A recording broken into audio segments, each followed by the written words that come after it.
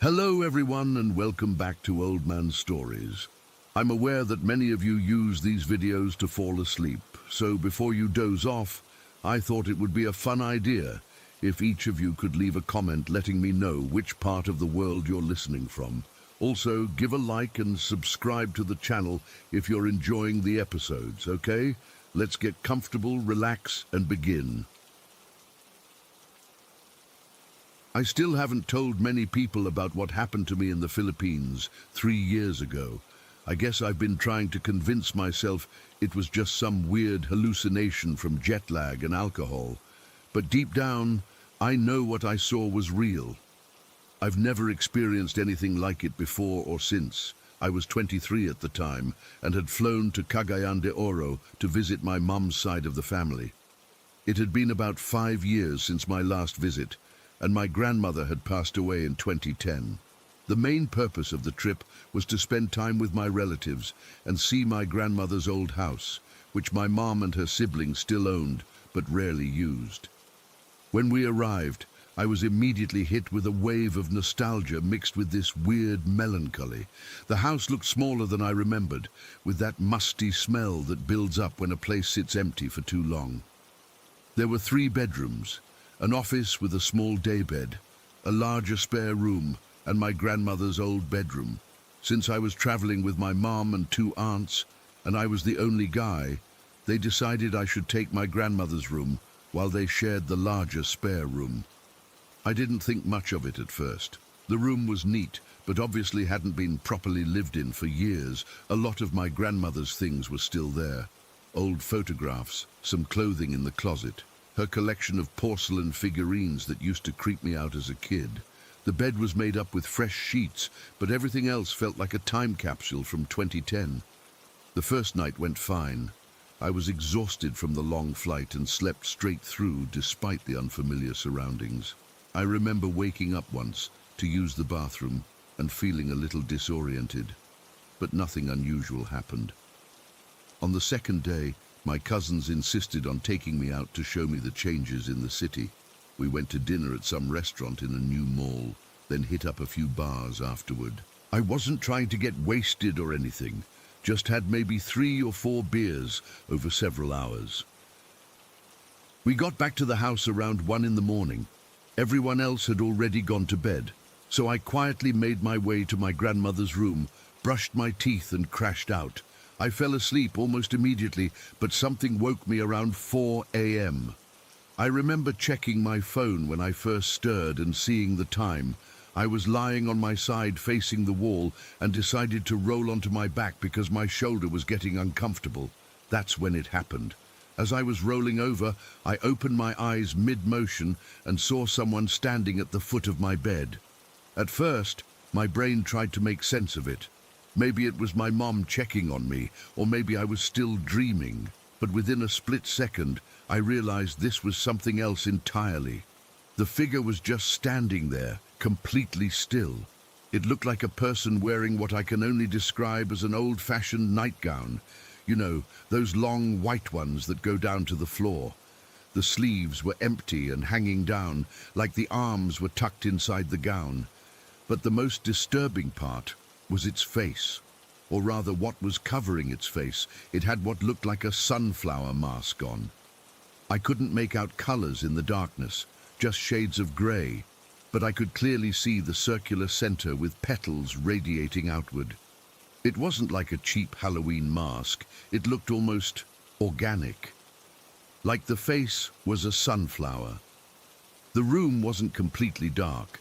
There was some light coming through the window from the street lamp outside, enough that I could make out the basic shape and features of this thing, and it was absolutely solid, not transparent or hazy like you'd imagine a ghost to be. It was just standing there facing me, not moving at all. I completely froze. My heart felt like it was going to explode out of my chest. I couldn't even scream, just lay there taking these shallow, panicked breaths while staring at it.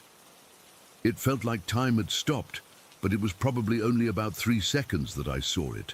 Then the thing just dissolved. Not like it walked away or faded gradually. It was more like it suddenly turned into dust and scattered in all directions at once, completely disappearing. 1 second it was there, solid as anything, and the next it was gone. I immediately sat up and turned on the bedside lamp, my hands shaking so badly I almost knocked it over. I grabbed my phone and checked the time again. It was 4:06 a.m. I sat there with my back against the headboard, absolutely terrified to move. I kept thinking it would reappear if I turned the light off. I didn't sleep a wink for the rest of the night. I just sat there watching YouTube videos on my phone with the lamp on, trying to distract myself. Every few minutes I'd look up at the spot where it had been standing, half expecting to see it again. The sun finally came up around 6, and I heard my mom and aunt stirring around 7. When I went to the kitchen for breakfast, my Aunt Teresa took one look at me and asked if I was feeling okay. I must have looked like absolute hell. I hesitated to tell them what happened. I've never been the type to believe in ghosts or anything supernatural, and I was worried they'd think I was making it up or had drunk too much the night before. But these were my Filipino relatives who take this kind of stuff very seriously. So I finally told them what I saw. Instead of laughing it off, they all got really quiet and exchanged these concerned looks. My mum crossed herself, and my Aunt Lourdes started whispering something in Bisaya that I couldn't understand. My Uncle Ramon came over later that morning, and they told him about what I'd seen. He asked me for details, what exactly the figure looked like, what time I saw it, if it tried to communicate with me.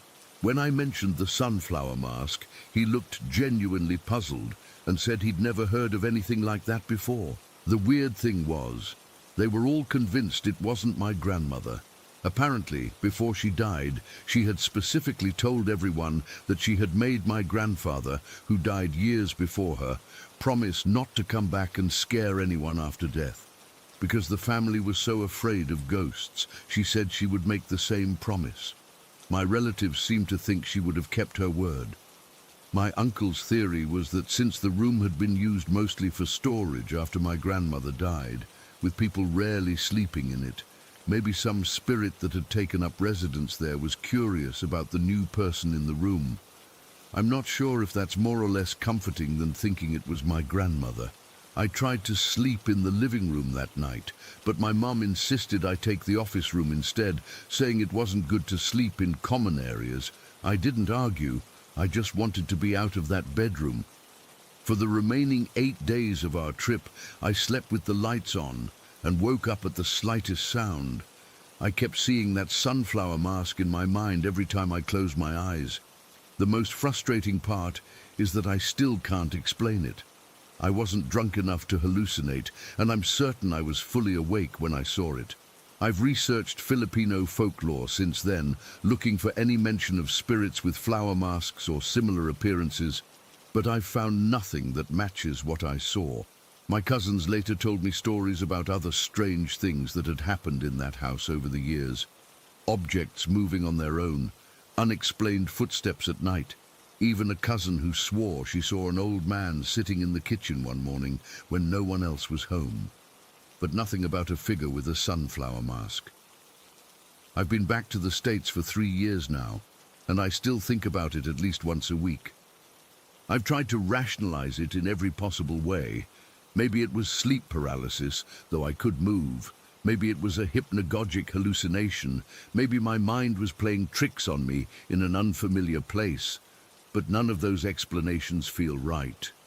What bothers me most isn't just that I saw something supernatural.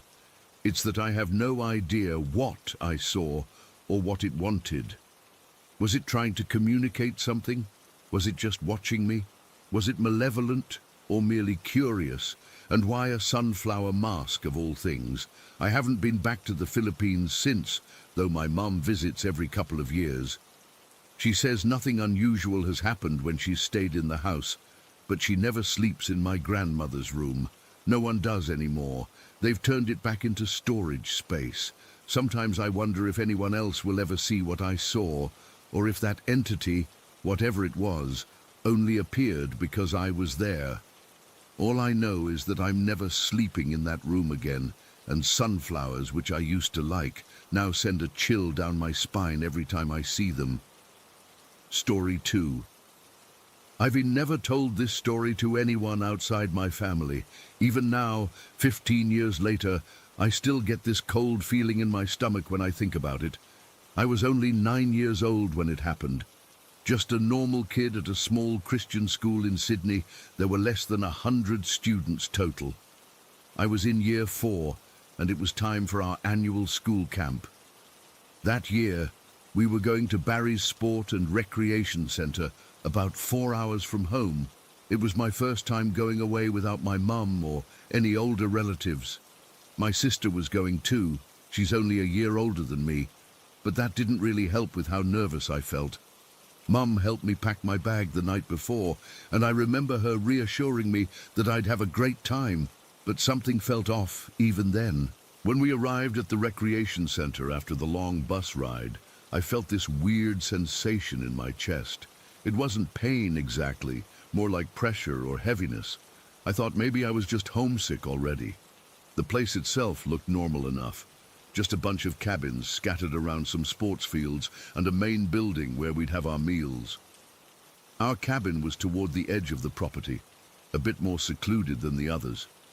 It was pretty basic. Bunk beds, small bathroom, nothing special. I chose a bottom bunk near the window because I thought it would be less scary than the top bunks. My sister was in the same cabin but chose to bunk with her friends instead of me. The first day went okay. We did some team activities, had dinner in the main hall, and then some evening games.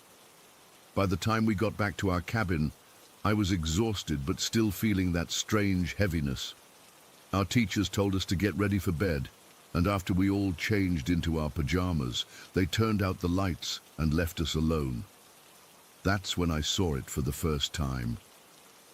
As I was lying in bed, trying to fall asleep, I noticed a tall shadow standing in the doorway between our sleeping area and the bathroom. At first, I thought it was one of the teachers checking on us, but it was too tall and too still. It just stood there, not moving. I couldn't make out any features, just this dark, person-shaped shadow. I was absolutely terrified. I couldn't even scream. I just pulled my blanket over my head and started crying silently. After what felt like hours, I worked up the courage to peek out, and it was gone. I was so scared I got out of bed and asked one of the other girls if I could sleep with her. I told her I was just homesick, not wanting to scare her with what I'd seen. That night, I woke up around 3 in the morning to the sound of a woman's voice. She was calling out, "Max, Luke, it's okay. You can come home now. It's safe." Her voice was soft but clear, like she was standing right in our cabin. None of the other girls seemed to hear it. They were all still sleeping. I pulled the blanket tighter around myself and squeezed my eyes shut until morning came. At breakfast, I was so tired I could barely eat. I didn't tell anyone what happened. Who would believe a 9-year-old saying she saw shadows and heard voices? I just tried to focus on the day's activities, hoping the next night would be better. It wasn't. The second night, after dinner and evening activities, we returned to our cabin to find it completely trashed. Clothes were thrown everywhere, beds were messed up, and all the lights were on, even though we'd definitely turned them off when we left. Someone screamed, "Demon!" and then everyone started crying and freaking out. The teachers came running and tried to calm us down, saying it was probably just some of the boys playing a prank, but I knew better. The boys' cabins were on the opposite side of the camp, and our door had been locked. Nobody slept that night. We all huddled together in the middle of the room, keeping the lights on until morning. I'd never been so happy to get on a bus and go home. But that wasn't the end of it. A few weeks after we got back, I started noticing strange things happening at home. At first, it was just little things. Doors rattling when there wasn't any breeze, the sound of footsteps when everyone was accounted for. Then it got worse. We'd hear what sounded like children running up and down our stairs in the middle of the night. The clock in our living room twice jumped off the wall and landed on the floor without breaking. Once, my guitar, which was propped up in the corner of my room, started strumming by itself. I wasn't even near it. I was doing homework at my desk when I heard the strings. Whatever had followed me home seemed particularly focused on me. My bedroom was downstairs near the front door, while my parents and sister slept upstairs. Almost every night, I'd hear tapping on my windows, scratching on the walls, footsteps on the gravel outside, and sometimes even banging on the front door. I'd call out for my parents, but by the time they came down, the noises would stop. The worst was the sleep paralysis. I didn't know what it was called then, but it started happening almost every night between 3 and 4 in the morning. I'd wake up, but couldn't move or speak. I'd feel a presence in my room, sometimes even feeling the mattress sink down like someone was sitting on my bed. Once, I actually saw a boy about my age standing at the foot of my bed, just staring at me.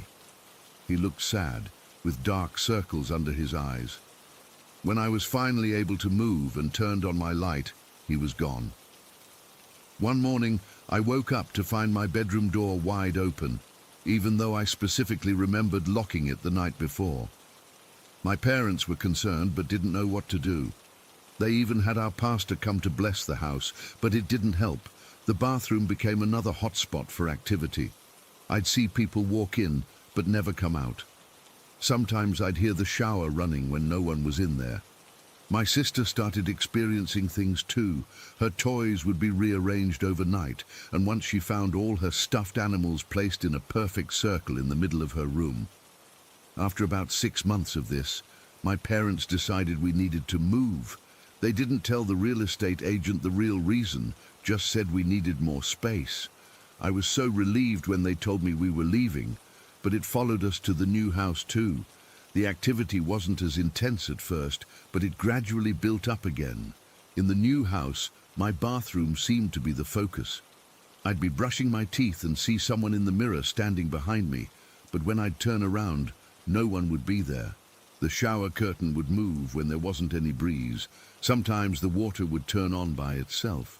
I started sleeping in my sister's room because I was too scared to sleep alone. My grades at school started dropping because I was always exhausted. My parents were at their wits' end.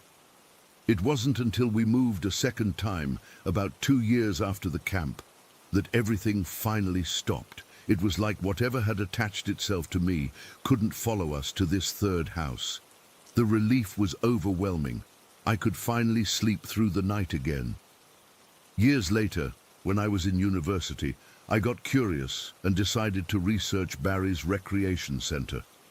What I found chilled me to my core.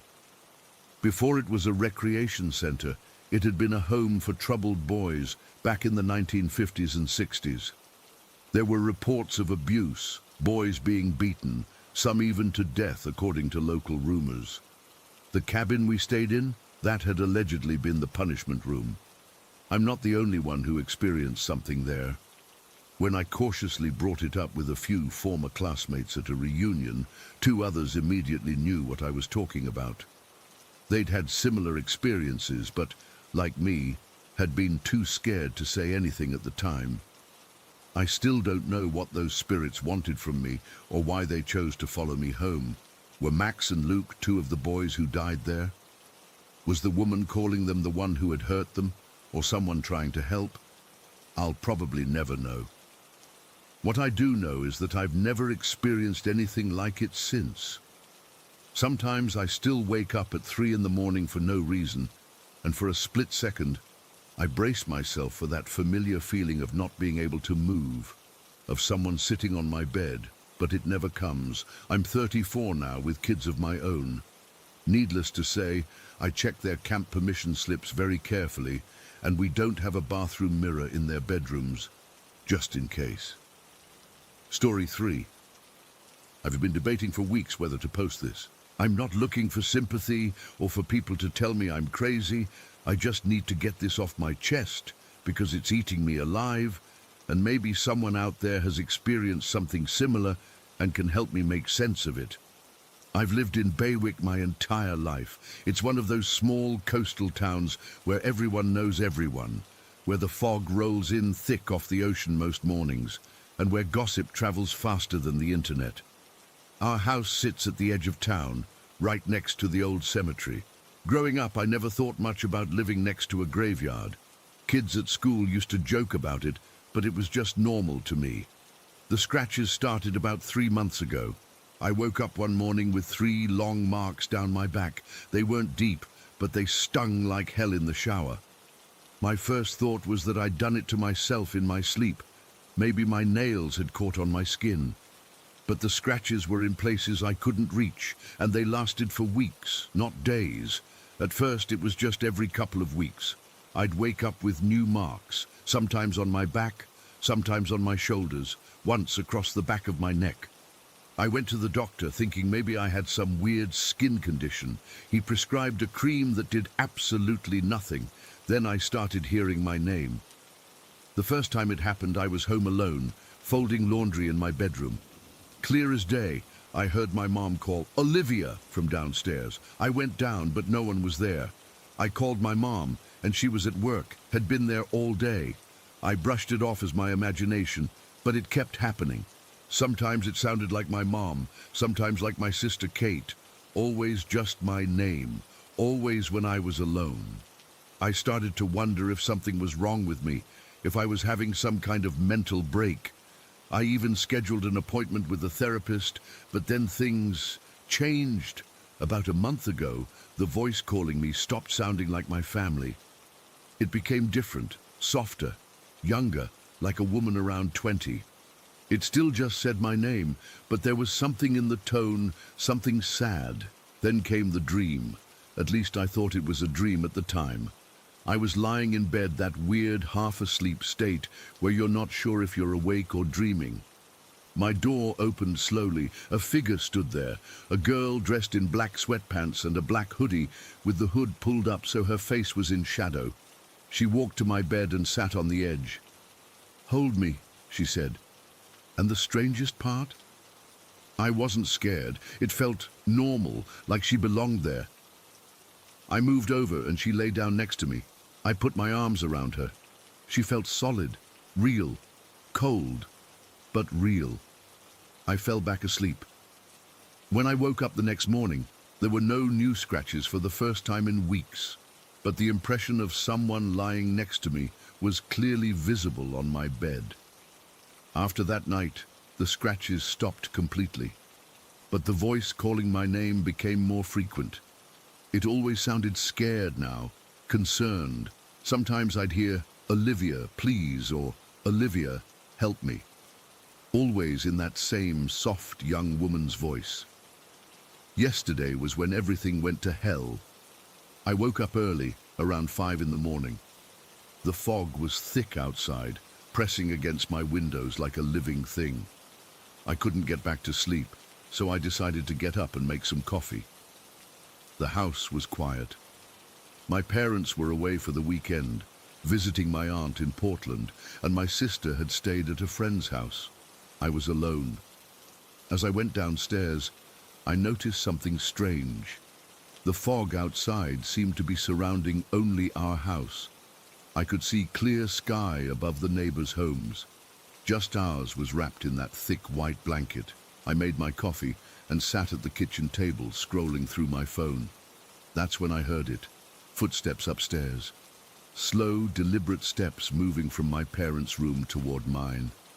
My heart started pounding. I told myself it was just the house settling, old wood creaking.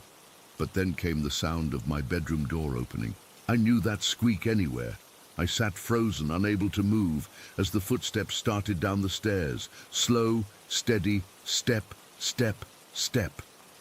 I wanted to run, but where would I go? The fog was so thick outside I wouldn't be able to see 2 feet in front of me. So I sat there, clutching my coffee mug like it was some kind of weapon. The footsteps reached the bottom of the stairs, then silence.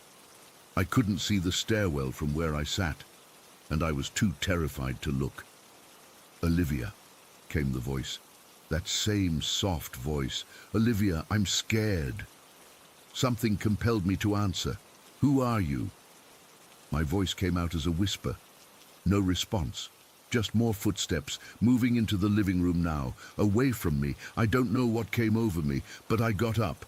Hands shaking, I walked to the doorway and looked into the living room. She was standing by the window, her back to me. Black hoodie, black sweatpants. Hood up. What do you want? I asked. She turned, slowly. The hood still shadowed her face, but I could make out pale skin, dark eyes. I want to go home, she said.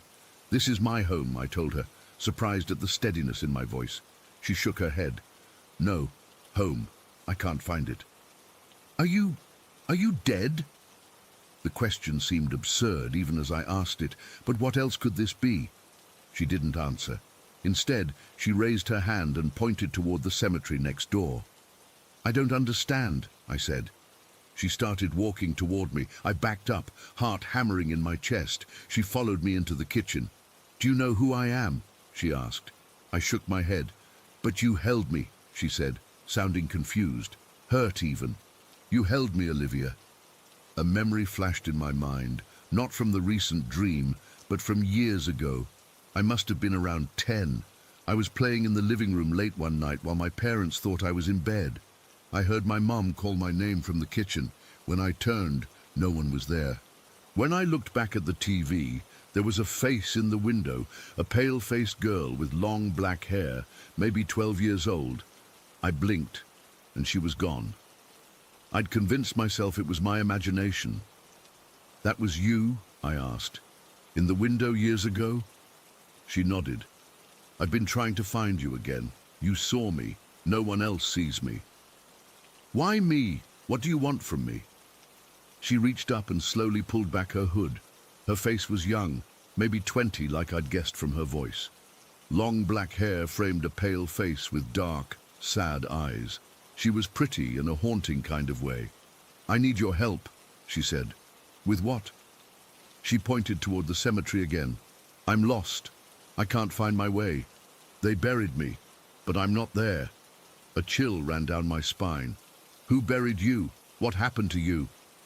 Her form seemed to flicker, like a bad TV signal. I don't remember. It was cold. There was water. The bay. She must have drowned in the bay. When did this happen? I asked.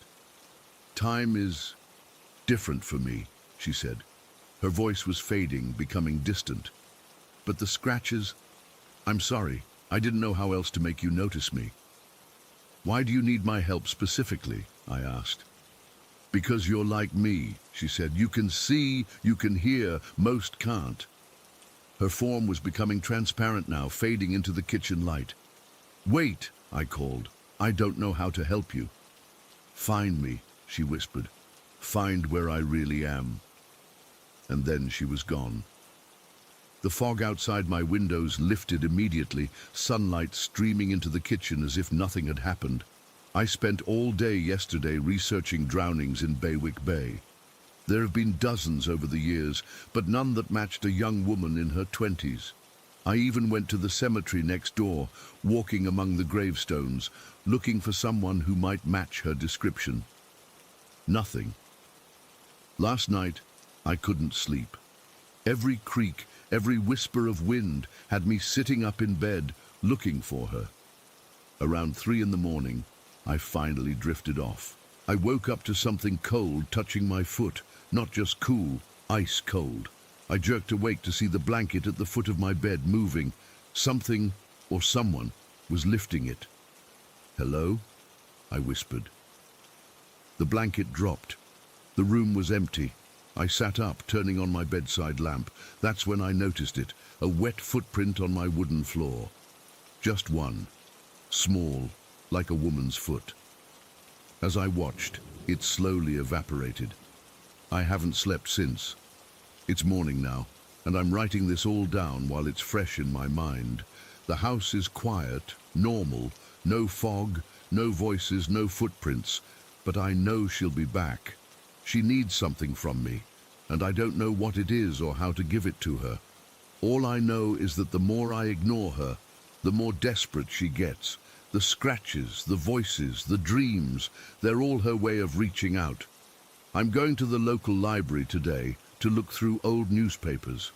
Maybe I can find something about a missing girl, someone who was never found, because if what she told me is true, if she's buried somewhere other than where they think she is, then maybe that's why she can't rest. Maybe that's why she's stuck here. And maybe that's why she chose me, because I can see her when no one else can. I don't know if I'll update this. Part of me is terrified that talking about her will make things worse. But if anyone has experienced anything like this, please let me know. I don't think she wants to hurt me. I think she's just lost and scared, and now, so am I. Story 4. I still can't fully process what I saw 5 months ago. It's not like I can talk about it with most people in my life. They'd think I've lost my mind. But I need to get this off my chest, and maybe someone here has experienced something similar. For nearly 20 years, I was the guy who rolled his eyes at ghost stories. I was that insufferable skeptic who needed empirical evidence for everything. If someone mentioned a spiritual experience, I'd mentally file it under psychological phenomenon or misinterpreted natural event.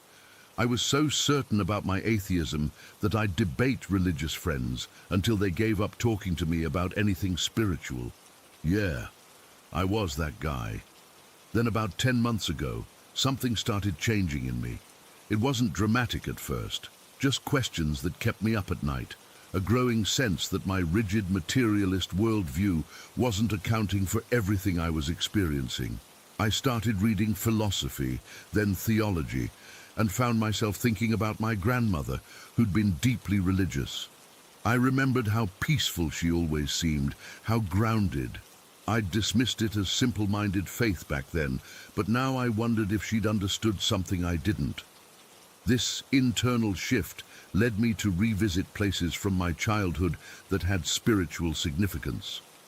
That's how I ended up at the National Shrine of Our Lady of La Salette in Attleboro, Massachusetts, on a Tuesday evening in late July. The sun was just starting to set when I arrived. I hadn't been there since I was maybe 8 or 9, when my grandmother would take me to see the Christmas lights. I barely remembered the place, just vague impressions of a sprawling religious site with statues and gardens. The parking lot was nearly empty, just 3 cars besides mine. One belonged to what looked like a maintenance worker, another to a homeless woman who was sitting with her bicycle near the entrance, and I assume the third belonged to whoever was staffing the small welcome center, which was about to close for the evening. I nodded politely to the homeless woman as I passed. She smiled but didn't speak. The main buildings were already closed, but the grounds remained open. That was fine with me. I wasn't there for organized prayer or services. I just wanted to walk the grounds and see if being there stirred anything in me. The shrine is built on this gently sloping hillside with winding paths, religious statues, and meditation spaces scattered throughout. As the welcome center attendant locked up and left, I realized I had the entire place to myself, except for the homeless woman who remained near the entrance. There's something both peaceful and slightly eerie about being alone in a religious space as darkness falls. The air was warm and heavy with humidity, but a slight breeze kept it from being uncomfortable. I could hear distant traffic and occasionally a bird, but otherwise it was quiet. I walked up the main path, past the Reconciliation Chapel, and toward the large outdoor altar area. From there, I followed a path that led to a series of bronze plaques depicting the stations of the cross. The light was fading quickly now, but there were some soft landscape lights illuminating the main paths, just enough to see where I was going. Beyond the stations, I discovered a massive rosary made of concrete, literally a walking rosary where each bead is a round concrete pad about 3 feet in diameter connected by a path. I'm not Catholic, so I didn't know how to properly use it, but I followed it anyway, stepping from bead to bead, letting my thoughts drift. By this point, it was properly dark, maybe around 9:30. The landscape lighting was minimal, but my eyes had adjusted. I was standing on one of the Our Father beads, looking up at the stars becoming visible in the clearing sky, when I saw it.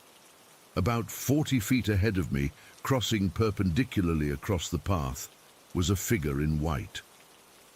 At first I thought it was another visitor I somehow hadn't noticed before, maybe someone in a white sweatshirt, but immediately I realized something was off about the movement. The figure wasn't exactly walking, it was gliding smoothly, without the up and down motion that comes with normal walking, and the white wasn't a sweatshirt. It was a full-length robe or gown that reached the ground. My first reaction wasn't fear, but curiosity. I stepped off the concrete bead and moved toward where I'd seen the figure. It had disappeared behind some shrubs, and I thought maybe I could catch up and see who it was. I quickened my pace, rounded the corner where I'd seen it disappear, and found nothing. The path was empty. I stood there confused for a moment, then turned to look back the way I'd come, and there it was again, now about 50 feet away in the opposite direction, crossing another section of the path. This made no sense. There was no way someone could have circled around that quickly without me seeing or hearing them. I started walking quickly toward it again. This time, I kept my eyes fixed on the figure, determined not to lose sight of it. As I got within about 30 feet, it simply vanished. Not like it ducked behind something. There was nothing to hide behind. It was there one moment, gone the next. I stopped, heart pounding now. I scanned the area, turning in a complete circle, and spotted it again, now on a path near the stations of the cross, at least 100 feet from where it had disappeared.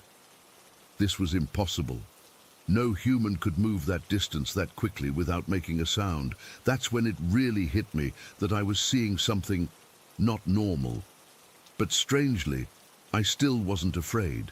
Confused, yes. Awestruck, definitely. But not scared. I changed tactics. Instead of chasing after it, I tried to get to a vantage point where I could observe it more clearly. I moved to higher ground and waited. Sure enough, after about a minute, I saw it again, moving along a lower path. In the darkness, I could see that the figure had a soft luminescence to it, not bright like a light bulb, more like how a white shirt looks under a black light. It gave off just enough of a glow that I could see it clearly against the darkness, but it didn't illuminate anything around it or cast any shadows. It was like it existed in its own reality that overlapped with ours but didn't fully interact with it. From my vantage point, I could make out more details. The figure appeared to be of average height, maybe 5'8" or so. The white robe or gown covered it completely, flowing to the ground. I couldn't see feet moving beneath it. It really did seem to be gliding just above the path. I couldn't make out facial features, but I had the impression of long hair. I decided to try one more approach. There was a circular path that connected with the one the figure was on. If I moved quickly, I might be able to intercept it. I hurried down the hill and positioned myself where I thought it would pass. I waited, holding my breath. Nothing happened for what felt like several minutes. Had it disappeared again? Then I felt something, not a sound, not a sight, but a presence behind me. I turned slowly, and there it was, maybe 15 feet away, directly facing me. It had somehow gotten behind me without making a sound. This was the closest and clearest view I had. The figure was definitely human-shaped, but seemed neither distinctly male nor female. The white robe it wore seemed to be made of fabric, but moved in ways that fabric shouldn't, like it was partially affected by gravity, but not entirely. The glow it emitted was soft but unmistakable, a pale bluish-white light that seemed to come from within rather than reflect from without. What struck me most in that moment was that it didn't feel threatening at all. If anything, I sensed a feeling of recognition, acknowledgement, like it had been waiting for me to finally look directly at it. We stood there, facing each other for maybe 5 seconds, though it felt much longer. Then it simply faded away, not quickly like switching off a light, but gradually, like a dimmer being turned down, until there was nothing there at all. I stood rooted to the spot for several minutes, trying to process what I'd just seen. My mind raced through all the rational explanations. A worker in white clothes? No. They'd have to be an Olympic sprinter and magician combined to move like that. A projection of some kind? There was no equipment anywhere, and the figure cast no beam of light like a projection would. A hallucination. I've never hallucinated before, and I was completely sober. I finally walked back to the entrance, legs slightly shaky. The homeless woman was still there with her bicycle. I almost asked her if she'd seen anything unusual, but something stopped me. This experience felt personal, meant specifically for me. As I drove home that night, I kept trying to rationalize what I'd seen, but I couldn't. What I can say is that it didn't feel random or meaningless. It felt intentional, like someone was confirming that my spiritual questioning was valid, that there was more to reality than what I'd allowed myself to believe for 20 years. I've returned to La Salette 3 times since then, at different times of day and evening. I've never seen the figure again. Part of me is disappointed, but mostly I'm grateful for that single encounter. I don't have a neat explanation for what I experienced. I don't know if it was a ghost, an angel, or something else entirely. What I do know is that it fundamentally changed me. After 20 years of demanding evidence for anything beyond the material world, I was finally given something I couldn't explain away, something that felt like it was responding directly to my seeking. The strangest part is how unscary it was. Everything I'd ever heard about ghost encounters emphasized fear, but this was different. I felt recognized, acknowledged, like something was saying, yes, there's more. Keep looking. I still have plenty of questions and doubts, but that night at La Salette shattered my certainty that I had all the answers, and for that I'm grateful. Story 5. I still don't know how to explain what happened during our company retreat last month. I've been with Meridian Publishing for 6 years now, and this was supposed to be our standard annual team-building trip. 3 days at this quaint hotel in Willow Creek to discuss marketing strategies and bond over drinks in the evening. Nothing unusual. I'm generally a skeptical person, very grounded in reality, which is why I can't wrap my head around what happened there. There were 8 of us from the marketing department. Me, my roommate Olivia, our team lead Marcus, and 5 others from various subdivisions. The Willow Creek Inn wasn't exactly a 5-star hotel, but it had this Victorian charm that our HR department thought would be inspiring for our creative minds. The building itself was massive, 3 stories of dark wood, faded wallpaper, and creaky floors. It was charming during the day, but took on a completely different vibe after sunset. We arrived on Thursday afternoon and checked into our rooms. Olivia and I were sharing a room on the 3rd floor at the end of a long corridor. The room itself was decent. 2 single beds, an old wooden wardrobe, a small bathroom, and a window overlooking the garden. Nothing special, but comfortable enough. The first day went by normally. We had our meetings in the conference room downstairs, followed by dinner in the hotel restaurant. Some of us had a few drinks at the bar afterward, but nothing excessive. By 11, everyone was pretty tired, so we headed to our rooms. That night, I slept terribly. The mattress was uncomfortable, and the room felt oddly cold, despite the heating being on. I woke up several times feeling like someone was watching me, but I brushed it off as just being in an unfamiliar place. Olivia seemed to sleep fine, so I didn't mention anything in the morning. It was Friday when things started getting weird. I woke up early, around 6:30, and decided to take a shower before Olivia got up.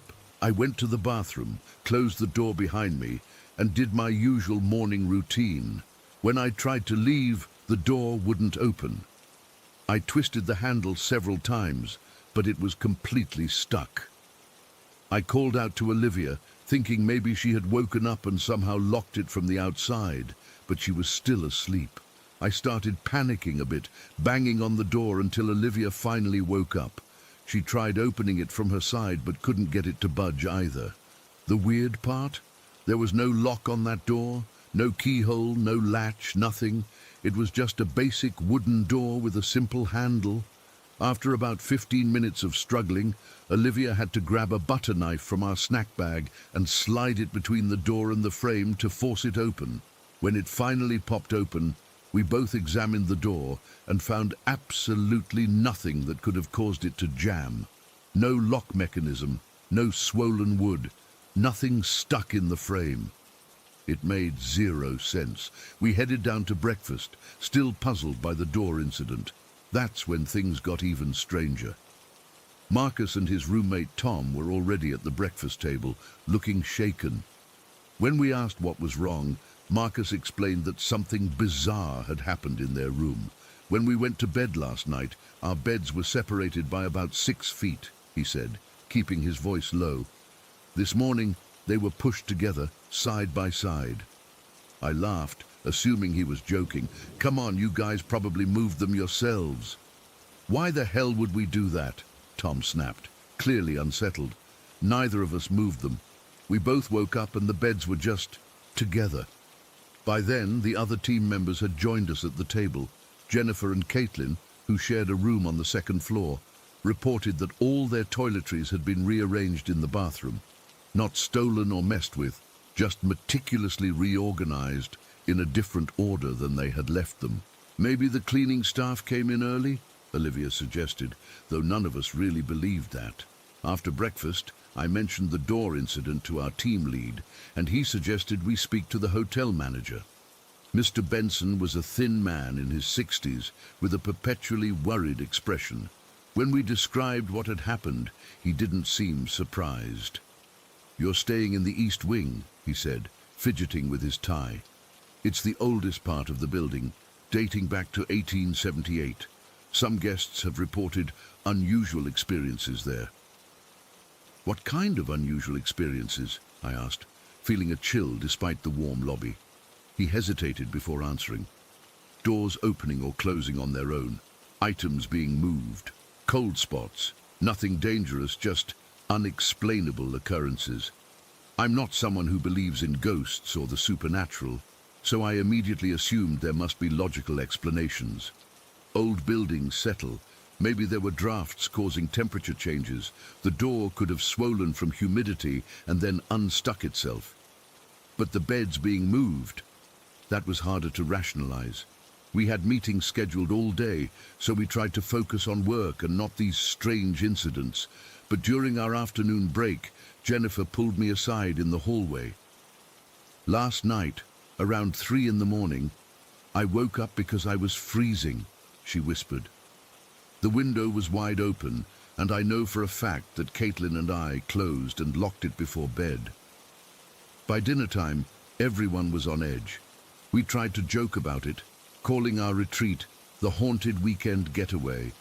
But there was genuine unease beneath our laughter. I kept telling myself there had to be logical explanations for everything. Maybe someone was playing an elaborate prank on us. Maybe the hotel staff was messing with the guests for some reason.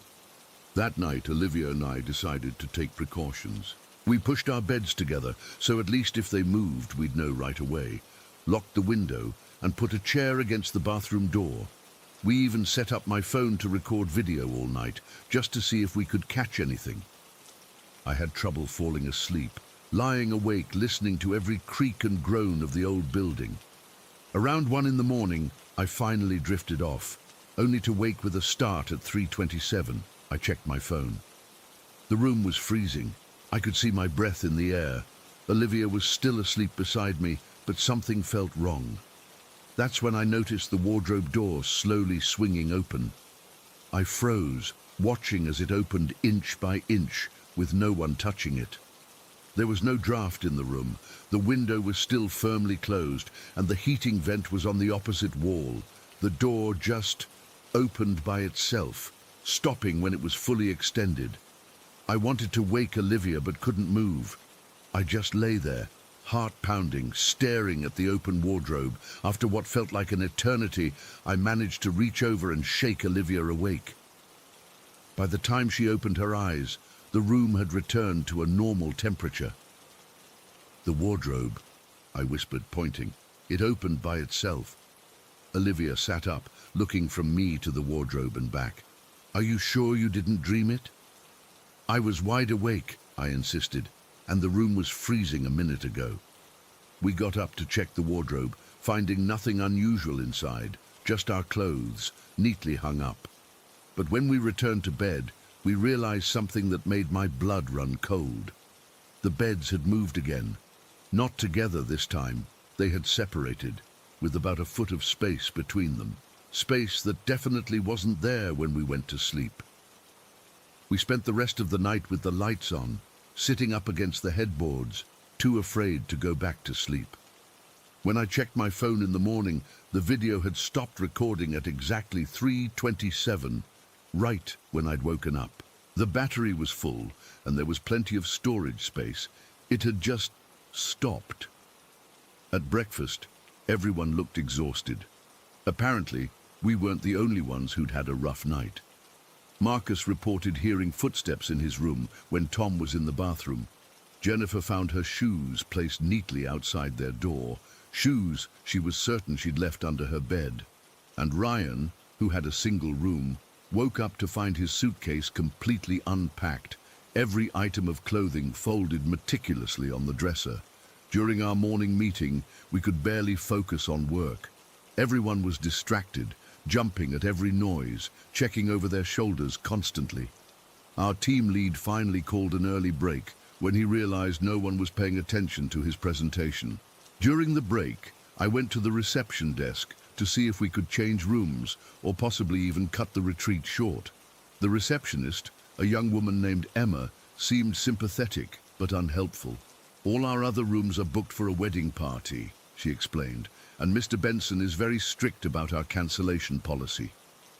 As she was speaking, the pen holder on her desk suddenly toppled over, spilling pens everywhere. Neither of us had touched it. She quickly gathered the pens, avoiding my eyes. "Does this kind of thing happen often here?" I asked quietly. She glanced around before leaning forward. "The East Wing has a history. Before this was a hotel, the building was a sanitarium in the early 1900s. The East Wing housed the difficult patients." A cold feeling settled in my stomach. Why doesn't the hotel warn people about this?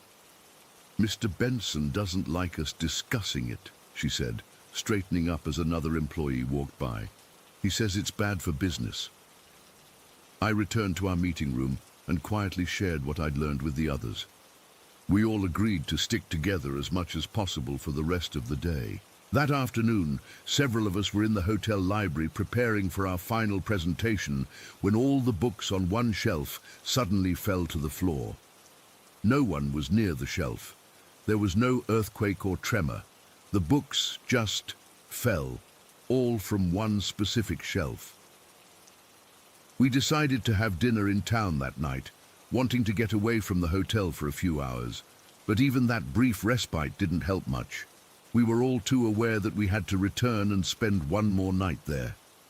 When Olivia and I got back to our room, we found our beds separated again, positioned exactly as they had been when we first checked in. The bathroom door, which we had left open, was closed, and written in the condensation on the bathroom mirror were two words: "Not alone." I've never felt terror like that moment. We grabbed our essential belongings and ran downstairs to the lobby, finding most of our colleagues already there, all with similar stories. Books rearranged, personal items moved, unexplainable writing appearing. The night clerk, an older man who seemed unimpressed by our panic, reluctantly allowed us to sleep in the conference room on couches and cushions from the lobby. None of us wanted to be alone, and none of us wanted to return to our rooms. We left first thing the next morning, cutting our retreat short by half a day. Nobody complained, not even our usually strict team lead. As we were checking out, Mr. Benson acted like nothing unusual had happened, smiling and hoping we'd visit again soon. It's been 3 weeks, and I still can't explain what happened at the Willow Creek Inn. I've researched the building's history and found scattered mentions of strange occurrences dating back decades, but nothing conclusive. Some nights I still wake up at exactly 3:27, feeling like I'm being watched. And sometimes, when I'm alone in my apartment, I swear I can hear footsteps behind me. The company's already planning next year's retreat. I've already decided I'm calling in sick. Story 6, listen. I still get goosebumps thinking about what happened when I was 8. I've spent almost 20 years trying to forget that night in Serbia, but it's like my brain won't let it go. I need to get this off my chest, even if no one believes me. It was the summer of 2003, and my family was on a road trip from Denmark to Macedonia. My parents, my older brother and me, all crammed into our old Volkswagen with the broken AC. My dad had this brilliant idea to drive through Europe instead of flying because it would be an adventure and more economical. 20+ hours of driving with 2 kids in the back seat, fighting over who crossed the invisible line. Super fun. We'd been on the road for what felt like forever that day. I remember being cranky because my Game Boy batteries had died somewhere in Austria, and my brother wouldn't share his. By the time we crossed the Hungarian-Serbian border, it was getting dark, and everyone was exhausted. My mum convinced my dad to stop for the night in this city called Subotica, instead of pushing on to Belgrade like he wanted. The motel we found wasn't exactly 5-star. It was this Soviet-looking concrete block with a neon sign that flickered on and off. The lobby smelled like cigarettes and cabbage, and the guy at the front desk barely spoke English. He just grunted, took my dad's money, and handed over 2 keys. My parents decided I'd stay with my mom, and my brother would bunk with my dad. Our room was basic. 2 twin beds with these scratchy blankets that looked like they hadn't been washed since Yugoslavia was still a country. The carpet was this awful brownish color that probably hid stains really well. There was a small TV bolted to the wall, a mirror hanging above a dresser, and a wardrobe that looked like it might topple over if you looked at it wrong. My mum took the bed closest to the door, which left me with the one by the window. I wasn't thrilled about this arrangement. Even at home, I hated sleeping with my back to open space. I always felt safer with my bed pushed against the wall where nothing could sneak up behind me. But I didn't say anything, because I didn't want my mom to think I was being a baby. After brushing our teeth in the tiny bathroom with its flickering light and dripping faucet, we went to bed. My mom fell asleep almost instantly. I remember lying there, listening to her soft snores, feeling jealous of how easily sleep came to her. The room was too hot, the pillow too flat, and the streetlight outside cast weird shadows through the thin curtains. I must have been lying there for at least an hour, tossing and turning, when I heard it. This subtle cracking sound coming from near the entrance. At first I thought it was just the old furniture settling. Old buildings make noises, right? That's what my dad always said whenever I got spooked at home. But then it happened again. A drawer to the left of the mirror cracked even louder, like someone was slowly pulling it open. My heart started racing. I held my breath and stayed perfectly still, straining to hear any other sounds. The silence that followed was worse than the noise. You know that feeling when you're so focused on listening that even your heartbeat seems deafening? That's how it was. The room felt suddenly colder, and I had this overwhelming sense that something was wrong. That's when I saw it, in the mirror across from my bed. It wasn't a reflection. The mirror itself seemed to contain something, this grey, smoke-like silhouette moving inside the glass. Not on the surface, but within it, like the mirror was a window to somewhere else. The shape moved slowly from left to right across the mirror. It wasn't solid, more like dense fog in a vaguely human form. No distinct features, just this dark mass drifting across the glass surface. I couldn't take my eyes off it, even though every instinct was screaming at me to hide under the covers. When it reached the right edge of the mirror, it disappeared. For several seconds, nothing happened. I was frozen, my eyes fixed on the spot where the figure had vanished, half convinced I'd imagined the whole thing. Then the wardrobe to the right of the mirror made this loud bang, like someone had slammed their fist against it from the inside. The whole thing shook. I swear I could see the doors bulging outward for a split second before settling back. I wanted to scream. I wanted to wake my mom, but I couldn't make a sound. It was like my voice had been stolen.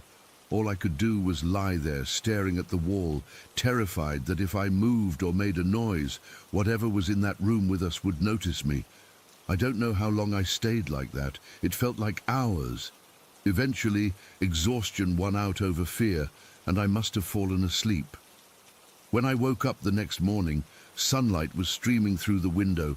My mom was already packing our things, and everything looked normal. The mirror was just a mirror. The wardrobe was just a wardrobe. I never told my mom what happened.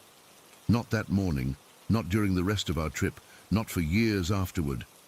Partly because my parents had always been super clear that ghosts weren't real. They were scientists, my dad an engineer and my mom a biology teacher, and they'd raised us to be rational thinkers. If something couldn't be explained by science, it simply hadn't been studied enough yet. But it was more than that. I was afraid they wouldn't believe me, or worse, that they'd think there was something wrong with me. Plus, I was a boy, and even at 8, I knew boys weren't supposed to be scared of things like that. My brother was always calling me a baby when I got spooked by thunderstorms or scary movies. The last thing I wanted was to give him more ammunition. We continued our trip the next day, driving through Serbia and into Macedonia without incident. I spent most of the journey staring out the window, replaying what I'd seen over and over in my head, trying to convince myself it had been a dream or my imagination. But I knew it wasn't. I didn't speak much during the rest of that vacation. My parents thought I was just tired from all the traveling, but really I was terrified of going to sleep each night. I'd lie awake in whatever hotel or relative's house we were staying in, watching the shadows, expecting to see that figure again. It wasn't until I was 24 that I finally told my mom about it. We were having dinner, just the two of us, and somehow the conversation turned to that road trip. When I described what I'd seen, she got this strange look on her face. "Why didn't you wake me up?" she asked. I shrugged and said I'd been too scared to move. She nodded slowly, then suggested that maybe I'd experienced sleep paralysis or some kind of half-dream state. "You were very young," she said, patting my hand like I was still that 8-year-old boy. Our memories from childhood often get mixed up with dreams or things we saw on TV. But I know what I saw wasn't a dream. Sleep paralysis doesn't explain the sounds I heard before I saw the figure, and I definitely wasn't watching any ghost shows as a kid. My parents didn't allow them. I've done a lot of research since then, trying to find similar experiences or explanations. I've looked into the history of Subotica and that motel, but I've never found anything conclusive. Part of me has wondered if the place was built on some kind of burial ground or site of historical trauma. Serbia has a pretty turbulent history after all. Sometimes I try to rationalize it. Maybe it was just an odd reflection caused by passing headlights from the street below. Maybe the banging was just someone in the next room hitting the wall. Maybe the drawer sound was just the building settling, but deep down, I know better. There was something in that mirror that night. Something that shouldn't have been there. Something that was moving through our world in a way that defies explanation. I'm not a particularly superstitious person. I don't believe in most paranormal stuff. But what I saw in that Serbian motel has haunted me for almost 2 decades. It's the reason I still can't sleep with my back to an open room. It's why I get uncomfortable in hotel rooms with large mirrors, and it's definitely why I've never gone back to Serbia, despite having extended family in that part of Europe. The worst part is the not knowing what it was, not knowing if it was aware of me watching it, not knowing what would have happened if I'd called out or tried to wake my mum. Would it have disappeared? Would it have come toward me? Was it even malevolent or just there? Sometimes I wonder if it's still there, moving through that mirror in that run-down motel room, or if it's found other mirrors, other places to manifest. I wonder if other people have seen it and, like me, been too scared or embarrassed to tell anyone. I'm sharing this now because I need to know I'm not crazy. I need to know if anyone else has experienced something similar, and maybe, just maybe, someone reading this will have answers that have eluded me for all these years. All I know for certain is that what I saw that night was real.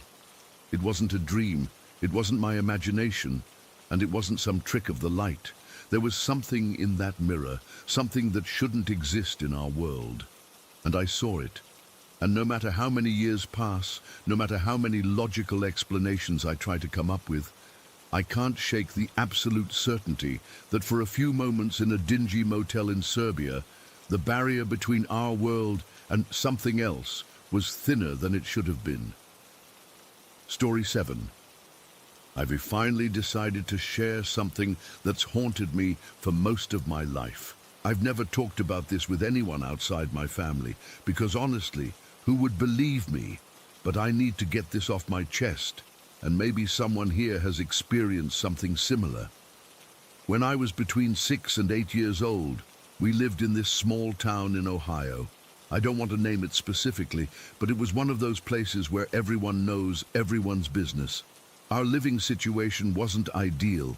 It was my mom, my 2 brothers, and me crammed into this house with my mom's friend Tracy, her boyfriend Paul, and their 3 sons. So that's 8 people in a 3-bedroom house. It was chaotic, to say the least. Being the only girl among 5 boys had its perks, I guess. I got my own tiny bedroom while all the boys had to share. My room was at the end of the upstairs hallway, right next to a small storage room that nobody really used. The first few weeks in that house were normal. Then the nighttime stuff started. Every single night, without fail, I would wake up around 3 in the morning to the sound of a little boy crying. Not just sniffling, but full-on screaming and sobbing, the kind that makes your heart race because something is clearly wrong. The crying would go on for maybe a minute, then I'd hear a woman's voice very clearly saying, "Sean's done." Just those 2 words, in this weirdly calm tone that didn't match the desperate crying. Then silence.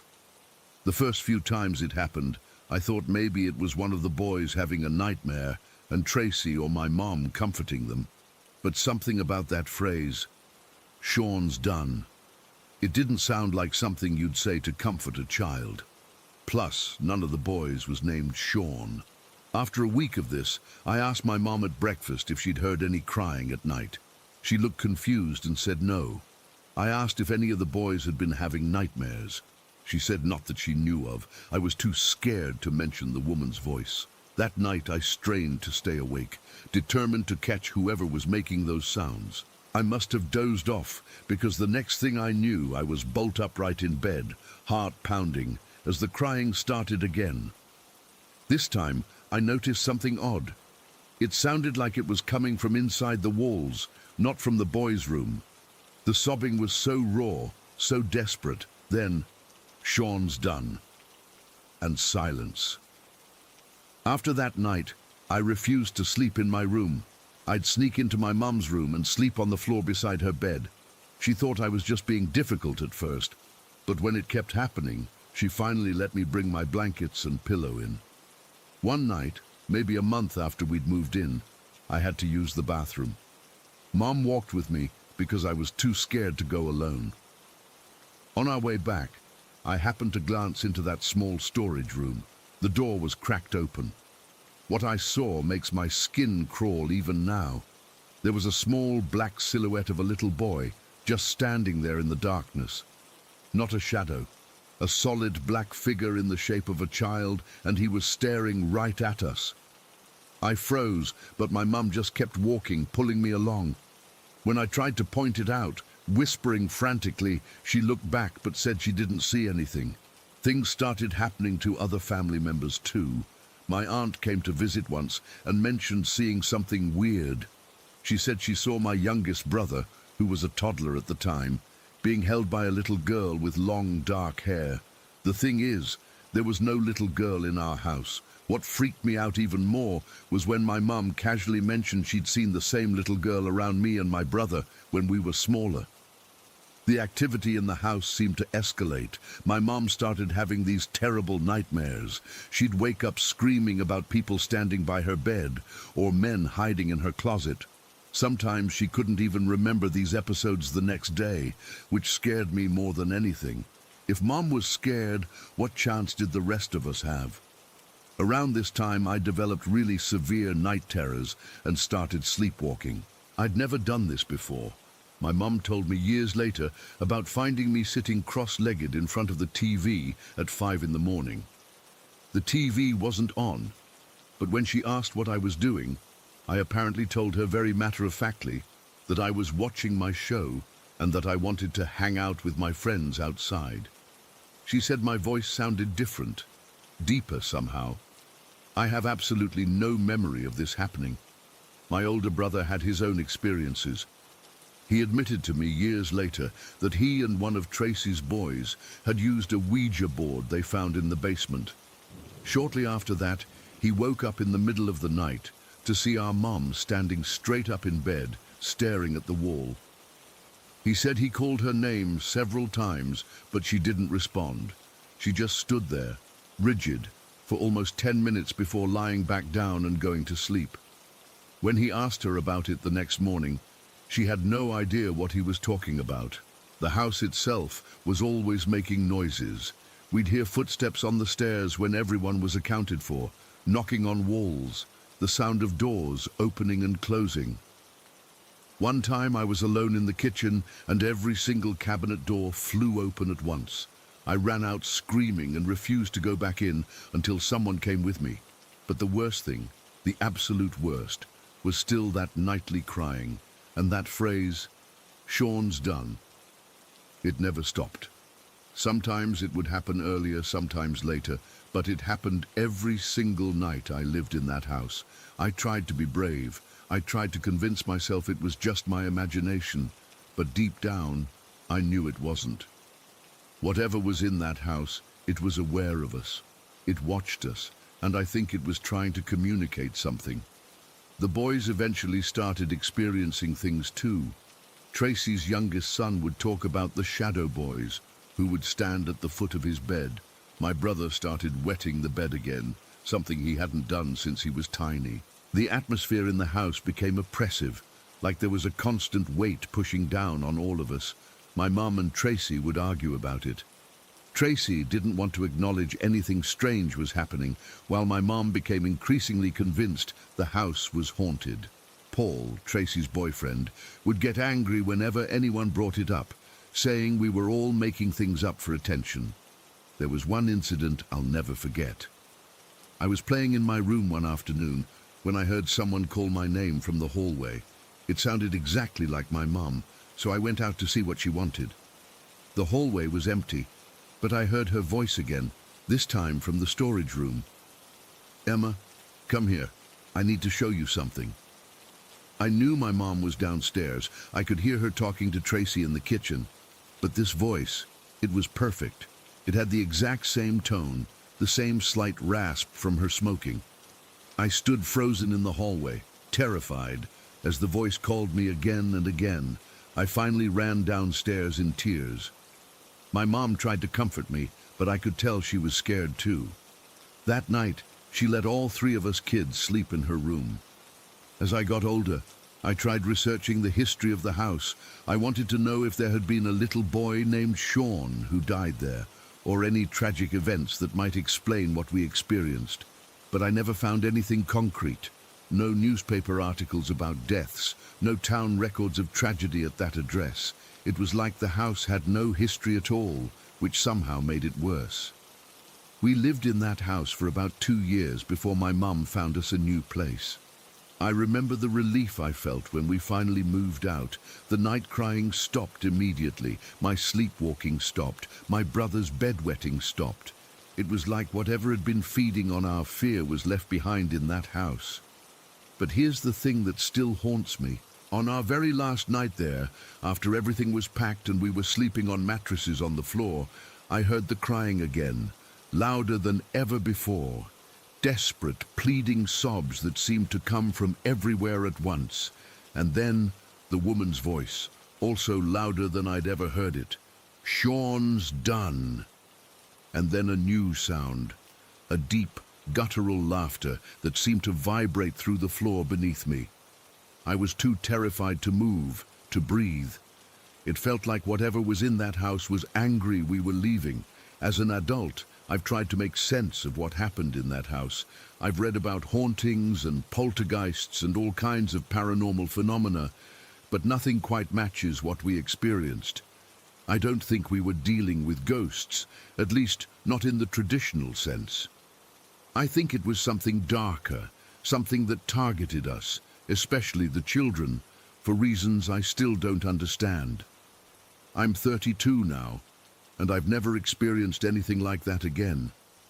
But I still can't hear a child crying without feeling that old familiar dread washing over me. And sometimes, in my dreams, I still hear those words, "Sean's done," and wake up in a cold sweat, feeling like someone's watching me from the corner of my bedroom. Whatever was in that house in Ohio, I think part of it came with us. Not in an active way, but like a stain on our souls that never quite washed out. I've never gone back to that town, and I never will. Some doors once opened can never really be closed again. Story 8. I've been debating whether to share this for years. It's something that happened when I was 9 years old during a summer camping trip with my family in northern Ontario. I'm 22 now, but I still get chills thinking about it. The memory hasn't faded at all. If anything, it's gotten clearer and more disturbing as I've gotten older and learned more. It was the summer of 2010, and my parents had rented a cabin at this family campground in the Burwash district. My best friend Hannah's family rented the cabin next to ours. We were inseparable. I was 9 and she was 8, and we were beyond excited to spend 3 whole weeks together, swimming, hiking, and staying up late watching movies on the tiny TV in my cabin. We'd been there about 3 days when we met Emily. Hannah and I were exploring the trail behind our cabins that led down to this little pebble beach on the lake. We were collecting rocks. I remember I had this phase where I was obsessed with finding the flattest skipping stones possible. We heard this quiet voice say, "That one's perfect," and both looked up at the same time. There was this girl standing a few feet away, pointing at a stone near my foot. She looked about our age, with shoulder-length brown hair and these really striking green eyes, like unnaturally bright green. Even as a kid, I remember thinking they were weird, almost like they were glowing. She was super thin and pale, wearing shorts and a faded blue t-shirt. "I'm Emily," she said. "I'm staying at the campground too." I asked which cabin she was in, and she just waved her hand vaguely and said, "Over that way," pointing toward a cluster of cabins on the other side of the main lodge. I didn't think much of it. We spent the rest of that afternoon with Emily, and she quickly became our third musketeer. Looking back, it's strange how easily we accepted her. She knew all these cool spots around the campground, little clearings in the woods where wild berries grew, a fallen tree that made the perfect balance beam over a small stream, hidden paths that led to quiet corners of the lake. The weird thing was, Emily never seemed to be around when our parents were nearby. She'd always say she needed to get back to her cabin before dinner, or that she had to check in with her mom, but we never met her family. Hannah and I didn't question it at the time. When you're a kid, you just accept things as they are. For about a week, we spent every day with Emily. We'd meet her after breakfast at the beach or near the playground. We'd have these elaborate make-believe games where we were explorers or detectives or forest fairies. Emily always had the most creative ideas, but sometimes they were off. Like, she'd suggest we pretend to be lost in the woods, or trapped in a cave, or that we were running away from something scary. Hannah and I would usually steer the games toward more fun scenarios. I remember Hannah took a bunch of photos on her little pink digital camera. We were so proud of those pictures.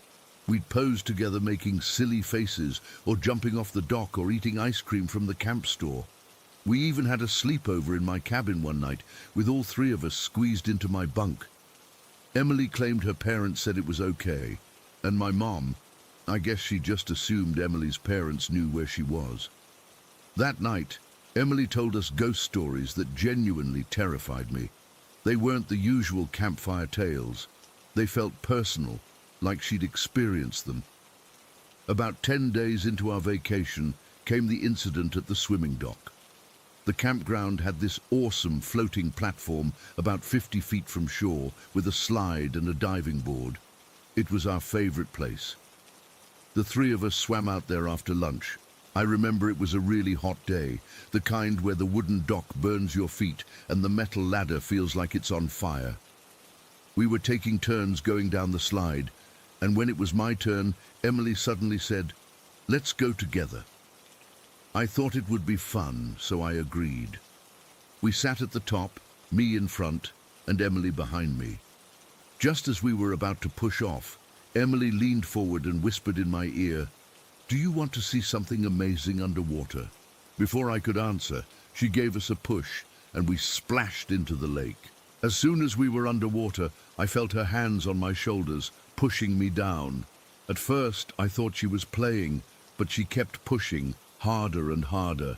I started to panic, thrashing around, trying to swim up, but she was surprisingly strong. I remember looking up and seeing the sunlight refracting through the water, getting dimmer as I sank deeper.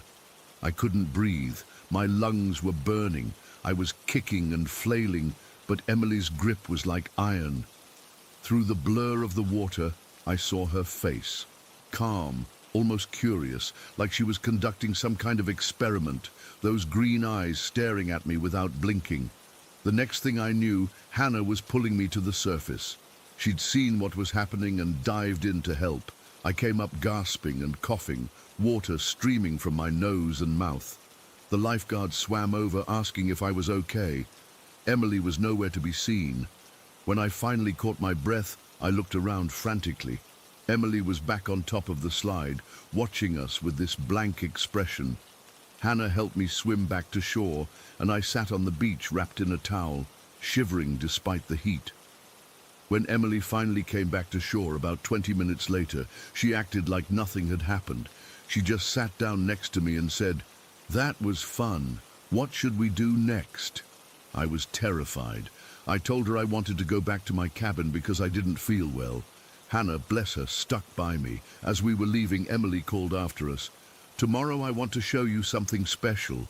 There's a river that leads to this amazing building. It's only a few hours' walk." That night I told Hannah what had happened underwater. She believed me immediately and admitted that she'd always felt a little uneasy around Emily. There was something off about her that we couldn't quite put our finger on. We decided to avoid the river Emily mentioned. Something about it just felt wrong. The next day, Emily was waiting for us at the beach. She immediately started talking about the river again, describing this building she wanted to show us. "It's big and made of stone," she said. "There are lots of rooms to explore. Some people used to live there, but they're gone now." When we told her we weren't interested, her whole demeanor changed. Her face got really still, and those green eyes seemed to darken. "Don't you want to have an adventure?" she asked, her voice different somehow, lower, older. "The river knows the way. We just have to follow it." Hannah grabbed my hand and said we had to go because our parents were waiting. We practically ran back to our cabins.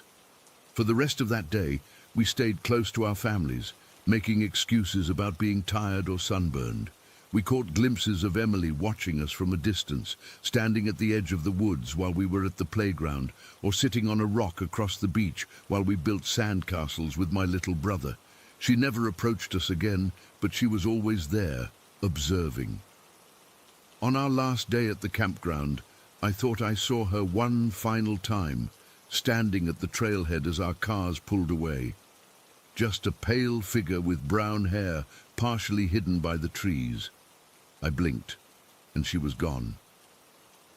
When we came back the next summer, we half expected to see Emily again, but she never showed up. After a few days, we stopped looking for her and just enjoyed our vacation. It almost felt like a weird dream from the year before. Fast forward to my 18th birthday. Hannah and I were still best friends, and she came over to celebrate. We were going through old photos on my laptop, laughing at our awkward phases and reminiscing. Then we got to the summer of 2010. "Oh my God," Hannah whispered. "Look at these." The pictures from the campground showed just the two of us, Hannah and me. In several photos, we were posed with a visible gap between us, clearly leaving space for a third person. But there was no Emily. not in a single photo. In one picture, I was looking to my right and smiling at empty air. In another, Hannah had her arm extended like it was around someone's shoulders, but there was no one there. We sat in stunned silence. Finally, Hannah said, "Do you remember Emily?" I nodded, a chill running down my spine despite the warm room. That evening, Hannah called her mum to ask if she remembered Emily from the campground. Her mum was confused. "Emily? You girls never played with anyone named Emily. You had an imaginary friend that summer. I remember you both talking about her. I thought it was cute." An imaginary friend. Except both of us had seen her. Both of us had interacted with her. Both of us remembered her trying to drown me. We decided to write down everything we could remember about Emily separately, then compare notes. Our descriptions matched exactly. Shoulder-length brown hair, unnaturally bright green eyes, very thin and pale, always wearing shorts and different faded t-shirts. Fueled by a mix of curiosity and fear, we started researching the Burwash area online. What we found made my blood run cold. The river Emily had wanted us to follow led to the abandoned Burwash Industrial Farm, also known as Camp Bison Prison, a former correctional facility that closed in the 1970s. According to local legend, it was supposed to be one of the most haunted places in northern Ontario. There were stories of hikers hearing children's voices in the abandoned buildings, of unexplained cold spots, and ghostly figures seen in the windows. Some people claimed a young girl had drowned in the river that ran alongside the prison in the 1950s. To this day, I still don't know who or what Emily was. Why did she try to drown me? Why did she want to lead us to that abandoned prison? How could both Hannah and I have the exact same memories of someone who apparently never existed?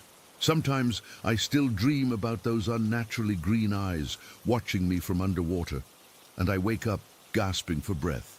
I've never gone back to that campground, and I don't think I ever will. The Burwash district is beautiful, but whatever lives in those woods isn't something I ever want to encounter again.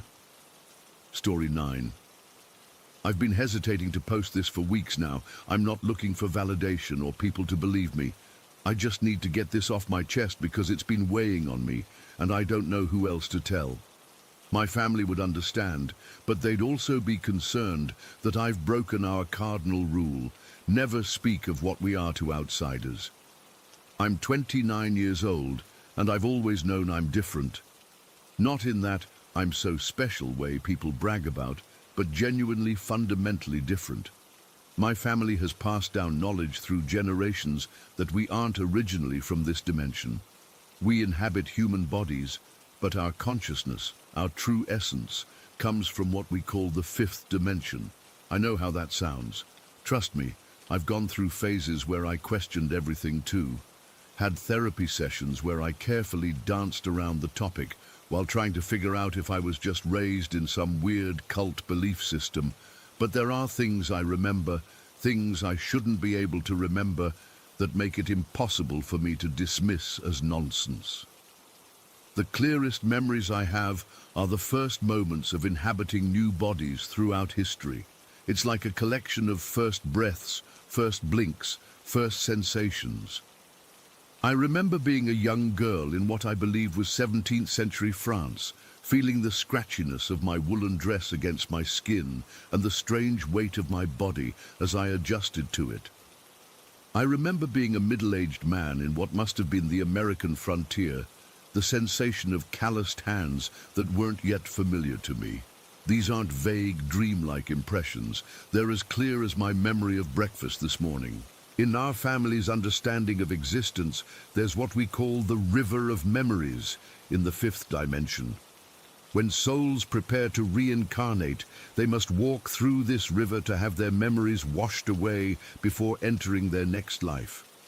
The water is neither hot nor cold. It simply exists as pure energy. It looks like flowing silver light, but it feels more like a magnetic field against your skin than actual water. The trick to keeping memories between lives is keeping part of yourself, traditionally a finger or hand, above the water as you cross. That's how some of us retain fragments from previous existences. It's also why I have these scattered but vivid first moments from other lives. The river works both ways, though. You can dip into it to retrieve lost memories, but there's always a cost. The river demands balance. To gain a memory, you must surrender one of equal emotional weight. It's not a decision to be made lightly. Last month, I had what I initially thought was just an unusually vivid dream. I found myself standing beside the memory river, its silvery surface rippling with countless lives and experiences. I wasn't planning to cross. I wasn't between lives. I was just there, observing. The pull of the river was strong, like it wanted something from me. Almost without conscious thought, I found myself kneeling beside it. The silvery surface reflected a face that was mine but not mine, my essence rather than my current physical appearance. I dipped my hand into the flowing energy, and immediately the world around me transformed. I was standing in a cemetery. The air was crisp with autumn, and the clothing of the people gathered suggested late 18th or early 19th century. Everyone wore black, their faces solemn beneath wide-brimmed hats and bonnets. A simple wooden casket was being lowered into the ground. I felt disconnected from the scene, like a ghost observing from a distance, yet I could feel the weight of grief in the air. As I moved closer to the grave, I saw the headstone. The name carved into it was Elizabeth Hallowell, born 1768, died 1821, 53 years old. I'd never heard this name before, yet something about it resonated within me with absolute certainty. I was attending my own funeral. The faces around the grave were strangers to me. A middle-aged man wiping tears with a handkerchief, 3 young adults who must have been my children, an elderly woman leaning heavily on a cane. They were my family, my loved ones from a life I couldn't remember, mourning a woman I had been. One of the young women, my daughter, I somehow knew, placed a small bundle of wildflowers on the casket. "Mother loved these," she whispered, and though I couldn't hear her clearly, I understood the words. The ache in my chest was unbearable. These people had loved me, and I had loved them, but I had no memory of any of it. A small boy, perhaps 5 or 6, clung to the hand of the middle-aged man, my grandson. He looked up and for one heart-stopping moment seemed to stare directly at me. His eyes widened slightly, and I felt a connection, like he could sense my presence. Then his father gently tugged his hand, and the moment passed. I wanted to stay, to learn more about Elizabeth, about me. But the cemetery began to fade. The river was calling me back. I felt myself being pulled away, the scene dissolving like mist. And then I was awake in my bed, gasping for breath with tears streaming down my face. The digital clock on my nightstand read 3:17 in the morning. My heart was pounding so hard I could hear blood rushing in my ears. The dream, if it even was a dream, had felt more real than reality itself. I got up, needing water, needing to ground myself. My apartment was dark and quiet, the familiar shapes of my furniture offering some comfort. I stumbled to the kitchen, flipped on the light, and gulped down a glass of water. The ordinary action helped calm me, but the images from the cemetery remained vivid in my mind. Elizabeth Hallowell. The name kept repeating itself. I'd never heard it before, yet it felt like my own. More mine in some ways than Emma Trask, my current name. After finishing the water, I wandered into my living room, still too shaken to return to bed. That's when I noticed something strange about the photo hanging on my wall. It's a simple framed picture of me at a beach, smiling at the camera with the ocean behind me. I've had it for years, but standing there at 3:20-something in the morning, I realized I couldn't remember when or where it was taken. I approached the photo, studying it carefully. That's definitely me, my face, my smile, my favorite blue swimsuit.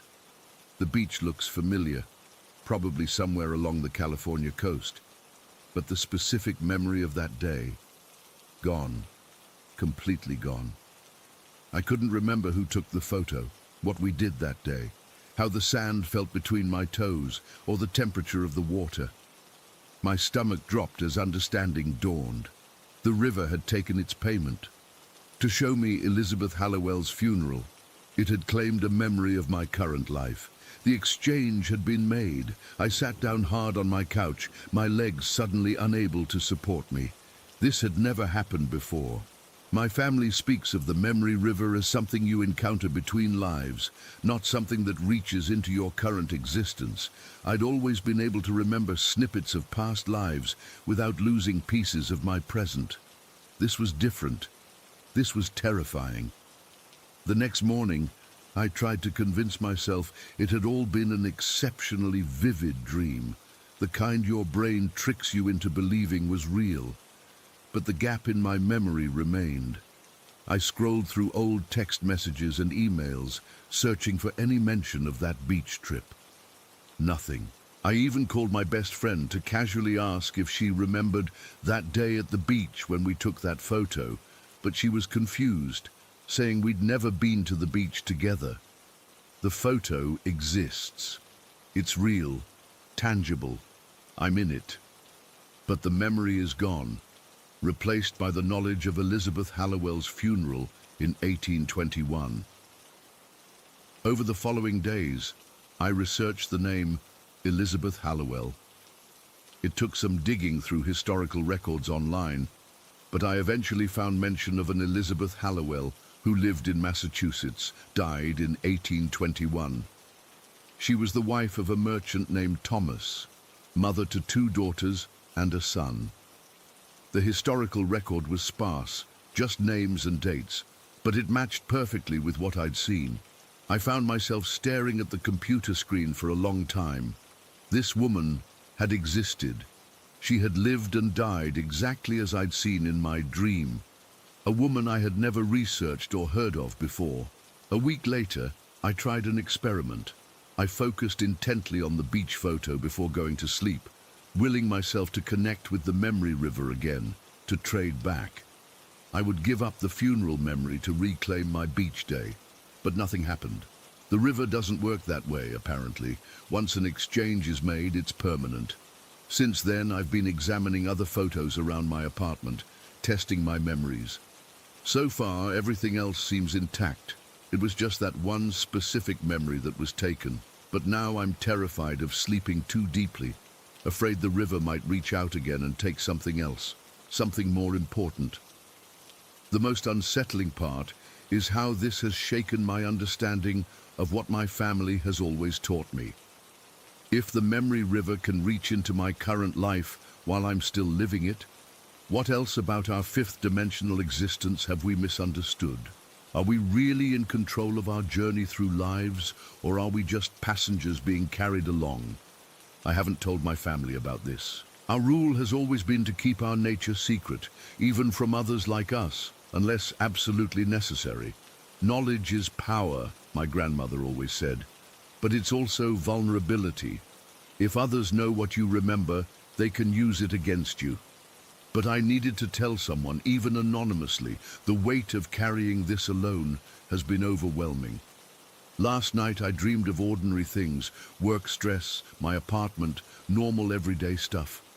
But when I woke up for a split second, I thought I smelled wildflowers, the same kind my daughter placed on Elizabeth's casket. I'm not sure what happens next. Do I try to learn more about Elizabeth Hallowell? Do I attempt to reconnect with the memory river, despite the risks? Or do I accept that some memories are meant to stay lost, while others find their way back to us, whether we want them or not? All I know for certain is that somewhere in Massachusetts, there's a grave with my name on it from 200 years ago. And somewhere in the 5th dimension, there's a river holding all the moments I've ever lived, offering them back one at a time, but always at a price. Story 10. I've never told this story to anyone outside my immediate family because, honestly, who would believe me? But it's been eating away at me for months, and I need to get this off my chest. I grew up in Thornfield, a tiny speck on the map that most GPS systems still can't find. Our house sits in this weird valley between two really old graveyards, like Revolutionary War old on one side and Victorian on the other. As kids, we used to dare each other to run through them at night. I knew every cracked tombstone and creepy angel statue by heart. It was just part of growing up here, you know? Nothing weird about it. At least that's what I always thought. I'm 32 now and somehow ended up back in my childhood home after my divorce last year. Financial situation wasn't great, and Mum and Dad had moved to Florida, so the house was just sitting empty. Made sense at the time. It started about 3 months ago. Nothing dramatic at first, just these little wisps of white smoke I'd catch out of the corner of my eye.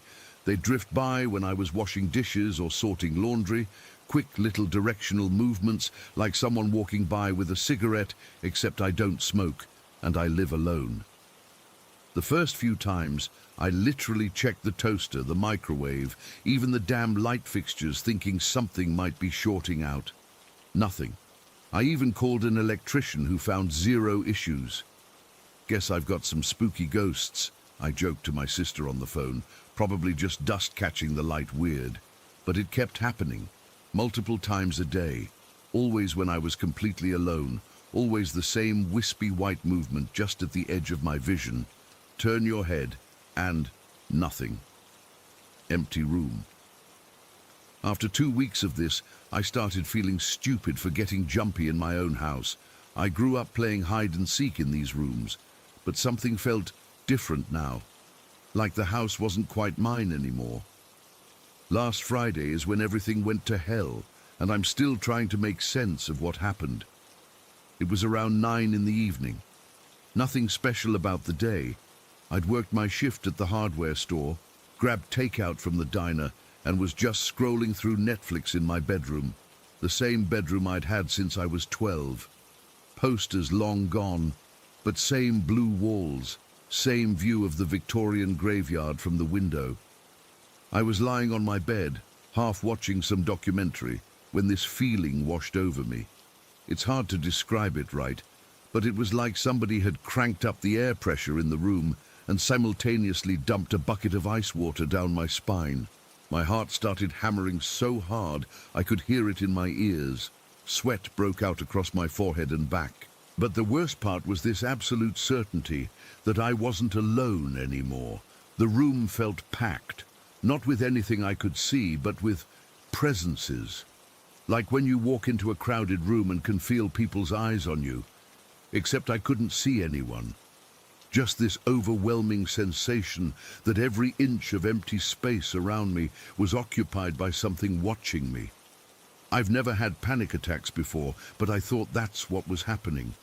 I tried to breathe through it, counting slowly like they tell you to do, but it didn't help because this wasn't anxiety.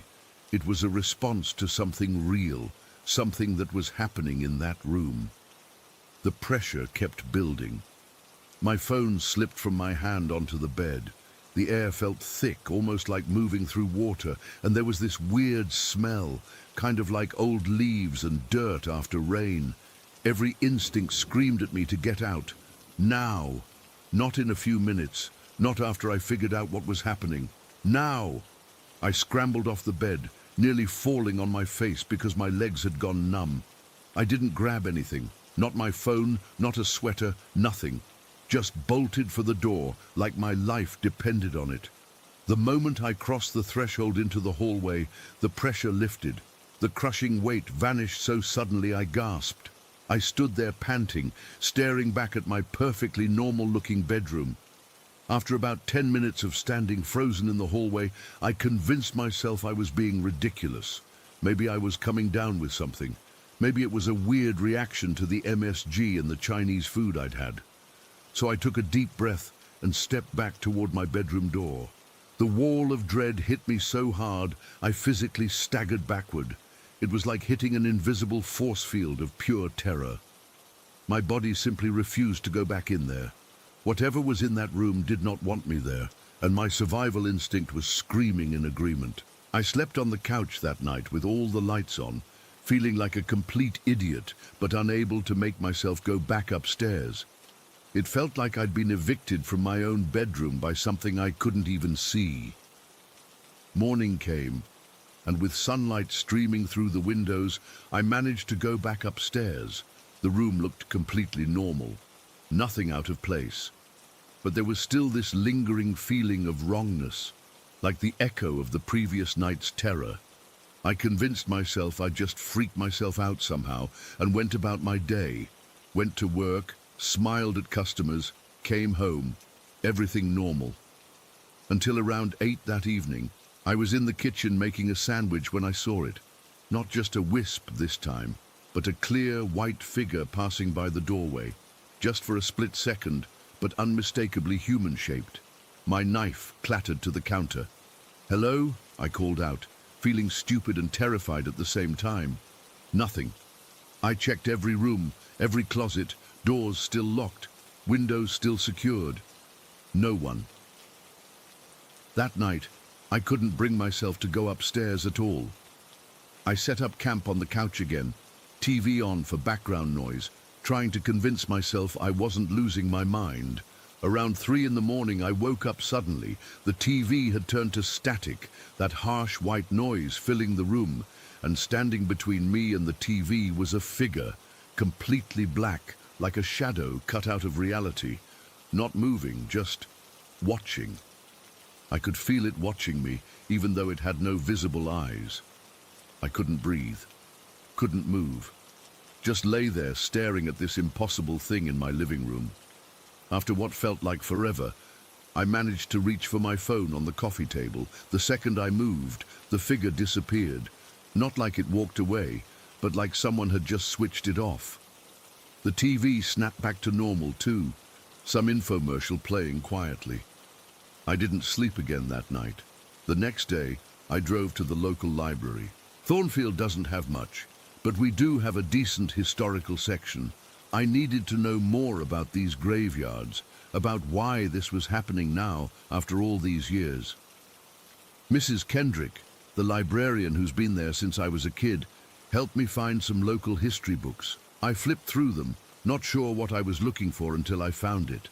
A small article about the anomaly of Thornfield Valley. Apparently, back in the 1870s, some local spiritualists believed our town sat on what they called a thin place, somewhere where the barrier between worlds was weaker. They deliberately established the second cemetery, the Victorian one, across from the older graveyard to create a channel for communication with the other side. It sounded like superstitious nonsense, but it made my skin crawl nonetheless. Because according to the article, their ceremonies were most successful in late October through November, exactly the time of year it was now. I spent hours reading everything I could find. Apparently, there had been other reports over the years, not many, but enough. People seeing things, feeling watched, houses that couldn't keep occupants. Most were dismissed as small-town ghost stories. When I got home that evening, I almost couldn't make myself go inside. The house looked different somehow, older, unwelcoming, but it was starting to rain, and I didn't have anywhere else to go. The moment I stepped inside, I knew something had changed. The air felt heavy and stale, like the house had been closed up for years instead of hours. That smell was back, earth and decay. I made it as far as the kitchen before I saw them. Not just wisps or a single figure, but at least half a dozen shadowy shapes moving around my dining room. They seemed unaware of me at first, moving in patterns that made no sense, like they were following floor plans from another time. I stood frozen, keys still in my hand, watching these impossible things move through my house. Then, as if sensing me, they all stopped simultaneously. Slowly, every dark shape turned toward me. The pressure that hit me was so intense, I thought my eardrums would burst. My vision tunneled, darkness creeping in from the edges. The need to escape was primal, overwhelming. I backed toward the door, unwilling to turn my back on them. As I reached for the handle, one of the figures suddenly rushed toward me, not walking but gliding with unnatural speed. I threw myself outside, slamming the door, and ran to my car. Didn't even grab anything, just drove to a motel outside of town and checked in with shaking hands. That was 4 days ago. I haven't been back except once during daylight to grab some clothes and my laptop. Even then, I felt watched the entire time, like the house itself had turned against me. I don't know what to do. I can't afford to just abandon the house, but I can't live there anymore. Something has crossed over from those graveyards, and for whatever reason, it's decided that my home isn't mine anymore. The real estate agent I spoke with yesterday gave me a weird look when I told her where the house was located. "That valley's always been trouble," she said quietly. "My grandmother used to say the dead walk between those stones." I laughed it off, but we both knew I wasn't really laughing. Tonight, I'm staying at this motel again, trying to figure out my next move, but every time I close my eyes, I can feel them watching me, even here, miles away. And sometimes, just at the edge of my vision, I still see those wisps of white. Story 11. I've never been the type to believe in ghosts or anything supernatural. Growing up in Brooklyn projects, you learn to be practical. Worry about real threats like muggers or break-ins, not some made-up boogeyman. At least that's what I told myself until last year. Now I'm not so sure anymore. I've always lived with just my mom in our 2-bedroom apartment on the 8th floor.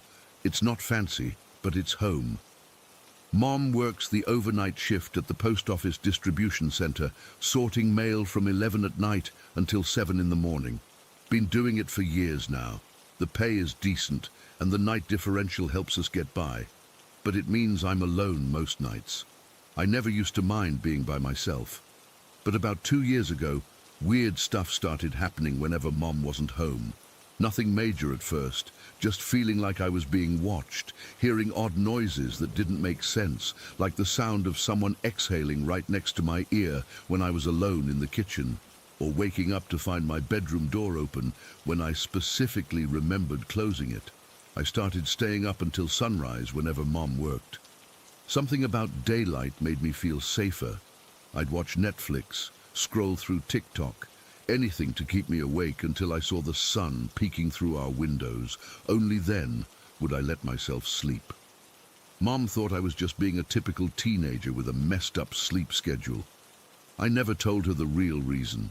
Didn't want her worrying about me when she was already working so hard.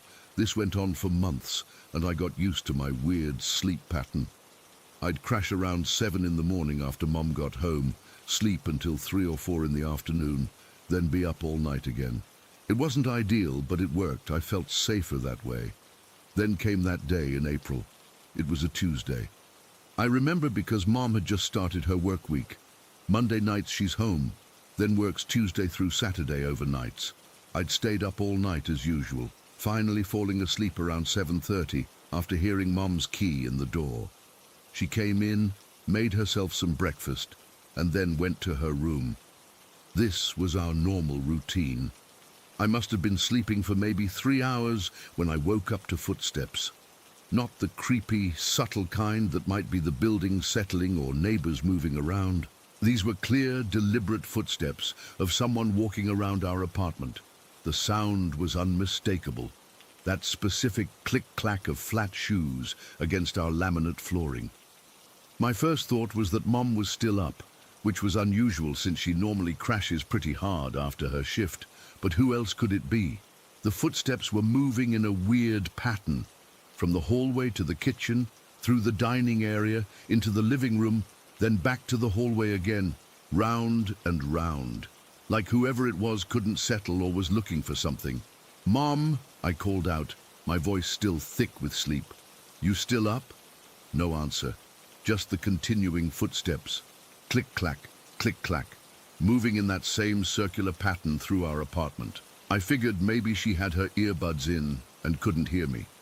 She sometimes listens to podcasts while cleaning, so I called louder, "Mom!" Still nothing, just those footsteps, continuing their circuit. That's when I felt the first real chill. Something wasn't right. The footsteps sounded like a woman wearing those practical flat shoes my mum sometimes wears to work. But something about the rhythm was off. It was too urgent, too anxious. My mom has this calm, measured way of moving around. These steps were different, frantic almost. I sat up in bed, fully awake now, heart pounding in my chest. I stared at my bedroom doorway, which opened into the hallway where the footsteps were passing. Part of me wanted to get up and check, but a stronger part, the part that had kept me awake all those nights, told me to stay put. "Mom, is that you?" I tried once more, louder this time. The footsteps stopped abruptly. The sudden silence was worse than the noise. Then came a sound that still haunts me, the slow scrape of shoes against the floor, like someone pivoting to face my direction, like whatever had been walking around had just turned to look toward my room, toward my voice. I felt frozen, staring at my doorway, terrified that something would appear there. My room suddenly felt so vulnerable with the door open. Why hadn't I closed it before falling asleep? Nothing appeared in the doorway, but I could feel a presence in the hallway just outside my line of sight. I can't explain how, but I knew with absolute certainty that if I got up and looked around the corner, I would see something I couldn't unsee. Instead, I reached for my phone on the nightstand, hand shaking so bad I almost knocked it to the floor. I pulled up Mum's contact and called her. It rang and rang before going to voicemail. She was probably asleep with her phone on silent. The footsteps started again, resuming their circular path through our apartment. I sat there paralyzed for what felt like forever, but was probably only a few minutes, listening to those footsteps making their rounds. They never deviated from their path, never came into my room, but that didn't make them any less terrifying. Finally, I couldn't take it anymore. I grabbed my keys from my nightstand, slipped on the slides by my bed, and made a break for it. I didn't look down the hallway as I ran past. I just bolted straight for our front door, fumbled with the locks, and burst out into the hallway of our building. I was wearing just shorts and a tank top I'd slept in, probably looking crazy to anyone who might see me. But I didn't care. I ran straight to Ms. Patrice's apartment 2 doors down. She's this older lady who's known me since I was little, always telling me I look more like my mum every day. I knocked on her door, trying not to sound completely frantic but also desperate enough that she'd answer. After what felt like forever, she opened the door, already dressed for the day despite it being only around 10:30 in the morning. "Jasmine, child, what's wrong? You look like you've seen a ghost." I almost laughed at how accurate that was. Instead, I just asked if I could come in for a bit, making up some story about our electricity being out and needing to charge my phone. She let me in without question, made me some tea I didn't drink, and tried to make conversation while I sat on her couch checking my phone every 30 seconds. After about 3 hours of this, around 1:30 in the afternoon, Mom finally called me. I stepped into Ms. Patrice's hallway to answer. "Jasmine, where are you? I just woke up and you're not here." She sounded groggy but concerned. "I'm at Ms. Patrice's," I said, trying to keep my voice steady. "I'll be right home." I thanked Ms. Patrice, apologized for barging in on her, and headed back to our apartment. Mom was in the kitchen making coffee when I walked in, still in her pajamas with her hair all messy from sleep. "What were you doing at Patrice's so early?" she asked, yawning. I hesitated, then decided to lie. Just needed to borrow something for a school project. I wasn't ready to tell her what happened, partly because I wasn't sure myself, and partly because I didn't want her to think I was losing it. I asked casually, "Did you get up earlier, like around 10 or something?" She shook her head. "No, been asleep the whole time until just now." "Why?" "No reason," I said, my stomach tightening. "Just thought I heard something." The rest of the day passed normally. I tried to convince myself I had dreamed the whole thing, or that it was just the neighbors upstairs. The floors in these buildings can be thin, right? But deep down, I knew better. Those footsteps had been in our apartment. Mom and I had dinner together around 5, and she was just getting ready to head back to work when her phone rang. I could tell something was wrong immediately from the way her face changed. She spoke in hushed tones, asking questions like when and how, before finally saying she'd be right over. When she hung up, she looked pale. "I have to go to Marcus's place," she said, referring to her boyfriend of about 8 months. "His sister Yvonne just died this morning. Heart attack. They just found her."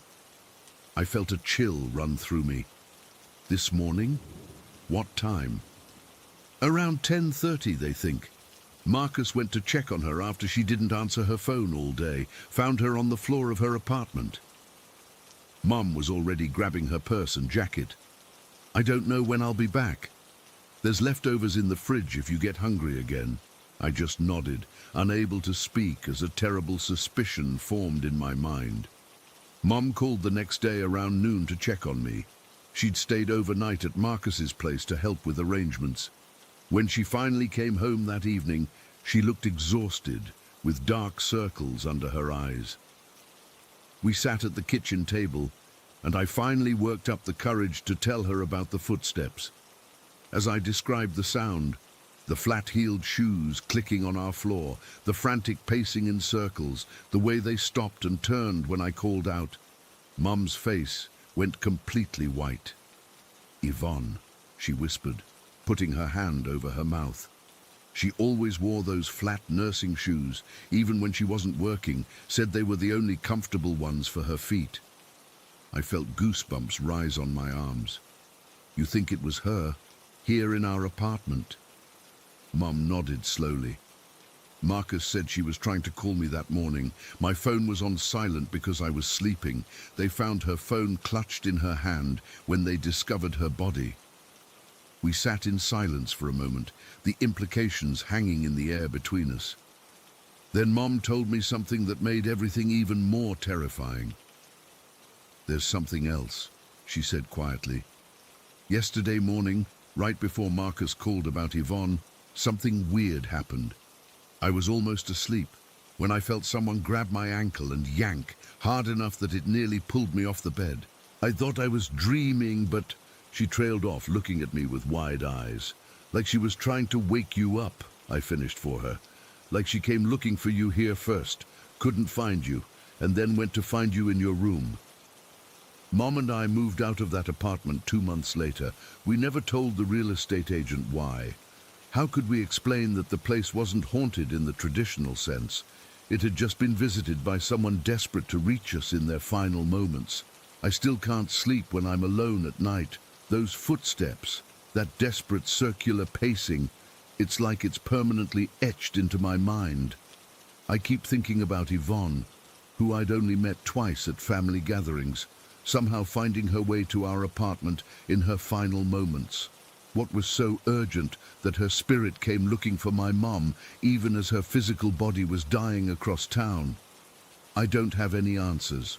All I know is that the boundary between life and death isn't as clear-cut as I once believed. Sometimes, when someone needs to reach you badly enough, they find a way, even if it defies everything we think we know about reality. Story 12.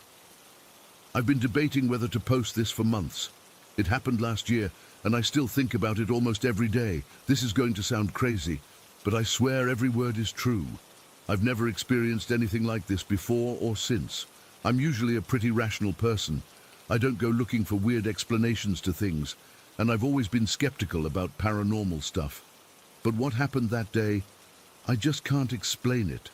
So I live in Pine Grove, this small rural town where nothing ever happens.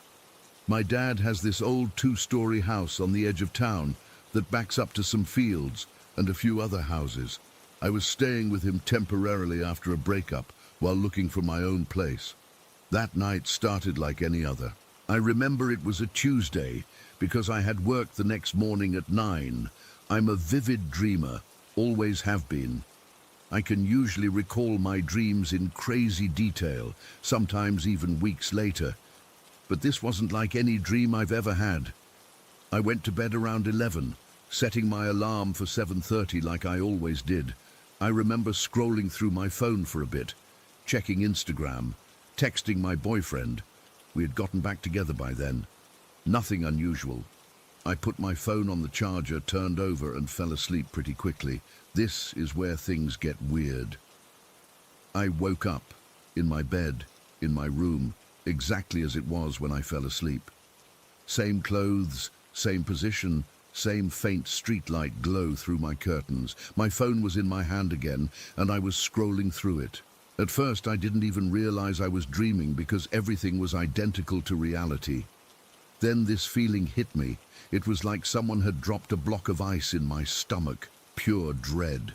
Not just anxiety or fear, but this overwhelming sense that something was terribly wrong. I can't explain why, but I suddenly knew I shouldn't look outside my window. It was like a voice in my head screaming, "Don't look outside." But you know how dreams are. The more your mind tells you not to do something, the more you feel compelled to do it.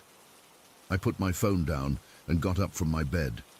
My room was on the second floor, with windows overlooking the backyards of our house and the neighbors. I walked to the window, even though every part of me was screaming not to. The curtains were mostly closed, but there was a small gap in the middle where they didn't quite meet. I remember my hand shaking as I reached up to pull the curtain back just a little more so I could see out. That's when I saw them. Two tall, completely black figures standing in the gardens behind our house. They weren't just dark-skinned or wearing black clothes. They were utterly, completely black, like shadows given form. They were unnaturally tall and thin, kind of like stick figures or that Slender Man character from those internet stories, but more real. Their proportions were all wrong. Too long, too thin, with arms that hung down past where knees should be. They were just standing there, completely still, facing my window. I couldn't make out any features on them. No eyes, no mouths, nothing. Just these black silhouettes against the night. But I knew they were looking at me. I could feel it. The moment I saw them, this weird sensation started in my brain. It felt like cold, liquid anesthetic flowing from the top of my head down through my body, all the way to my toes. It wasn't painful, but it was terrifying, like my consciousness was being slowly switched off. And then, nothing. The dream just stopped. I woke up with a violent jolt, like when you feel like you're falling in a dream and your body jerks awake. But this was different, more intense. I was in this weird half-asleep state where I couldn't move properly. My vision was blurry and I felt disoriented. Then I heard my phone ringing, full volume, the annoying default ringtone I never changed. It took me a few seconds to register what was happening. My hearing seemed to click into place, like when your ears pop on an airplane, and suddenly the sound was crystal clear. I reached for my phone, and I saw my boss's name on the screen. I answered, still groggy and confused. "Alex, where the hell are you?" He was furious. "Your shift started almost 3 hours ago." I was completely confused. "What? No, it's..." I looked at the time on my phone. 11:45 in the morning. 11:45. I'd set my alarm for 7:30. "I'm so sorry," I stammered. "I don't know what happened. I must have slept through my alarm. I'll be there as soon as I can." My boss wasn't happy, but told me to just get in as soon as possible. After I hung up, I didn't move. I couldn't. I just sat there on my bed, trying to process what was happening. Something felt wrong. Not just the oversleeping part, but physically wrong. I felt violated somehow, like someone had touched me against my will. It's hard to describe. Like my personal space had been invaded in the most intimate way possible. I checked my phone notifications. 3 missed alarms, 5 missed calls from my boss, 2 from my mum, who was supposed to meet me for coffee that morning before work. 3 from my boyfriend, who'd gotten worried when I didn't respond to his good morning text. 4 hours. I'd somehow lost 4 hours of my day. That never happens to me. I'm a light sleeper. The smallest noise wakes me up. My alarm is loud and annoying specifically because I never sleep through it. Never. And it had gone off 3 times. When I finally managed to get out of bed, I felt physically ill. My movements were sluggish, like I was moving through water. And I was cold. Not just chilly, but deep down cold, like my core temperature had dropped. I cranked the heat up and put on a sweater, but it didn't help. That cold stayed with me for about an hour. I called my boyfriend while I was getting dressed, trying to sound normal while explaining that I'd somehow slept through all my alarms. He was concerned, but didn't think too much of it. I mean, people oversleep sometimes, right? But not me. Not like this. I made it to work eventually, apologized profusely, and tried to go about my day normally. But I couldn't shake the feeling that something was seriously wrong.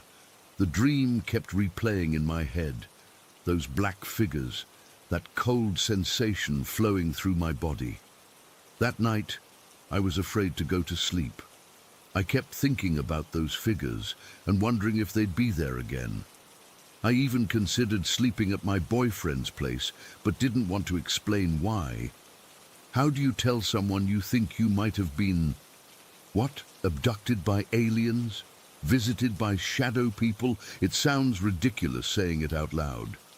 I did some research online in the days that followed. Read about sleep paralysis, about how the brain can create vivid hallucinations in that state between sleeping and waking. But this wasn't that. I wasn't paralyzed.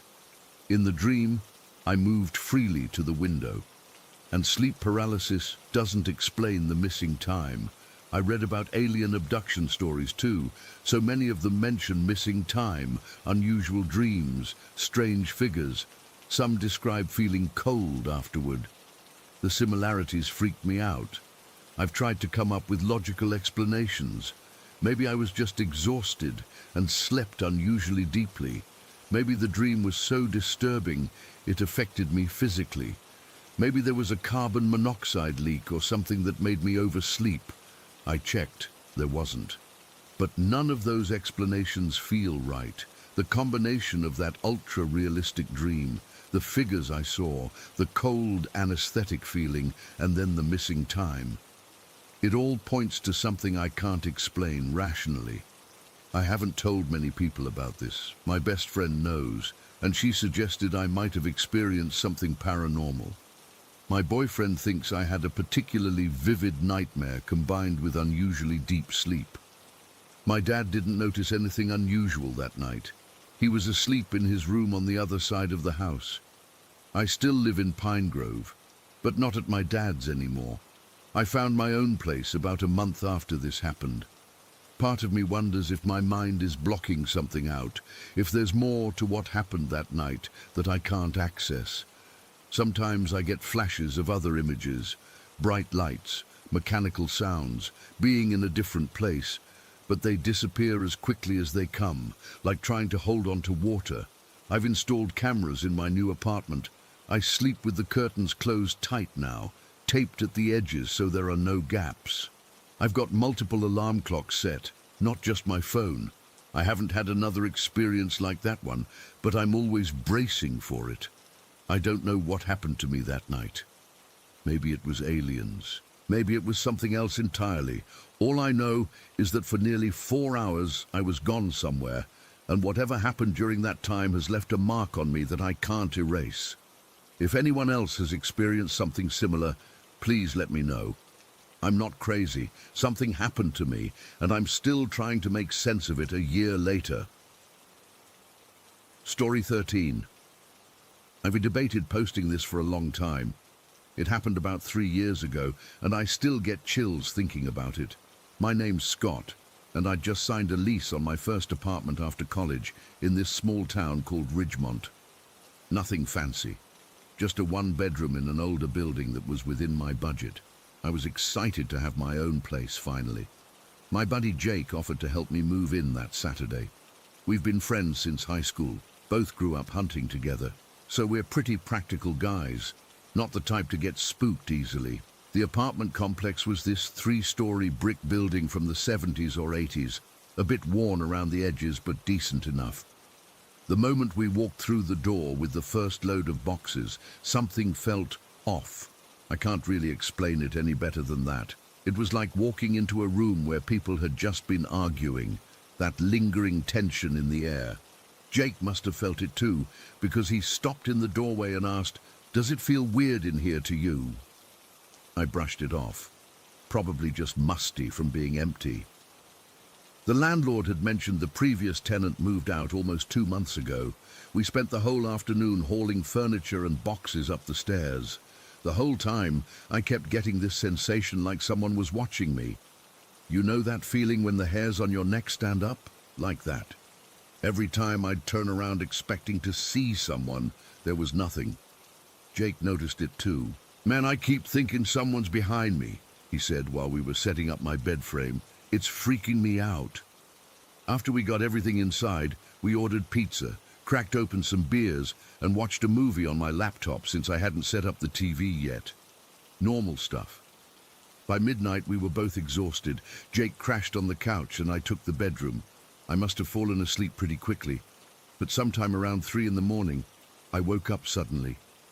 At first, I wasn't sure what had woken me. Then it hit me. The smell. Oh my God, the smell. If you've ever been hunting, you know that unmistakable stench of an animal that's been dead for days. That putrid, sickly, sweet odor that gets in your nose and stays there. That's what filled my entire apartment. I sat up, thinking maybe a mouse or rat had died in the wall. But this was way too strong for something that small.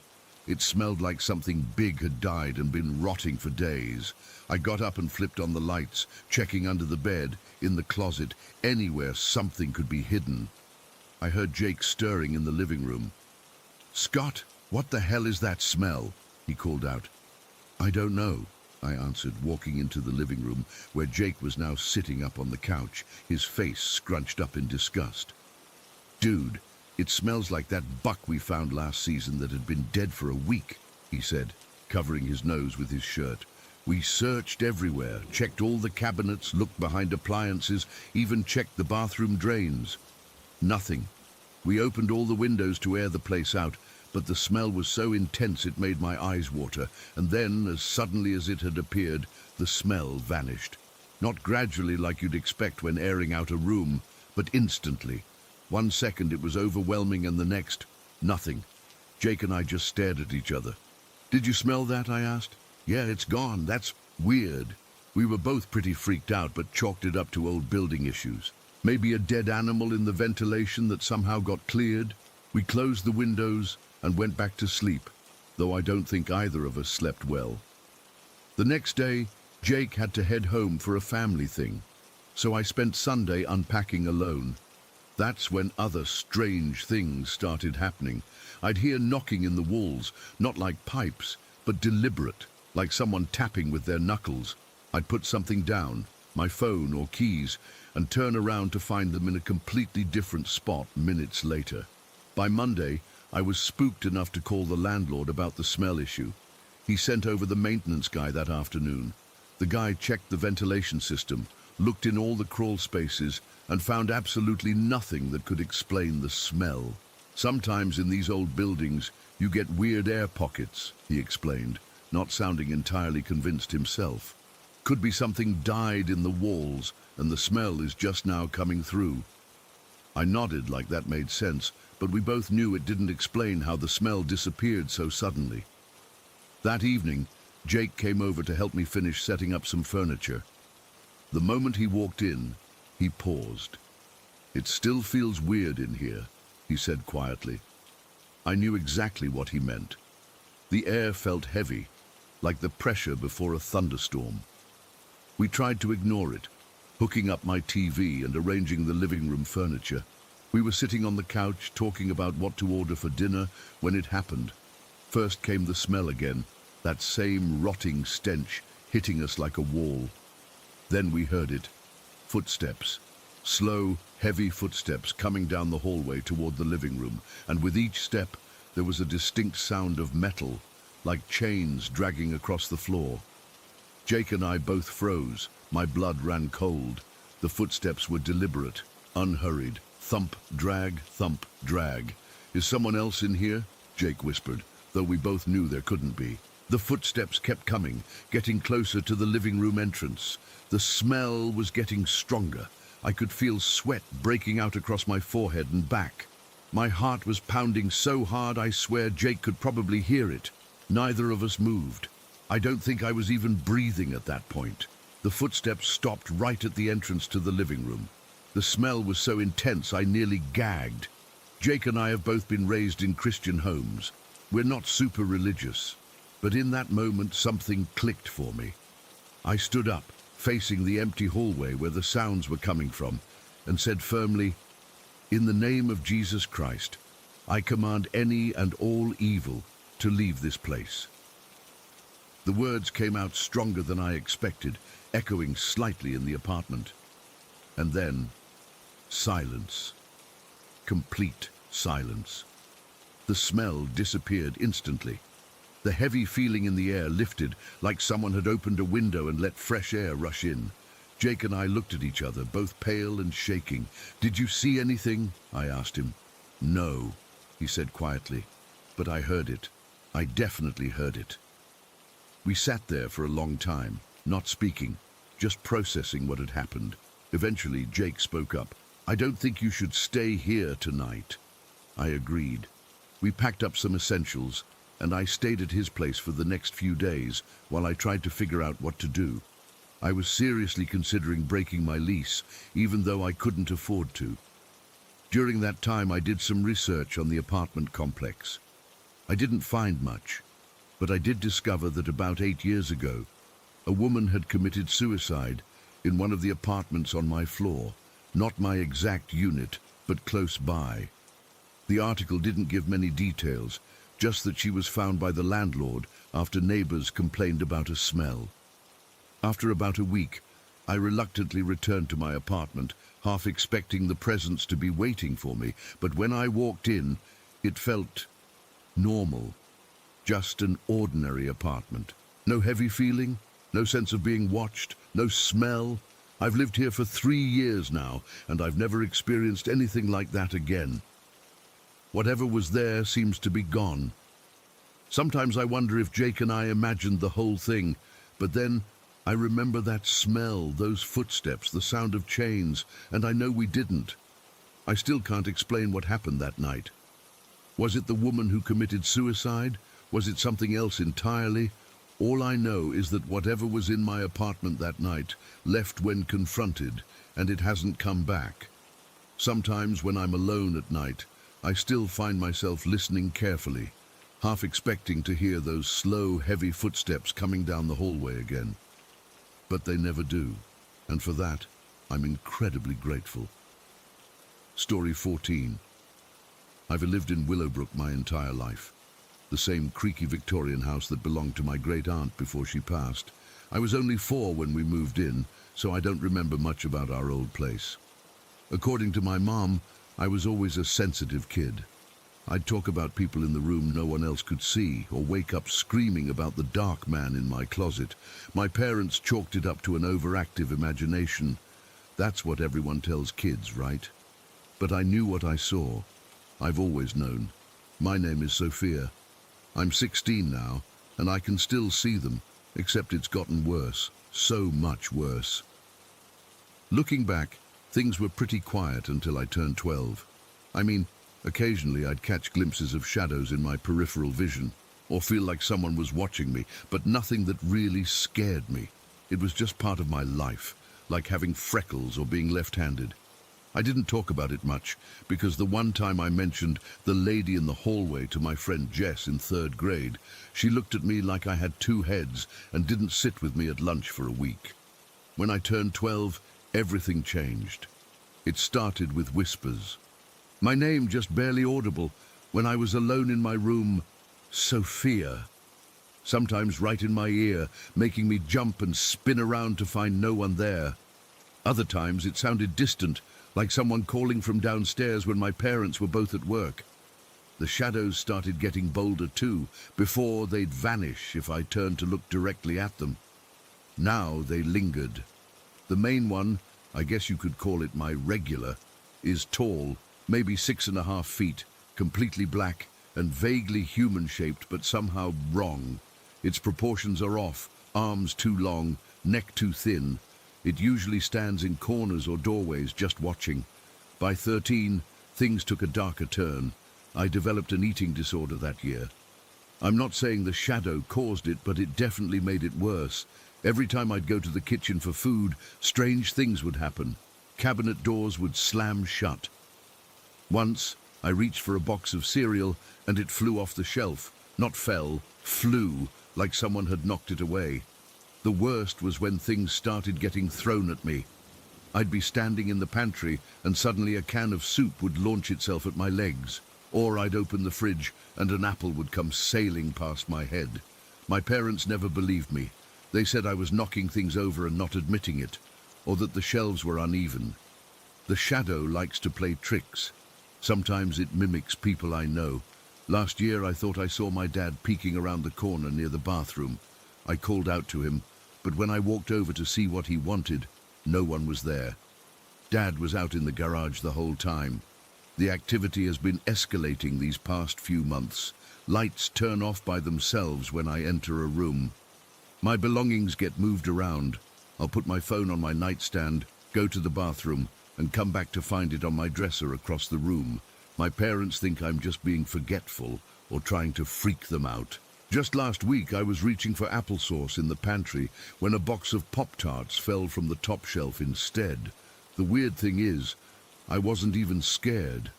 Maybe I should have been, but after years of this, I've developed this messed up curiosity. I want to understand what's happening. What does it want from me? But yesterday was different. We got a puppy 3 months ago, a little brown mutt named Baxter. He's been good company, and honestly, the activity seemed to quiet down when he arrived. I thought maybe whatever was in our house didn't like dogs or was scared off by him. I was in my room doing homework when I saw Baxter's small shape in my doorway. He's not supposed to be upstairs, so I scolded him. "Baxter, you know you're not allowed up here." He darted into my room and behind my jewelry stand. I sighed and got up to grab him, but then I heard my mum call from downstairs. "Sophia, are you talking to someone?" "Just Baxter," I called back. He snuck upstairs again. There was a pause before she replied, her voice strange. "Sophia." Baxter's been lying on my lap for the last hour. My blood went cold. I stared at the jewelry stand where Baxter had hidden. Slowly, I backed away until I hit my bedroom wall. Nothing came out from behind the stand, but I swear I could hear breathing, not like a dog's pant, but slow, deliberate human breaths. I practically flew downstairs, and sure enough, there was Baxter, curled up on my mom's lap, half asleep. Mom looked concerned when she saw my face. "You okay, sweetie? You look like you've seen a ghost." If only she knew how close to the truth she was. I didn't go back to my room until bedtime. I left all the lights on and checked behind the jewelry stand. Nothing was there. I convinced myself I'd imagined it, or maybe it was just a shadow that my mind had turned into Baxter's shape. But later that night, I was lying in bed scrolling through TikTok when I heard the familiar click-click of Baxter's nails on the hardwood floor in the hallway. I sat up, annoyed that he'd somehow gotten upstairs again. Through my open door, I could see his small shadow moving across the hallway. "Baxter, seriously?" I whispered, not wanting to wake my parents. I got out of bed to catch him, but when I reached the doorway, he wasn't in the hall anymore. I assumed he'd gone into my parents' room, but then I caught a glimpse of movement in my peripheral vision, inside my room. I turned around and nearly screamed. There, in my mirror, was Baxter's reflection, standing right beside my bed. Except he hadn't been there when I got up. He had been in the doorway, and this didn't move like Baxter. It was too still, its eyes too focused. Real dogs don't stare like that. I backed out of my room and ran downstairs, my heart pounding so hard I thought it would burst. And there, in his dog bed in the living room, was Baxter, sound asleep. The real Baxter. I slept on the couch that night. This morning, I tried to tell my mom what happened, but she just sighed and said, "Sophia, we've talked about this. There's nothing in this house except us and way too many dust bunnies." Then she suggested maybe I should talk to Dr. Collins again. He's my therapist. He thinks my visions are manifestations of anxiety. The thing is, I'm starting to think there might be more than one entity in our house. The tall shadow figure has been with me the longest, but it's never tried to mimic anyone before. The mimic, the one pretending to be Baxter and sometimes my dad, feels different, colder somehow, more deliberate. And then there's the third one. I've never talked about this one, not even to Dr. Collins. Sometimes, when I'm having a really bad day, like when the kids at school were making fun of my panic attack in English class, or when I found out my crush was dating someone else, I feel someone sit on the edge of my bed at night. They never say anything, just sit there and sometimes pat my back gently until I fall asleep. It doesn't feel threatening like the others. It feels protective. I wonder if maybe the benign spirit, I like to think it's my great-aunt watching over me, is trying to protect me from the mimic. Or maybe the mimic is new, and that's why things have gotten so much worse lately.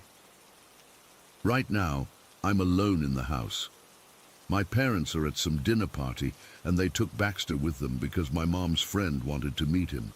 I'm sitting in the living room with every light on, typing this up because I need someone to believe me. I need to get this out before I convince myself I'm crazy. The house is quiet, but it's that heavy kind of quiet that feels like someone's holding their breath.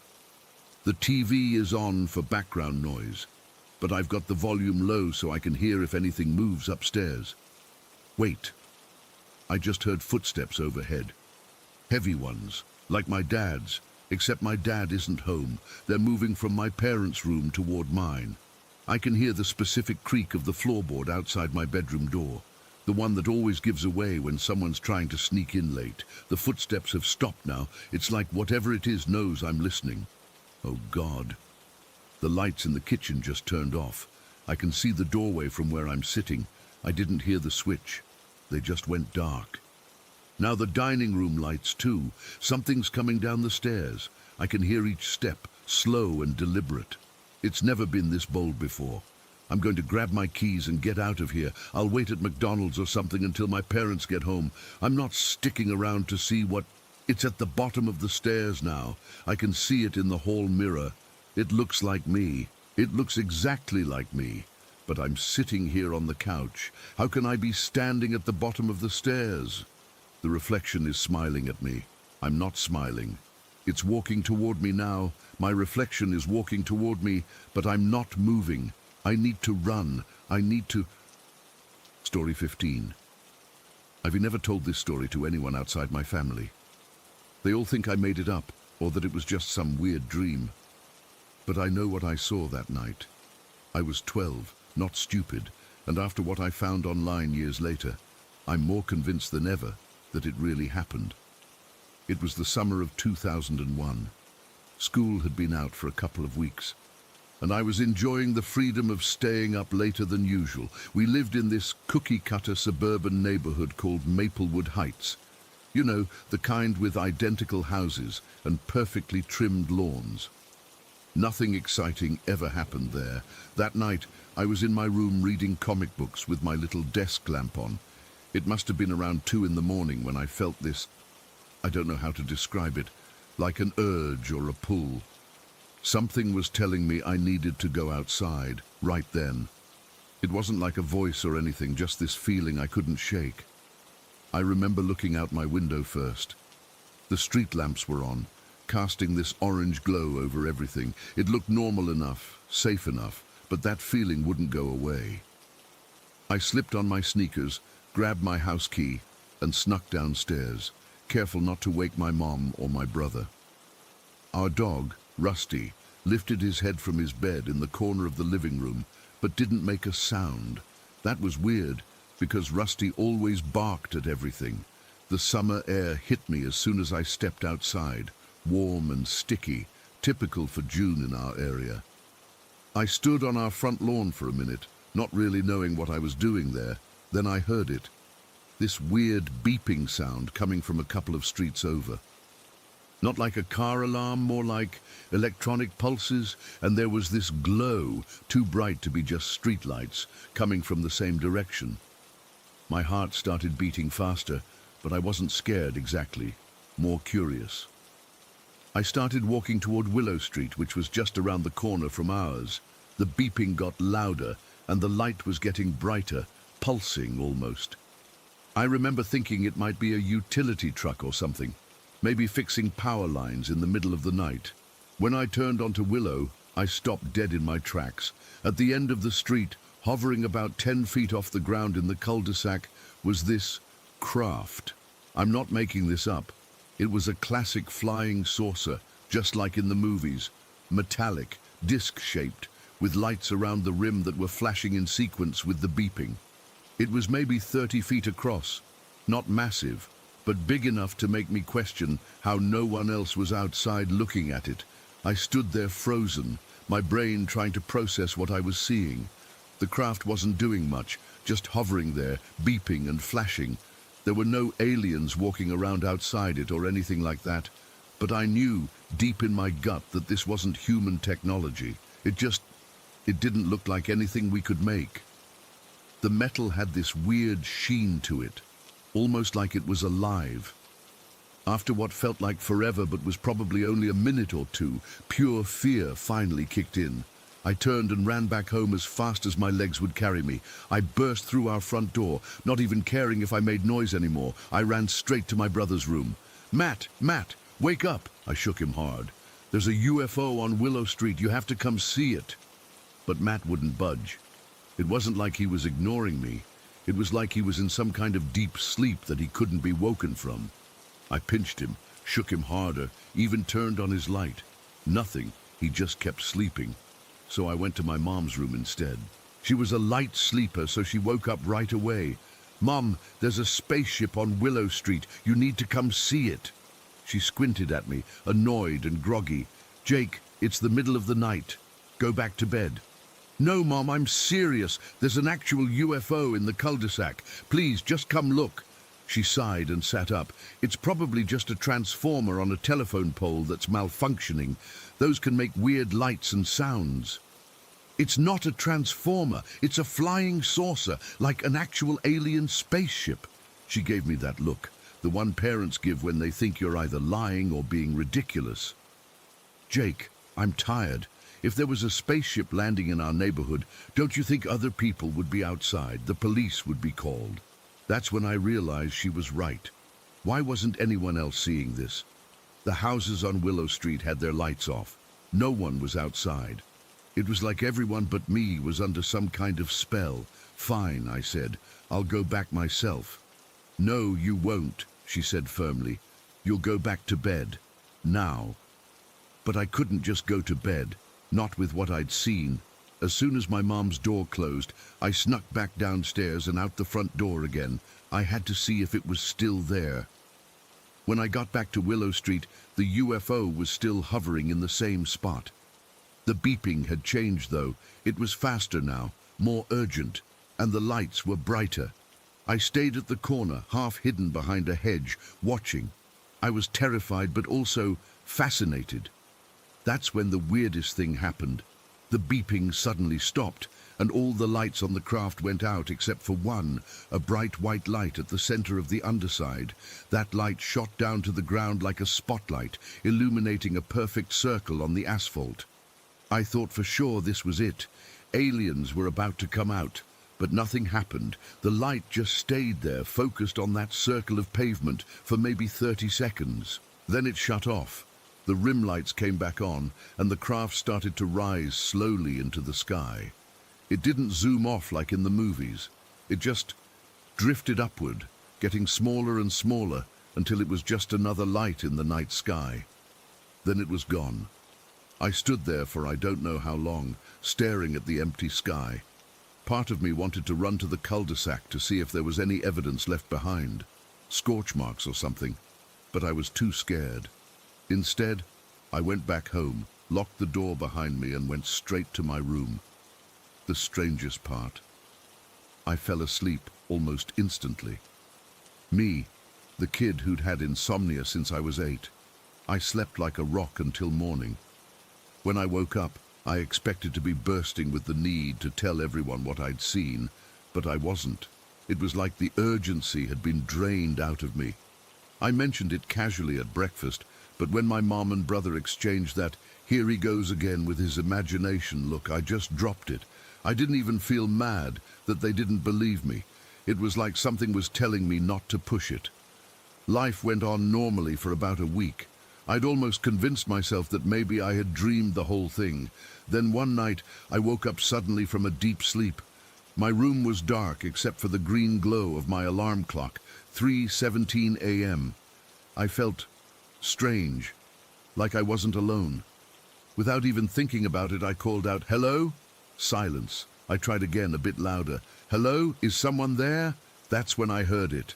A high-pitched metallic voice coming from the foot of my bed. "Hi." Just that one word. Hi. But it wasn't human. It sounded like if a computer was trying to imitate a child's voice, but couldn't quite get it right. The sound went through me like an electric shock. I couldn't see anything in the darkness, but I could feel a presence. Something was in my room. The next thing I remember is waking up the next morning, fully clothed on top of my covers. My window was open, even though I always kept it closed because of bugs. After that night, nothing else happened. No more voices, no more UFOs. But I couldn't shake the feeling that something had changed. I was different somehow, though I couldn't explain exactly how. Fast forward to when I was 16 and finally had decent internet access. I started researching UFO sightings in my area from that summer. I expected to find nothing. Maybe I really had made it all up. But I didn't find nothing. I found 3 separate reports of an unidentified craft seen in the sky over our county on the exact night I saw the UFO. One report was from a truck driver on the highway about 5 miles from our subdivision. Another was from a college student who was up late studying. But the third one, the one that sent chills down my spine, was from a police officer who was on patrol that night. He described seeing a disc-shaped object with sequential lights that moved unlike any aircraft he'd ever seen. The officer reported that when he tried to radio it in, his equipment malfunctioned. When he got back to the station to file a report, his supervisor convinced him not to make it official. But years later, after he'd retired, he shared his story online. I'm 28 now, and I still don't have any explanation for what happened that night. Why did I feel compelled to go outside at exactly the right time to see that craft? Why couldn't I wake my brother? Why didn't anyone else in the neighborhood see it? And most disturbing of all, what was in my room that night saying hi to me? Sometimes I wonder if they did something to me, marked me somehow. Because ever since then, I've had this feeling like I'm being watched. Not all the time, just occasionally. And sometimes, I still wake up at exactly 3:17 a.m. for no reason at all. I don't know why they chose me. I was just a normal kid in a normal suburb. Nothing special about me at all. But they did choose me, and I can't help feeling that someday they're going to come back. Story 16. I'm still struggling to process what happened at my aunt's house last summer, and I think writing it down might help me make sense of it all. Maybe someone here has experienced something similar and can offer some explanation, because I genuinely can't sleep well even now, 6 months later. After spending a month traveling for work and living out of suitcases in different hotels, I was beyond exhausted and looking forward to spending time with family. My Aunt Mira invited me and my 2 sisters to stay at her house for a couple weeks. She lives in this old neighborhood where everyone knows everyone's business, and traditional beliefs are still pretty strong. You know, the kind of place where people hang charms by their doors and whisper about the old woman down the street who supposedly practices magic. When we arrived, I was just happy to be somewhere familiar. Aunt Mira's house is pretty big, 2 stories with several bedrooms. My sisters Nadia, Amina and I were sharing a room on the first floor, while my aunt, uncle and their 5-year-old son Malik stayed upstairs. The room we got was spacious, with 3 beds pushed against different walls, and it had this heavy wooden wardrobe that had been in the family forever. The first night I was so tired I practically collapsed into bed, but even though I was exhausted, I couldn't fall asleep. There was this weird feeling, like someone was pacing around the room. I kept opening my eyes, thinking one of my sisters was up, but they were both sound asleep. I tried to convince myself it was just my imagination, or maybe the old house settling. Around 3 in the morning, I finally dozed off. The next day, everyone wanted to go shopping, but I was still wiped out from traveling. I told them I'd stay behind and catch up on sleep. As soon as they left, this overwhelming feeling of dread washed over me. The house felt different somehow, heavier, like the air itself was pressing down on me. I tried to nap, but couldn't shake the feeling of being watched. I was lying in bed, scrolling through my phone, when I heard footsteps in the hallway. Thinking someone had come back early, I called out, "Hello?" No answer. The footsteps stopped right outside our bedroom door. I froze, staring at the doorknob, certain it was about to turn, but nothing happened. After what felt like forever, I got up and checked. No one was there. I went back to bed and pulled the covers up, feeling ridiculous for being so scared in my aunt's house in the middle of the day. That's when I felt the mattress sink, like someone was sitting on the edge of my bed. I literally jumped up and ran out of the room. I spent the rest of the afternoon sitting in the kitchen with all the lights on, waiting for everyone to come home. I didn't tell anyone what happened. I mean, what would I say? I think your house is haunted. In a community where people take talk of spirits and curses seriously, I didn't want to start anything. But that night, I couldn't sleep again.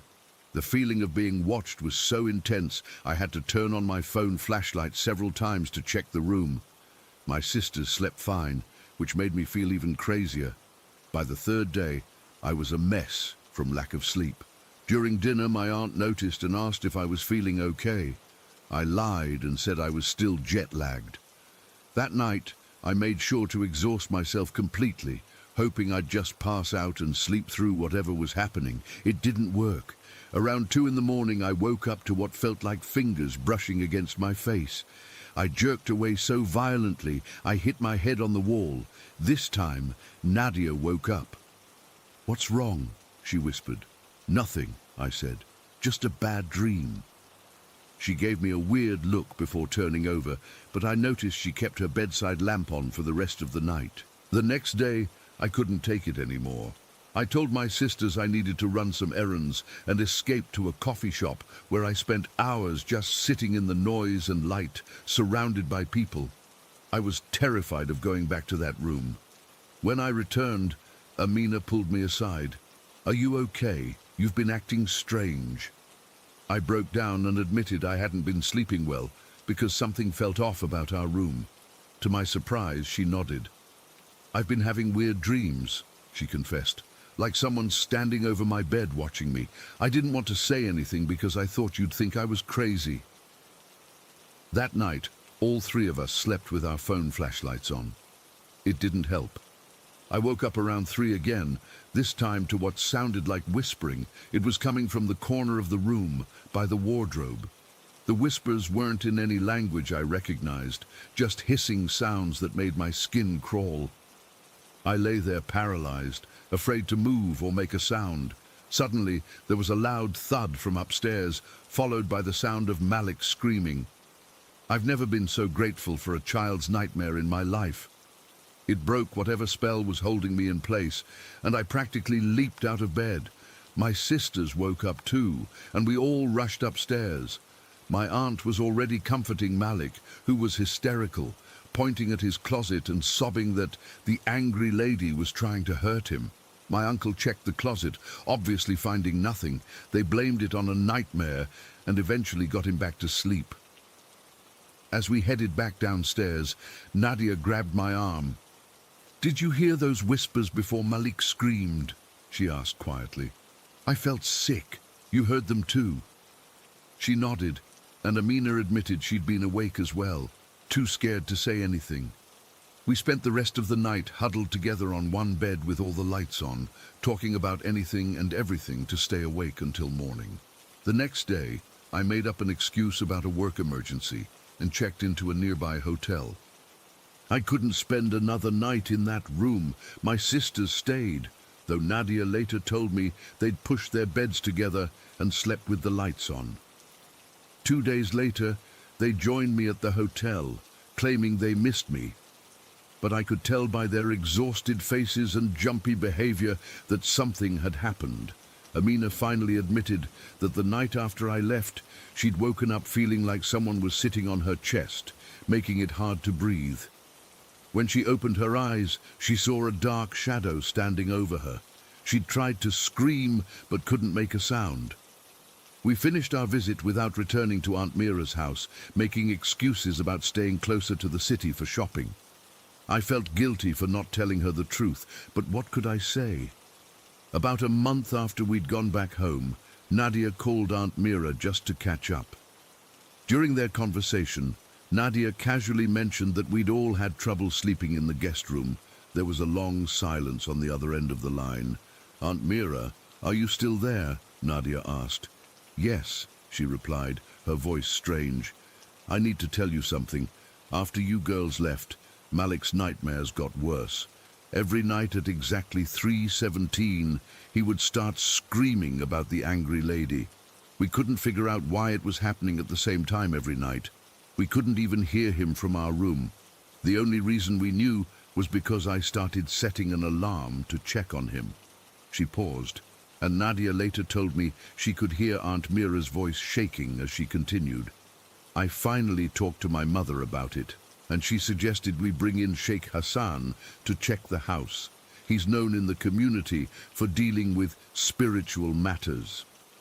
In our culture, people don't easily admit to believing in black magic or consulting spiritual healers. So I knew whatever came next had to be serious for my aunt to overcome that stigma. Sheikh Hassan said someone had cast black magic on our family," she continued. "He found objects buried in the garden and under the floorboards in your room. Little bundles with hair, nails, and other things I don't even want to describe. He said the curse was specifically targeting female members of the family, which is why you girls felt it so strongly and why Malik could see whatever entity it had summoned." Nadia was speechless. When she finally told me and Amina what Aunt Mira had said, everything clicked into place. The pacing, the whispers, the feeling of being watched. It wasn't just our imagination. Sheikh Hassan had cleansed and blessed the house, burning special incense and reciting prayers in every room. Malik's nightmares stopped immediately, and Aunt Mira said the house felt lighter, like a dark cloud had been lifted. But the most disturbing part, they never found out who did it. In a close-knit community where feuds can simmer for generations, it could have been anyone with a grudge against the family. The thought that someone hated us enough to do something like that makes me sick. It's been 6 months, and I still can't shake the memory of those nights. The pure hatred and malice I felt emanating from whatever was in that room with us. I've never felt such concentrated evil before, and I hope I never do again. My aunt has invited us back for the holidays, assuring us the house is clean now, but I've made up every excuse not to go. My sisters feel the same way. Sometimes I still wake up at 3 in the morning, certain I can hear those whispers again. I turn on all the lights and check every corner of my apartment, but the feeling follows me. Maybe whatever was summoned by that curse attached itself to me somehow. Or maybe the experience just traumatized me more than I want to admit. Either way, I don't think I'll ever forget what it felt like to be in that room, knowing something was watching me, waiting. The worst part is not knowing who wanted to hurt us so badly. I look at people differently now, wondering if they're capable of that kind of hatred. Has anyone else experienced something like this? Does anyone know if these things can follow you even after the original curse is broken? Because sometimes I swear I can still feel something watching me from the dark corners of my room. Story 17. I still get chills thinking about what happened that night at Ponderosa Reservoir.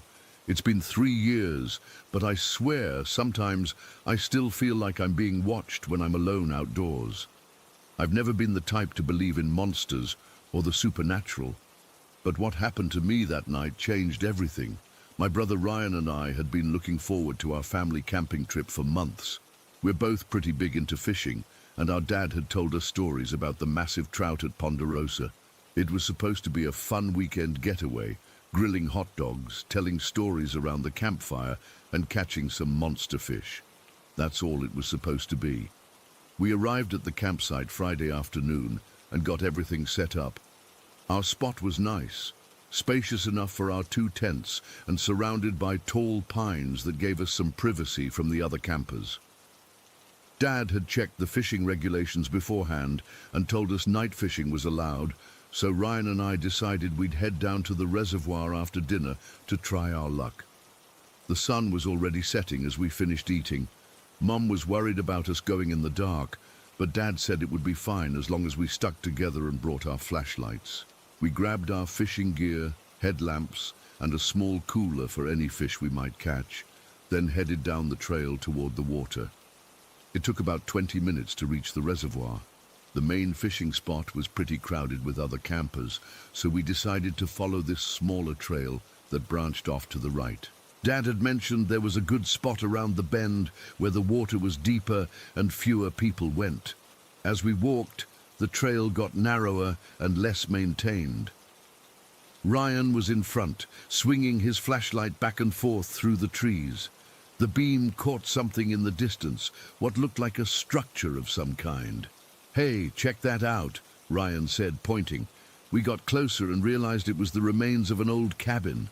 Most of it had burned down years ago, but the stone foundation and part of one wall were still standing. The place was completely overgrown with ivy and other plants. It gave me the creeps instantly. "Let's fish here," I suggested, pointing to a spot about 50 yards away from the cabin. There was a small clearing with some flat rocks that jutted out into the water, perfect for setting up. We got our rods ready and cast our lines. The night was weirdly quiet. You know how normally you hear all kinds of sounds in the woods, crickets, frogs, the occasional owl. That night there was almost nothing, just the gentle lapping of water against the shore. After about an hour, Ryan started acting strange. He kept looking over his shoulder toward the dense trees behind us. "You okay?" I asked him. "I don't know, man. I feel like something's watching us," he said, shining his flashlight into the woods. The beam didn't penetrate very far into the darkness. I laughed it off. "It's probably just a raccoon or something." But Ryan wasn't convinced. He reeled in his line and started packing up his stuff. "I'm heading back to camp," he said. "This place is giving me bad vibes." Part of me wanted to go with him, but I'd just felt a tug on my line and wasn't ready to leave. "I'll catch up in a bit," I told him. "Just let me try to land this one." "You sure? Dad said we should stick together." "I'll be fine. The campsite's not that far," I assured him. "I'll be back in like 30 minutes tops." Ryan hesitated, then nodded. "All right. Don't stay too long." I watched the beam of his flashlight disappear up the trail, then turned my attention back to my fishing. It wasn't until he was gone that I realized how alone I was. The darkness around the reservoir seemed to press in closer, and the silence felt heavier. I caught a decent-sized trout a few minutes later and was just putting it in the cooler when I heard it. A rustling sound from the bushes behind me. I froze, my hand still on the cooler lid. "Ryan," I called out, thinking maybe he'd come back. "That you?" No response, just another rustle, like something moving through the underbrush. "Hello?" I tried again, heart starting to beat faster. Still nothing. I told myself it was just an animal, maybe a deer or something, and went back to fishing, but I couldn't shake the feeling that I was being watched. Every few minutes I'd hear that same rustling sound, always from a slightly different spot, like whatever it was moving around the perimeter of the clearing. "Go away!" I finally shouted, trying to sound braver than I felt. The rustling stopped for a moment, and I thought whatever it was had left. Then I heard it again, closer this time. I decided to move to a different rock about 20 feet away, thinking maybe I was near some animal's path or something. I gathered my gear and relocated, settling in again with my back to the water. No sooner had I cast my line than I heard the rustling again, now coming from directly behind where I'd been sitting before. It was following me. My hands started to shake. I considered packing up and heading back to camp, but something stubborn in me didn't want to give up my fishing spot because of what was probably just a curious deer or raccoon. So I stayed, even as the sounds continued, sometimes stopping for a few minutes before starting again, always moving, always circling.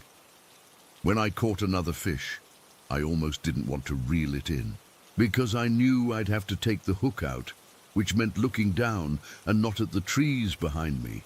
But I did it anyway, telling myself I was being ridiculous. As I was removing the hook, I heard the rustling again, much closer now, like whatever it was had crept right up to the edge of the clearing while I was distracted. I jerked my head up so fast I dropped the fish, which flopped around on the rock before sliding back into the water. That's when I saw it, or rather, didn't see it. Just a sense of movement in the darkness, something withdrawing quickly back into the undergrowth. "Fuck this," I muttered, getting to my feet.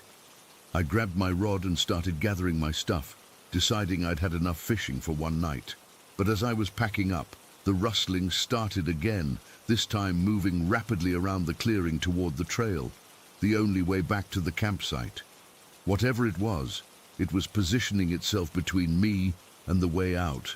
I abandoned the idea of taking the trail and instead decided to climb up the steep embankment on the opposite side of the clearing.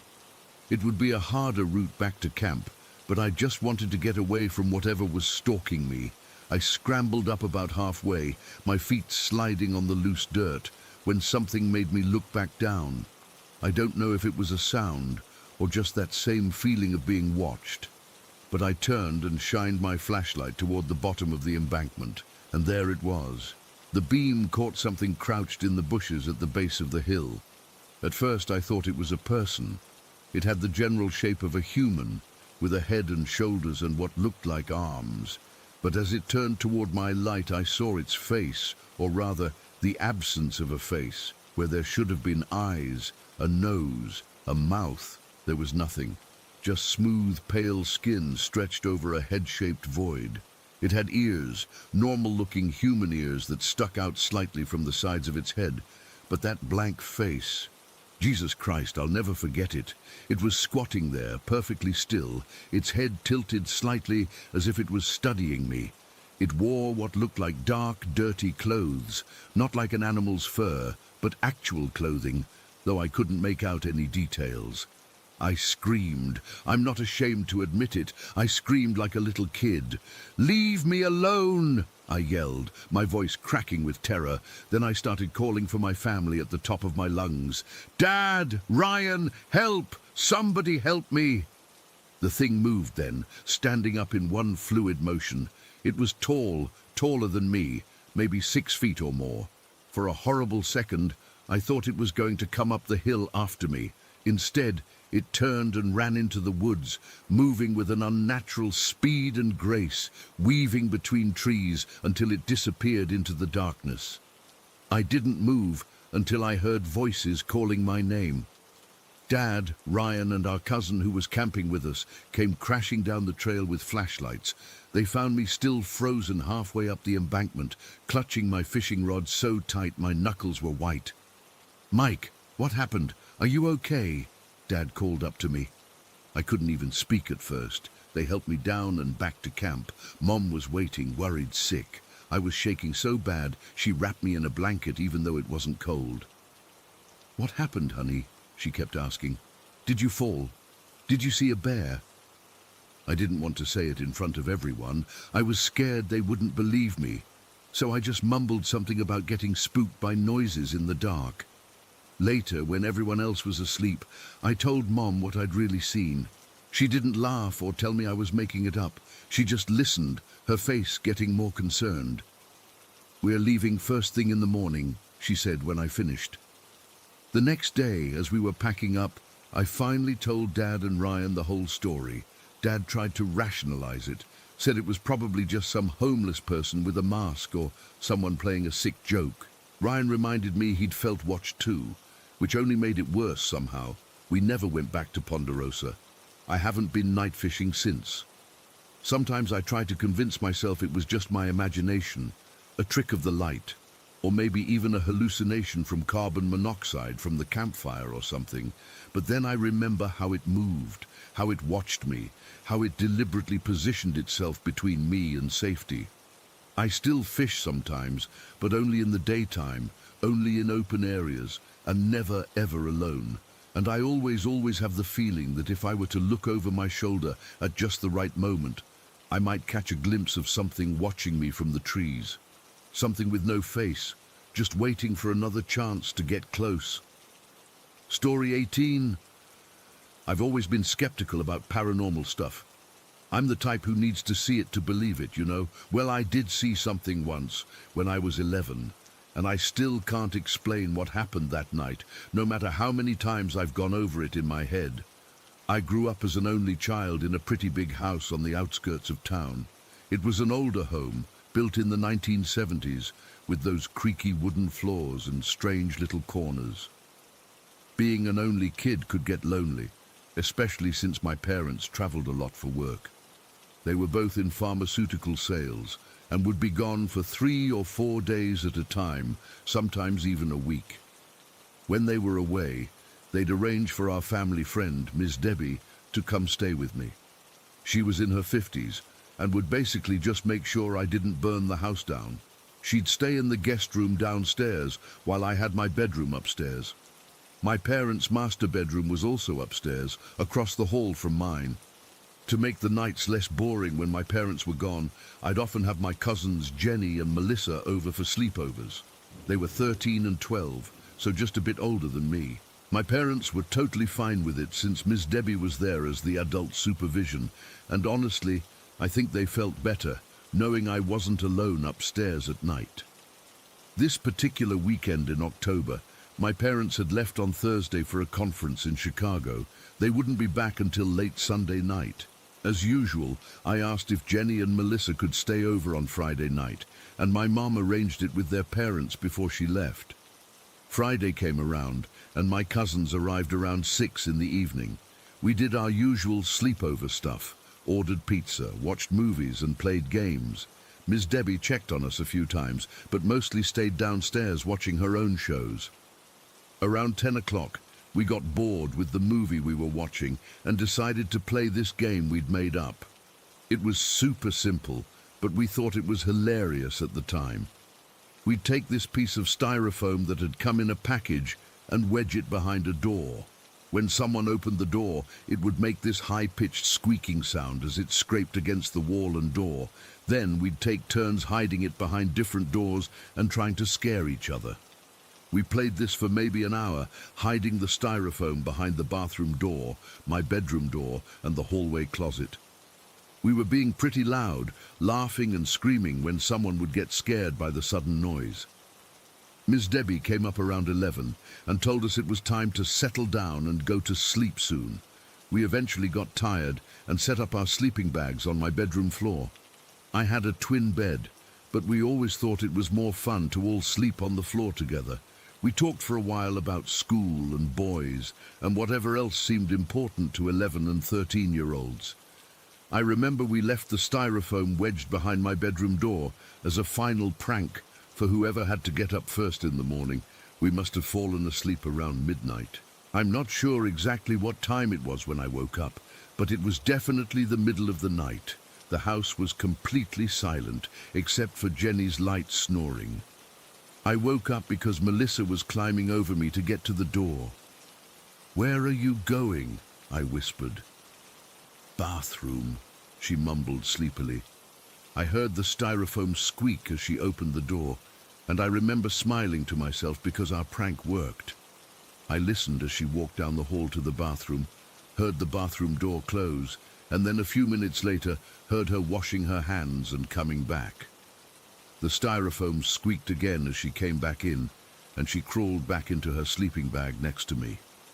I was pretty awake by this point. You know how sometimes you wake up in the middle of the night and just can't get back to sleep?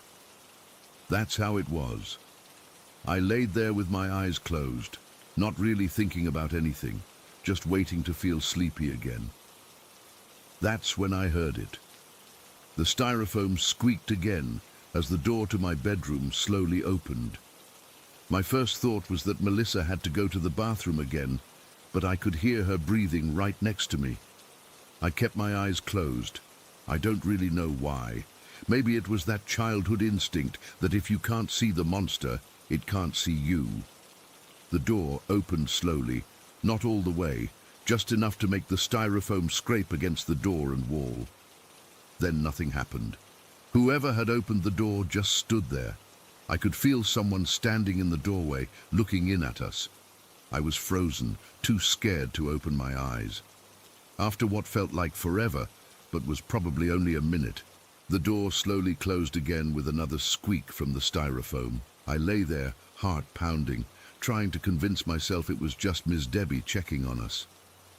"Sarah," Melissa whispered beside me, "are you awake?" "Yeah," I breathed back, relieved I wasn't the only one awake. "Your mom just checked on us," she said. I felt a wave of relief wash over me. Of course, my parents must have come home early from their trip. Maybe they finished up their work quicker than expected and drove back tonight instead of waiting until Sunday. "I thought they weren't coming back until Sunday," I whispered. "Well, she was just at the door," Melissa said. "I saw her face in the light from the hallway when she closed the door. That made me feel better, and I was finally able to fall back asleep. In the morning, we woke up around 9 and went downstairs where Miss Debbie was making pancakes. I asked her if my parents had come home early, and she looked at me strangely. "No, honey, they're still in Chicago until tomorrow night," she said. I felt a cold chill run through me. "Are you sure? You didn't check on us last night?" Miss Debbie shook her head. "I was asleep by 10:30. I didn't come upstairs at all." I looked at Melissa, who had stopped eating her pancake mid-bite. "But someone opened my door last night. Melissa saw my mom." Miss Debbie laughed it off. "You girls were probably dreaming, or maybe it was the house settling. These old houses make all kinds of noises." But I knew it wasn't a dream, and the house settling wouldn't explain the styrofoam squeaking or the door opening and closing. After breakfast, I went upstairs to check my parents' bedroom. Their door was open, which was unusual because they always kept it closed when they were away. The bed was made, but that didn't mean anything since they'd left it made on Thursday. I went back to my room where Jenny and Melissa were getting dressed. "Did either of you go into my parents' room?" I asked. They both shook their heads. Jenny hadn't even heard anything during the night. She was a really heavy sleeper. "Melissa," I said, trying to keep my voice steady, "are you absolutely sure you saw my mom last night?" She nodded, looking a little pale. "Yeah, when the door closed, the hallway light was on, and I saw her face for a second. It was definitely your mom. I called my mom's cell phone right then. It took a few rings before she answered. 'Hi, sweetie, everything okay?' she asked, sounding like she was in a crowded place. 'Did you come home last night?' I asked directly. There was a pause. 'What do you mean?' 'Someone came to my bedroom door last night. Melissa said she saw you.' Another pause, longer this time. 'Oh, right. Yes, I forgot to tell you. Dad and I drove back really late to pick up some documents we needed, but we didn't want to wake you girls. We left again early this morning. I just peeked in to check on you.' I knew she was lying. I could hear it in her voice, that slight hesitation. Plus, I could hear people talking in the background and what sounded like an announcement. They were clearly still at the conference center in Chicago. 'Mum, I know you're still in Chicago. Why are you lying?' She sighed. 'Sarah, don't be difficult. We'll talk about this when I get home tomorrow. Put Ms. Debbie on the phone, please.' I handed the phone to Ms. Debbie, who had come upstairs looking for us. I couldn't hear what my mom was saying, but Ms. Debbie's face got serious, and she nodded a few times before hanging up. 'Your mom says to stop making up stories,' she told me. 'Now clean up your room before we go to the mall.' I looked at Melissa, who seemed confused and scared. 'But I saw her,' she insisted quietly. 'I really did see your mom.' We didn't talk about it again that day, but none of us went upstairs alone. We stuck together like glue, even taking turns waiting outside the bathroom door when one of us had to go. That evening, Jenny and Melissa's parents came to pick them up. They were supposed to stay the whole weekend, but Melissa had called her mom and made up some excuse about feeling sick. I knew the real reason. She was scared to spend another night in my house. After they left, Miss Debbie tried to cheer me up with ice cream and a movie, but I couldn't stop thinking about what had happened. Who had opened my door? Who had Melissa seen? When my parents came home Sunday night, I tried to bring it up again, but my mum shut me down immediately. "Sarah, I've already told you what happened. Now drop it, please." But I knew she wasn't telling the truth. And what scared me most was that she seemed frightened too, like she knew something wasn't right, but didn't want to acknowledge it. My cousins never stayed over at my house again after that night. Melissa would make excuses whenever I invited them, and eventually I stopped asking. We never talked about what happened, but sometimes I'd catch Melissa looking at me with this worried expression, like she wanted to say something, but couldn't find the words. Years later, when I was in college, I tried asking my mum about it again. She finally admitted that they hadn't come home that night, but she insisted that it must have been Miss Debbie checking on us, even though Miss Debbie had denied it. To this day, I don't know who or what opened my bedroom door that night. I don't know whose face Melissa saw in the hallway light. All I know is that someone or something was in our house, watching us sleep, and nobody has ever been able to explain it. I've lived in 5 different places since then, and at every single one, I've made sure my bedroom door doesn't squeak when it opens. Some things you just don't want to know about in the middle of the night. Story 19. I never thought I'd share this publicly, but I need to get it off my chest. Maybe someone out there has experienced something similar or can make sense of what I witnessed over those 5 years. From 2015 to 2020, I worked as a pediatric hospice RN at a specialized inpatient unit in Phoenix. The facility was small, just 10 beds, but it was always full with a waiting list. We primarily cared for children from newborns up to 17 years old, though most of our patients were infants with severe birth defects who rarely survived beyond 2 weeks. Working in pediatric hospice is exactly as difficult as you'd imagine. The emotional toll is immense, but there's also something uniquely sacred about providing comfort during a child's final moments. Most hospice nurses will tell you they've experienced unusual occurrences around death. Patients seeing deceased relatives, knowing when their time is coming, or sensing presences in the room. I've witnessed plenty of these moments myself over my career and always found them comforting. But what happened at this facility was entirely different. It started about 3 months after I began working there. I was checking on a 7-year-old boy named Tyler who had terminal brain cancer. He was still alert and communicative, though on significant pain medication. As I was adjusting his IV, he suddenly looked toward the corner of the room and smiled.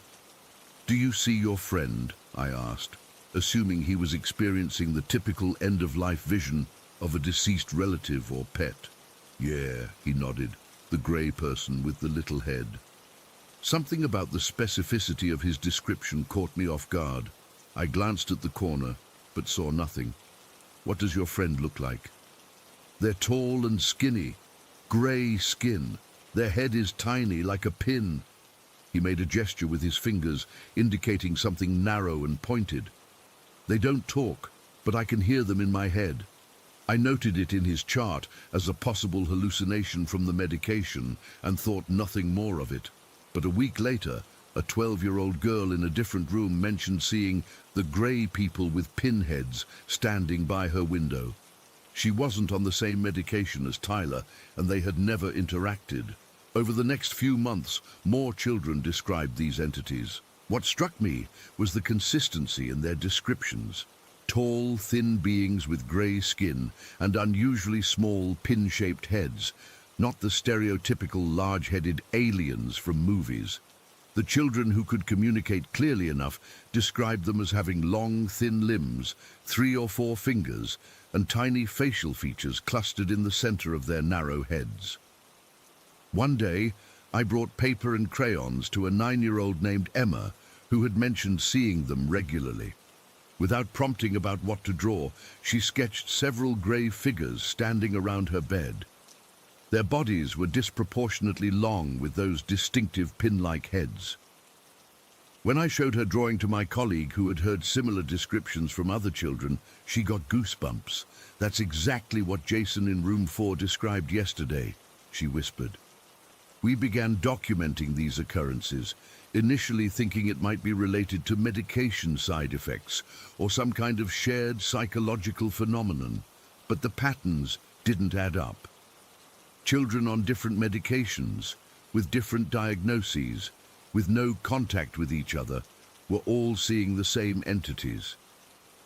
The most compelling evidence came from room 3, which contained 3 beds separated by dividing walls. The children couldn't see each other, but from the nurse's station, we could observe all 3 simultaneously. One afternoon, I was updating charts when I noticed all 3 children, ages 6, 10 and 13, suddenly looking at the same spot near the ceiling. "They're back," the 10-year-old said. I walked into the room. "Who's back?" "The grey people," the 6-year-old replied, pointing upward. "There's 5 of them today." "They're floating around the light," the 13-year-old added from behind his divider, unable to see the others or hear our quiet conversation. I felt a chill run down my spine. How were 3 children who couldn't see or hear each other all witnessing the same phenomenon at the exact same moment? As the months passed, we documented dozens of similar occurrences. Some children seemed comforted by these visitors. 8-year-old Sophia, who had cystic fibrosis, told me they would show her beautiful places in her mind. 4-year-old Miguel said they played games with him when he couldn't sleep, but others were terrified. 15-year-old Aiden would scream whenever they appeared, begging us to make them leave. We'd find 12-year-old Hannah hiding under her blankets, refusing to look at the corners of her room. The most disturbing incidents involved the sounds. Some children would suddenly start making identical single-syllable noises, harsh, clicking sounds, unlike anything in English or Spanish, the 2 languages most common among our patients. The first time it happened, I was checking on 3 different children in separate rooms during my night shift. Within the span of 5 minutes, each child uttered the same sequence of sounds, something like kektaru, with identical pronunciation and cadence. "What does that mean?" I asked one of them, a 13-year-old named Lucas. "I don't know," he shrugged. "That's what they want me to say." One night stands out more vividly than the rest. It was around 2 in the morning during a particularly busy shift. We had admitted 3 new patients that day, and I was the only RN on duty with 2 nursing assistants. I was in room 6 with a 16-year-old girl named Zoe, who had been with us for almost a month, unusually long for our facility. She had a rare degenerative condition, but remained lucid and communicative. As I was checking her vitals, she suddenly grabbed my arm with surprising strength. "They're all here tonight," she whispered, her eyes wide. "More than I've ever seen before." I looked around the empty room. "The grey visitors?" She nodded, her eyes tracking something moving around us. "They know I'm going soon. They're waiting." I checked her oxygen levels. They were lower than earlier, but not critically so. Still, I had worked in hospice long enough to know that patients often sense when death is approaching. "Are you scared?" I asked her. "No," she said, still following something with her eyes. "But they want me to tell you something." "What's that?" "They've always been here, with all the children, forever." A call light went off down the hall, and I had to leave her room. When I returned 20 minutes later after tending to another patient, Zoe's breathing had changed to the distinctive pattern we recognize as terminal. I sat with her, holding her hand as she stared at something I couldn't see. Occasionally, she would nod or smile slightly, as if responding to communication. Just before she passed, she looked directly at me with sudden clarity and said, "They're not angels or demons, they're watchers. They watch us cross over." Those were her last words. She died peacefully 5 minutes later. After that night, I began researching similar phenomena in other hospice settings. I discovered accounts from pediatric nurses worldwide describing remarkably similar entities, though they were interpreted through different cultural lenses, sometimes as angels, sometimes as ancestral spirits, sometimes as something else entirely. What made our facility's experience unique was the sheer consistency and frequency of these sightings. Out of approximately 200 children who passed through our care during my 5 years there, at least 75 who were verbal and lucid enough to communicate reported seeing these beings. And the descriptions never varied, always the grey skin, always the pin-shaped heads, always the sense that they were observing or waiting. I never saw them myself, despite spending countless nights in those rooms. Several times I felt sudden cold spots or had the distinct sensation of being watched, but I never witnessed anything visually, despite having experienced other spiritual phenomena throughout my hospice career. Whatever these entities were, they seemed to reveal themselves only to the children. The most rational explanation is that dying children share similar neurological experiences that manifest as these visions. But that doesn't explain how children in separate rooms would see the same entities in the same locations at the same moment, or how they would independently produce identical drawings or simultaneously vocalize the same strange sounds. Our facility closed in 2020 due to funding issues. The building was demolished last year to make way for a medical office complex. Sometimes I wonder if whatever was there is now gone, or if these entities were attached not to the place, but to the transition these children were experiencing. I still work in hospice care, though with adults now. I've asked some of my more lucid patients if they see anything unusual in their rooms. Most describe deceased loved ones or traditional religious figures. None have mentioned grey beings with pin-shaped heads. To this day, I don't know what those children were seeing. Were they hallucinations, spiritual entities, or something else entirely? The only ones who knew the truth were the children themselves, and they've all completed their journeys now, accompanied by visitors that the rest of us couldn't see. All I know is that whenever I drive past where our facility once stood, I still feel a chill, not of fear, but of awareness that there are aspects of death and perhaps life that remain beyond our understanding. Story 20. I've never been the type to share personal stuff online, but I need to get this off my chest. I've been carrying this experience around for almost 3 years now, and it still makes the hair on my arms stand up when I think about it. I work as a physical therapist at a small rural hospital in Wisconsin. When COVID hit in 2020, our little facility got slammed just like everywhere else. Being the only hospital for miles around, we quickly filled up with patients from all the surrounding communities. My job changed drastically during those months. Instead of my usual rehabilitation work, I was assigned to help COVID patients maintain whatever physical function they could while hospitalized. Basically, I was trying to keep people strong enough to survive if they got better. Those were dark days.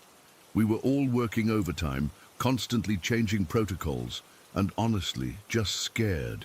The PPE was uncomfortable and made everything harder, trying to communicate through masks and face shields while helping someone sit up in bed or do simple arm exercises. But we did what we had to do. Among all the patients I worked with during that September surge, Herbie stood out. He was in his early 80s, admitted with COVID pneumonia. From our first session together, there was something special about him. He had this calm, peaceful demeanor even though he was struggling to breathe. Herbie was deeply Catholic, and when he found out I was too, it created this immediate connection between us. During our therapy sessions, which were usually just 15 or 20 minutes, because that's all he could manage, we'd talk about our faith. He'd tell me about his parish before COVID shut everything down, and I'd share stories from mine. We discovered we were in the same diocese, and he knew several priests I was familiar with. It gave us something positive to focus on, besides his oxygen levels and the isolation. Herbie told me about his life in bits and pieces between breathing exercises. He'd just finished building a small cabin on his property that spring, right before getting sick. He'd planned to spend his final years, as he put it, there, fishing the small pond on his land and watching the seasons change. He showed me pictures on his phone of the cabin. Nothing fancy, just a simple one-room structure with a wood stove and a small porch overlooking the water. The pride in his voice when he talked about building it with his son was unmistakable. As the days passed, Herbie's condition started deteriorating. His oxygen requirements kept increasing, and he was getting weaker. I made a point to stop by his room even on days when he wasn't scheduled for therapy, just to check in. Sometimes he'd be too exhausted to talk, but he'd always give me a thumbs up or a small nod. It was a Tuesday when I realized I hadn't seen Herbie in 2 days. I'd been reassigned to a different wing temporarily due to staffing shortages. During my lunch break, I asked one of the nurses how he was doing. She just shook her head and said he'd been moved to intensive care the night before. His oxygen levels had crashed, and they were considering putting him on a ventilator. That night after my shift, I was mentally and physically drained. We'd lost 2 patients that day, both to COVID. I got home around 10:30, showered, and tried to unwind. Sleep wouldn't come, though. My mind kept racing with thoughts of my patients, especially Herbie. Around midnight, I decided to pray the rosary, something I often do when I'm troubled. I set up my little prayer space in the corner of my bedroom, nothing elaborate, just a small table with a crucifix, a couple of candles, and a stick of incense. The familiar ritual usually calms me, but that night was different. I couldn't focus. Every time I tried to concentrate on the prayers, my thoughts would drift to Herbie. Not just casual thoughts either.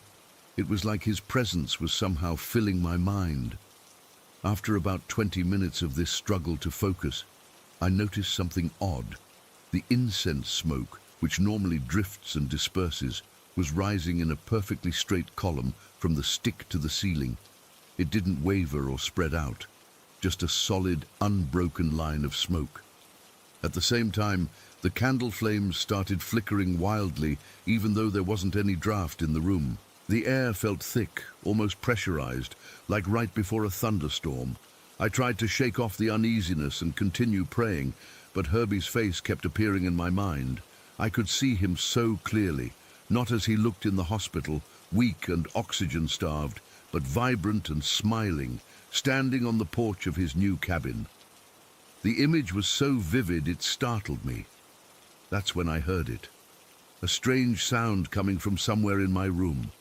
It was a sort of guttural noise, not quite a word, but definitely not a normal house sound either. It was brief, maybe 2 seconds long, but unmistakable. My heart started pounding so hard I could feel it in my throat. Before I could even process what I'd heard, my phone, which was charging across the room on my dresser, suddenly lit up. I hadn't touched it or called out to it. The screen showed that Google Assistant had activated on its own. The time displayed was 1:17 in the morning. I was paralyzed for a moment, just staring at the glowing screen. Then a wave of coldness washed over me, not just physical coldness, but a deep, soul-level chill. I immediately knew, I can't explain how, but I knew it had something to do with Herbie. I forced myself to get up and turn on all the lights. The incense smoke immediately returned to its normal pattern, drifting randomly through the air. The candle flame settled. Whatever had happened was over. I was too unsettled to sleep, so I just sat up with the lights on until my alarm went off at 5:30. When I got to work that morning, I immediately went to check the ICU board. Herbie's name wasn't there. With a sinking feeling, I asked the charge nurse about him. She looked at me with sympathy and confirmed what I already somehow knew. Herbie had passed away during the night. "What time?" I asked, my voice barely working. "Let me check," she said, pulling up his chart. Time of death was recorded as 1:12 a.m. 1:12. Just 5 minutes before my phone had mysteriously activated. I stood there, stunned. The charge nurse, probably thinking I was just upset about losing a patient, put her hand on my shoulder. "He went peacefully," she said. The nurse who was with him said he seemed calm at the end. Later that day, I learned something else that made the experience even more profound. Because of the strict COVID protocols, priests weren't allowed to visit patients to perform last rites. Many Catholic patients, including Herbie, had requested this sacrament, but were denied due to the no-visitor policies. The spiritual coordinator told me they had dozens of requests they couldn't fulfill, and it was weighing heavily on her. I've gone over that night in my mind hundreds of times since then. I'm not someone who sees ghosts around every corner or believes every strange coincidence has supernatural meaning. But I cannot explain what happened in my room that night. The timing is impossible to dismiss. 5 minutes after Herbie's passing, that strange manifestation in my room, with my phone activating to show the time, the intense feeling of his presence while I was praying, the unnatural behavior of the incense smoke and candles, that strange sound I heard, I believe, and this is something I haven't shared with many people, that Herbie's spirit reached out to me in that moment after his passing, perhaps because of our shared faith and connection, or perhaps because he was seeking the spiritual comfort that hospital protocols had denied him. Maybe he was saying goodbye, or maybe he was just passing through on his journey. In the months that followed, as we lost more patients to COVID, I found myself thinking about Herbie often. His experience gave me a strange comfort, the sense that death isn't the absolute end we fear, that some essence of who we are continues, at least for a moment, beyond our last breath. I still work at the same hospital, though thankfully the COVID situation has improved. Sometimes when I'm with a patient who's struggling or afraid, I think about Herbie and that night. I've never had another experience like it, and I don't know if I ever will, but it changed something in me, how I view my work, my faith, and the thin boundary between life and whatever comes after. I don't have any dramatic conclusion to this story. No one else witnessed it, and I have no proof beyond my own experience. All I know is what happened that night was real, and it continues to affect me. Sometimes when I pray now, I light that same incense and watch the smoke, half expecting to see it form that perfect unbroken column again. It never has, but I keep watching anyway. Story 21. I still get chills thinking about what happened at Fraser Hall.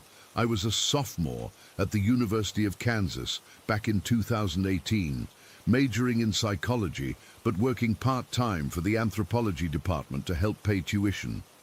It wasn't glamorous work, mostly filing papers, organizing supplies, and occasionally helping professors prep for classes.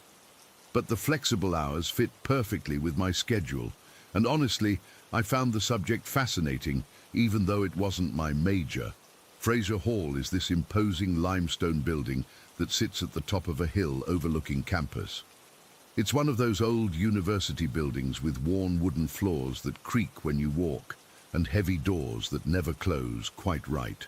The anthropology department occupied the third floor, with some storage areas scattered throughout the building, including a particularly cluttered basement that nobody seemed eager to venture into. My shift typically started at 8 in the morning, but that Wednesday in October, I arrived around 7:15. I had an exam later that day and wanted to get some work done early so I could study during my lunch break. The building was completely empty. Not even the cleaning staff was around yet. That emptiness created this eerie silence that made every sound seem amplified. The kind of quiet where you become hyper-aware of your own breathing. After unlocking the department office, I dropped my backpack at my desk and headed to the men's restroom down the hall. The bathrooms in Fraser are old, talking ancient fixtures, pipes that rattle, and those separate hot and cold faucet handles that never mix the water temperature quite right. The fluorescent lights hummed and flickered as I pushed open the heavy wooden door. I did my business, washed my hands, and was drying them with a paper towel when I heard it. The unmistakable squeak of a faucet handle turning, followed by the rush of water hitting the sink basin. I froze, paper towel still in hand. I was absolutely certain I'd been alone in the bathroom. There were only 3 stalls, and I'd noticed all the doors were open when I walked in. Slowly, I turned around. The middle sink, the one next to where I'd just washed my hands, had both handles fully turned on. Water was gushing full blast into the basin.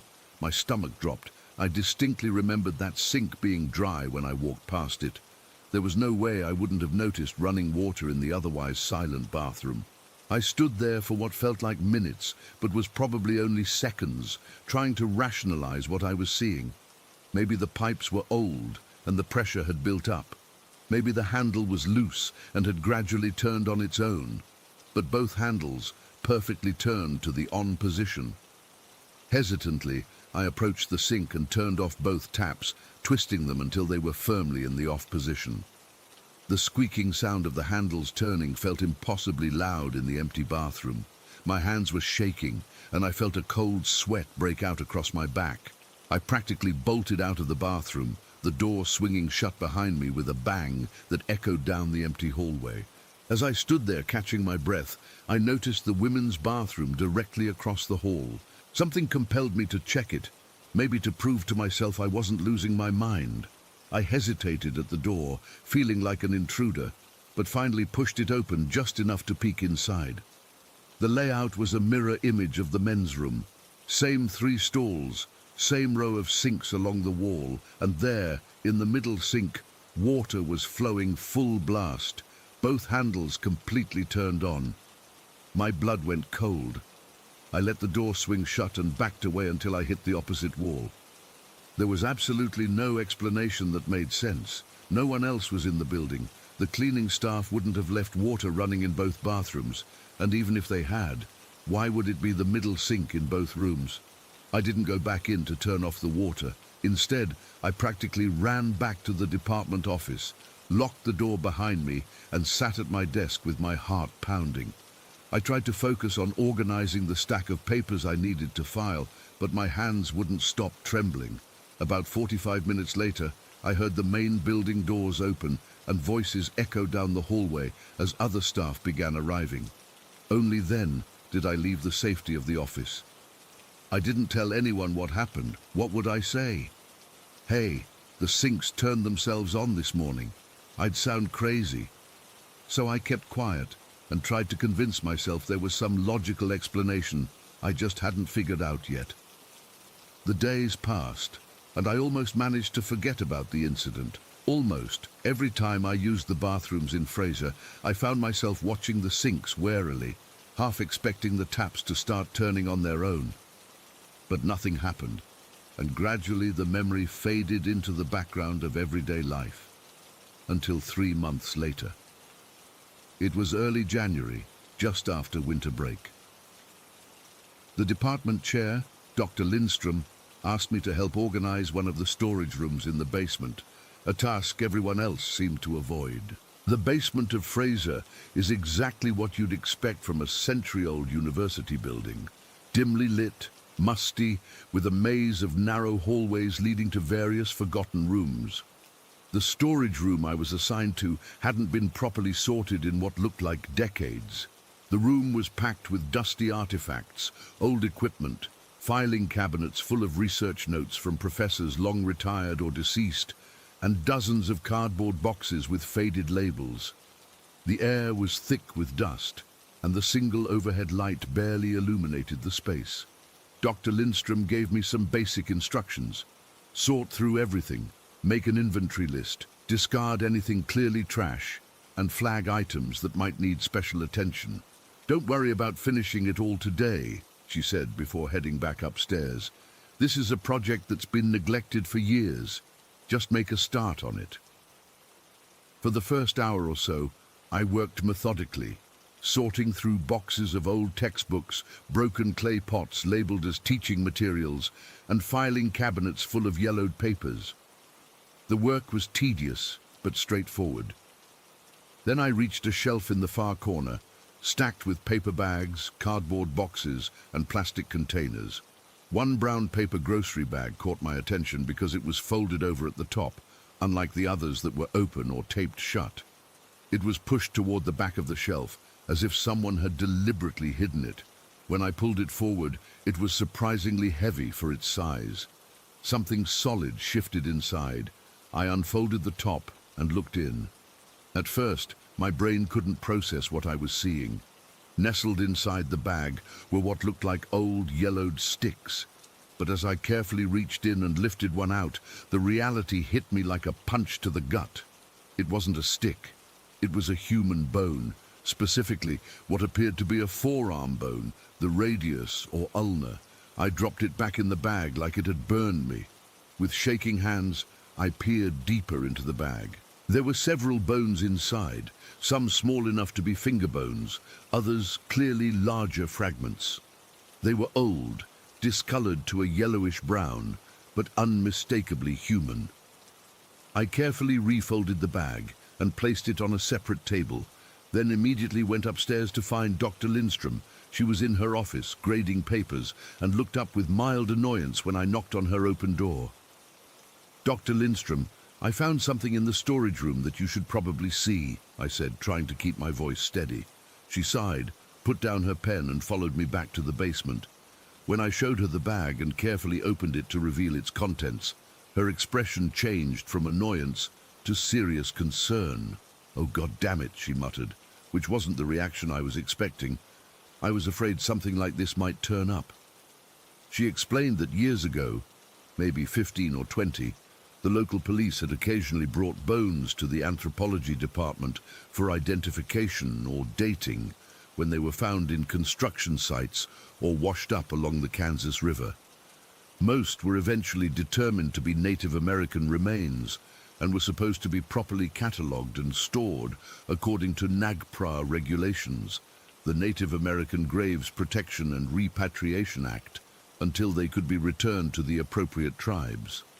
But sometimes things fell through the cracks, she said, examining the bones without touching them, especially before digital record keeping. This set was probably separated from the others at some point and forgotten about. God knows how long they've been sitting down here. The casual way she talked about these human remains made me uncomfortable. These weren't just things that had fallen through the cracks. They were someone's ancestors, carelessly shoved in a paper grocery bag and stuck on a shelf among broken equipment and outdated textbooks. "What happens now?" I asked.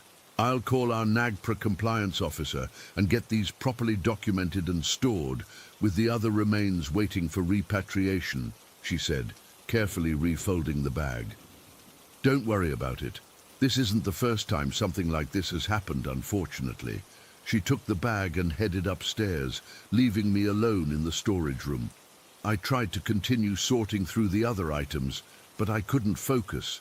All I could think about was those bones, treated with such disrespect, hidden away and forgotten, and then unbidden, the memory of the bathroom sinks turning on by themselves flooded back. I left early that day, telling Dr. Lindstrom I wasn't feeling well. It wasn't a lie. My stomach was in knots, and I had a pounding headache that wouldn't go away. As I walked home across campus, I couldn't shake the feeling that the two incidents were connected somehow. The next morning, I arrived at my usual time, around 8. The department was quiet but not empty. A few early bird professors were already in their offices. I dropped my things at my desk and headed to the bathroom, still wary but needing to go. As I pushed open the door, I heard it. The sound of water running. The middle sink was on again, both handles turned to full blast. This time, though, the water looked strange. Instead of running clear, it had a rusty, reddish-brown tint to it. It stained the white porcelain of the sink basin, swirling down the drain like diluted blood.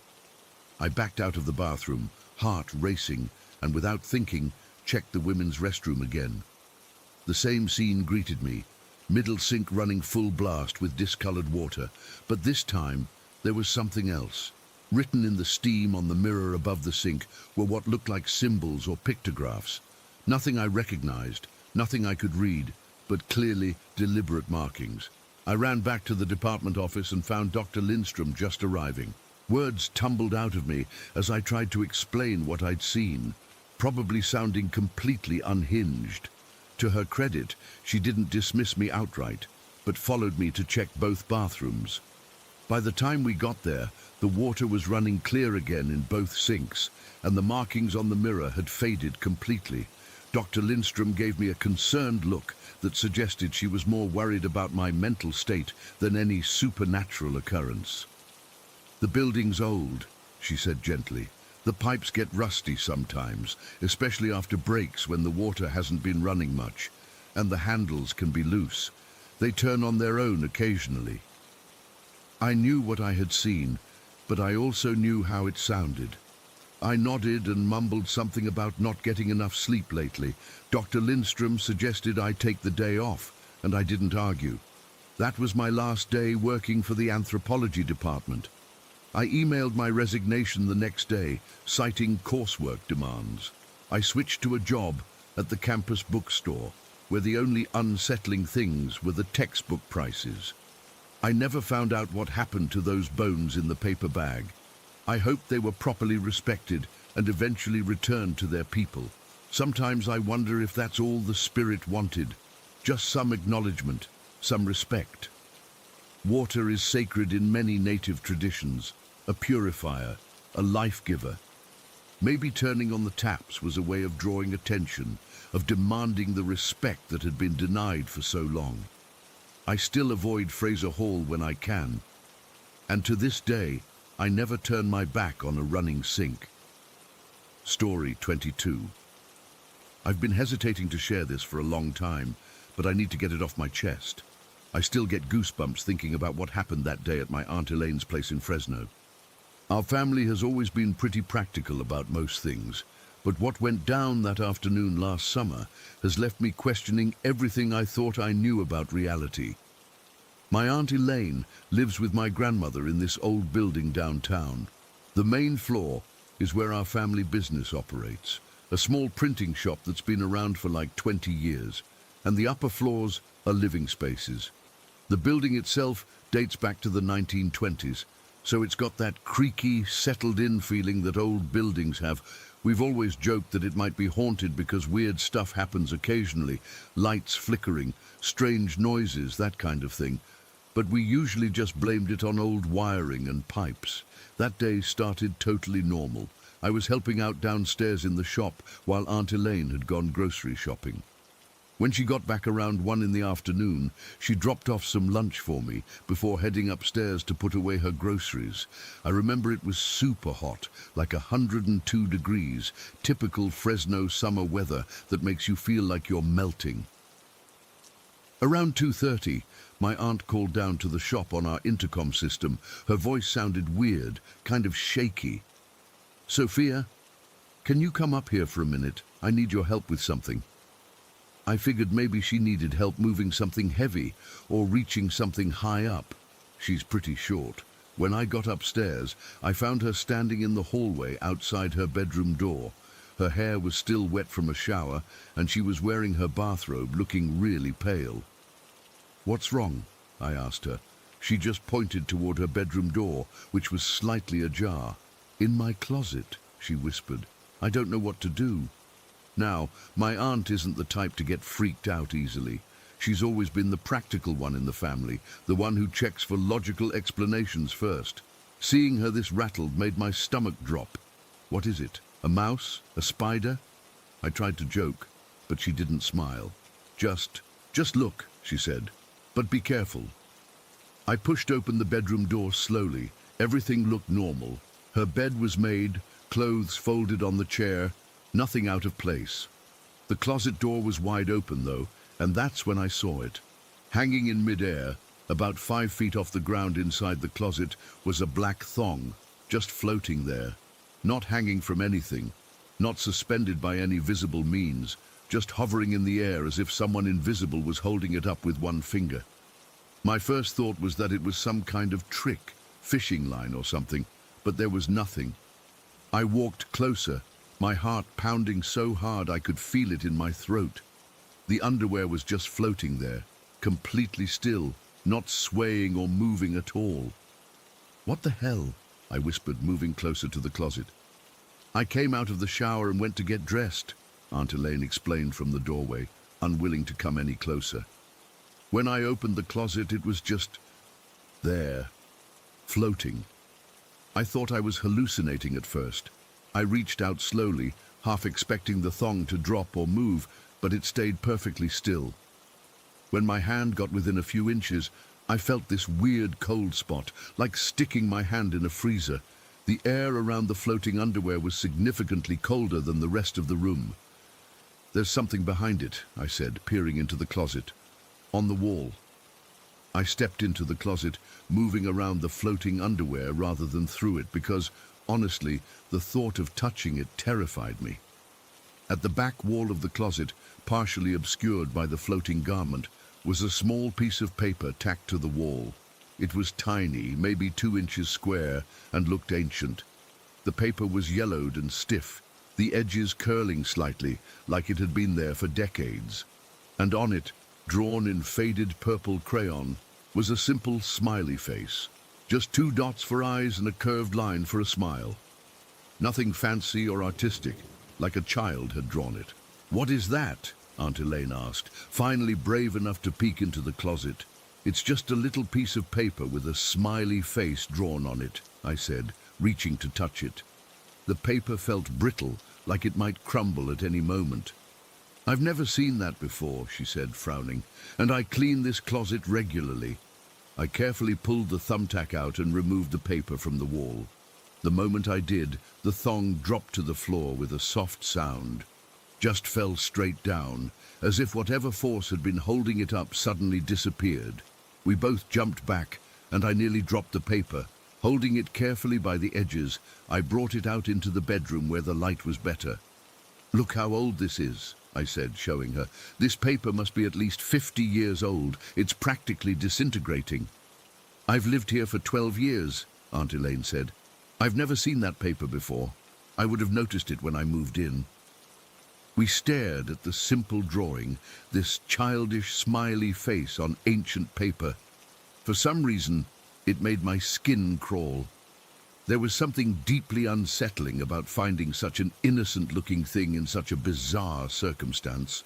"We're calling it Happy Smiley," I decided, trying to lighten the mood even though my hands were shaking.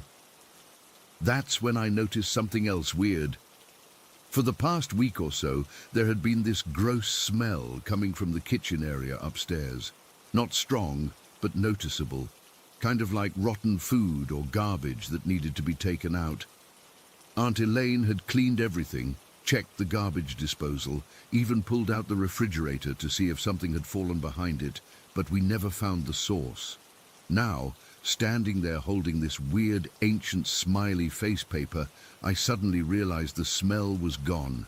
Completely gone, like it had never been there at all. "Do you smell that?" I asked. "Smell what?" Aunt Elaine looked confused. "Exactly. That weird smell in the kitchen is gone." We looked at each other, both realizing the implication at the same time. The smell had vanished the moment I removed the paper from the wall. "I don't like this," Aunt Elaine whispered. "What does it mean? Who put that there?"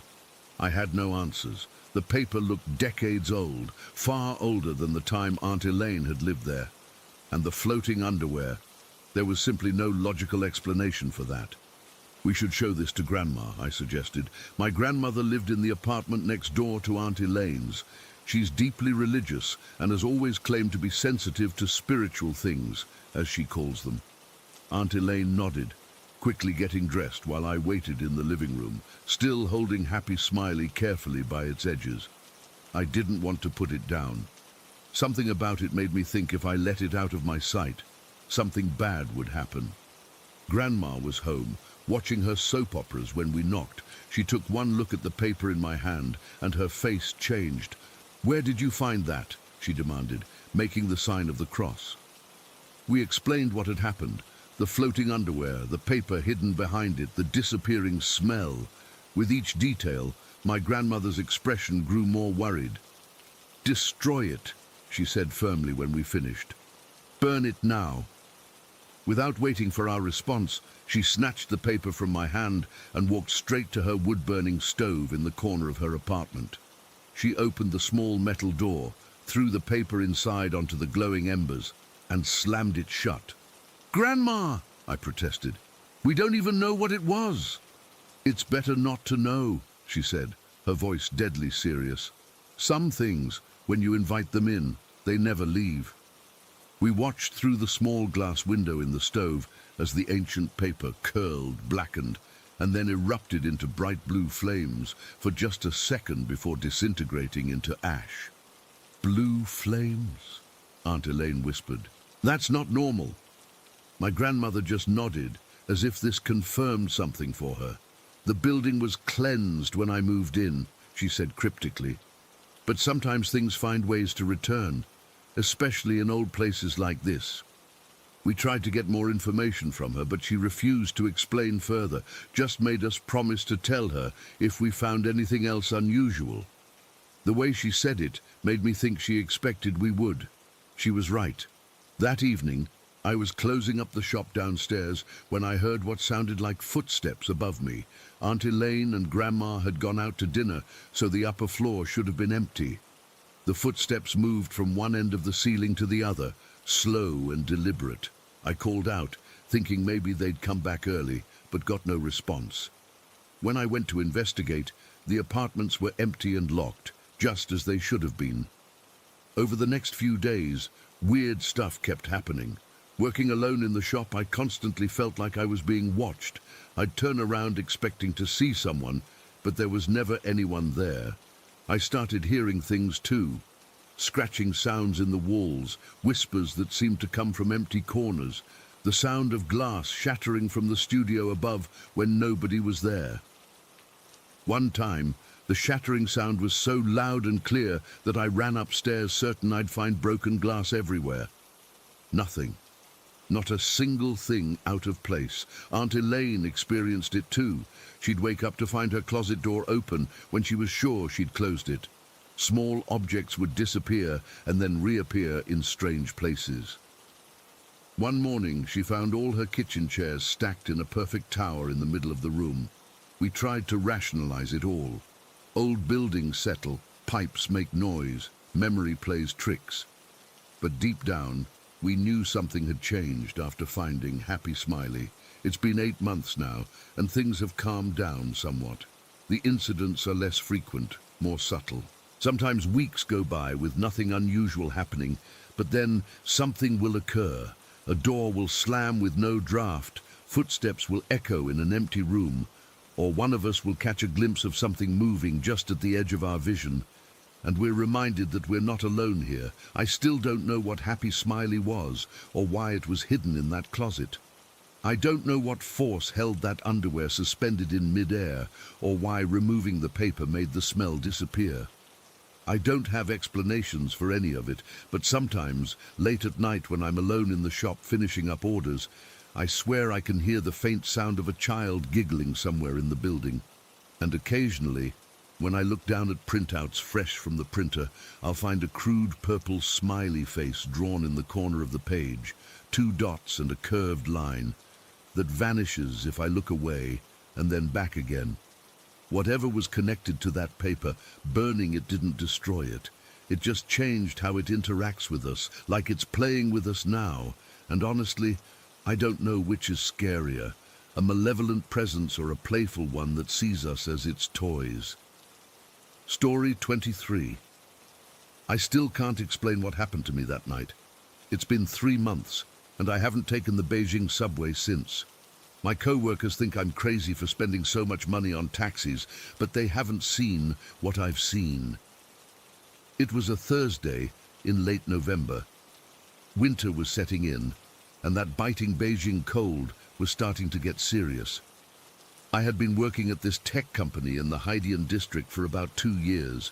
Nothing special about my job, just another overworked programmer in a city of millions.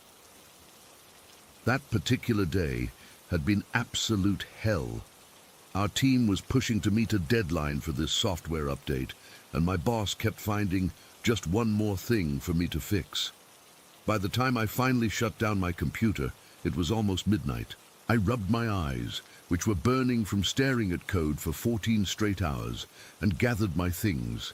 The office was practically empty. Just the cleaning lady mopping in the hallway, and a couple other desperate souls like me, hunched over their keyboards. I nodded to the security guard on my way out. He looked at me with pity. "Working late again, Mr. Liu?" I just grunted in response. All I wanted was to get home, maybe grab some instant noodles, and collapse into bed. The night air hit me like a slap when I stepped outside, -5 degrees at least, with that dry wind that cuts right through your clothes. I hurried to the subway station, pulling my coat tighter.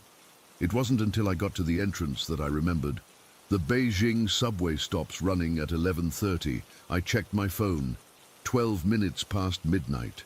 Shit, I muttered, calculating how much a taxi would cost from Haidian all the way to my apartment in Tongzhou. Probably 200 yuan at least, money I couldn't really afford to spend. I stood there debating whether to call a Didi, that's our version of Uber, or just suck it up and take the night bus, which would take forever and still leave me with a long walk. That's when I noticed people still going into the station. Not many, just a few scattered individuals trudging down the steps. I frowned, confused. Was there some special late-night service I didn't know about? I followed them down, figuring I'd at least check. The worst that could happen was I'd have to turn around and find another way home. The station was dimly lit, much darker than usual. Most of the shops and food stalls were closed, metal shutters pulled down. My footsteps echoed on the tile floor. When I got to the ticket gates, I half expected them to be locked. But my transit card beeped normally, and the barrier opened. Down on the platform, there were maybe 20 people scattered about waiting. They all looked exhausted, like beyond normal end-of-day tiredness. Their clothes seemed worn and slightly outdated. Nothing dramatic, just not quite current fashion. I figured they were probably factory workers or cleaning staff finishing late shifts. I checked the digital display, but it was off. Strange, yet people were clearly waiting for something. I approached an older man leaning against a pillar. "Excuse me, is there still a train coming?" I asked. He looked at me with heavy-lidded eyes but didn't answer. Rude, but whatever. Beijing isn't exactly known for friendly strangers. Just then, I heard the distant rumble of an approaching train. Thank God. I moved to the yellow safety line with everyone else. The train that pulled up looked old, not ancient, but definitely not one of the newer models. The paint was slightly faded, and the interior lighting was yellower than the bright white LEDs in the modern cars. Still, it was a train heading east, which was my direction, so I wasn't about to complain. I boarded with the others, finding a seat easily. The car was maybe half full. Nobody was talking, which wasn't unusual for late night, but there was something off about the silence. It felt heavy, like being underwater. I was too tired to really think about it, though. As the train started moving, I leaned my head against the window and closed my eyes. I'd just rest until we reached Guomao Station, where I needed to transfer. The gentle rocking of the train was making me drowsy. I must have dozed off, because the next thing I remember is hearing the automated announcement. Babao Mountain Station. Babao Mountain Station. I kept my eyes closed. I knew this wasn't my stop. It was just some minor station I rarely used. I felt the train slow and stop, heard the doors slide open. There was movement around me, the sound of many people standing up and filing out. It seemed like a lot of passengers for such a small station, especially at this hour, but I was too tired to look. The doors closed, and we moved on. I drifted back into a half-sleep as the train resumed its rhythm. A few minutes later, though it's hard to say exactly how long, I heard the announcement again. Babao Mountain Station. Babao Mountain Station. This jolted me awake. Had we gone in a circle somehow? I opened my eyes, confused. The train car was completely empty, not just fewer people, absolutely nobody. Every single passenger who had been there minutes before was gone. I sat up straight, suddenly wide awake and alert. How was this possible? There had been at least 30 people in this car. Even if they had all decided to get off at Babao Mountain for some reason, I would have noticed the mass exodus. The doors opening and closing, the sounds of movement. It would have fully woken me. I looked around, heart starting to beat faster. The car looked different too. The lights were dimmer, flickering slightly. The advertisements above the seats seemed faded, showing products I didn't recognize. I stood up on shaky legs and moved to the window. We were stopped at a station, but it didn't look like any Babao Mountain station I knew. The platform was shrouded in a strange mist, and I couldn't see more than a few meters beyond the train doors. No station signs were visible through the fog. That's when I noticed them, the passengers who had been on the train with me. They were walking slowly away from the train, disappearing into the mist. Their outlines seemed blurry somehow, as if I was seeing them through water. I rubbed my eyes, thinking I must still be half asleep and imagining things. But when I looked again, the scene hadn't changed.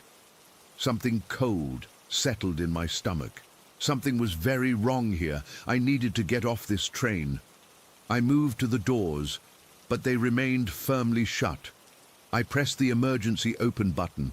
Nothing happened. Panic rising, I moved to the connecting door to try the next car. It slid open with a hiss, and I stepped through. This car was also empty, but it looked even older than the one I'd been in. The seats were a different design, a style I vaguely recognized from photos of Beijing's first subway lines from the 1980s. The lighting was a sickly green, and there was a smell, musty and stale, like old books and dust.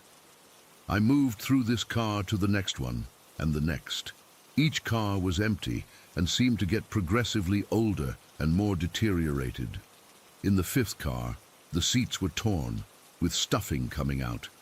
Graffiti covered the walls.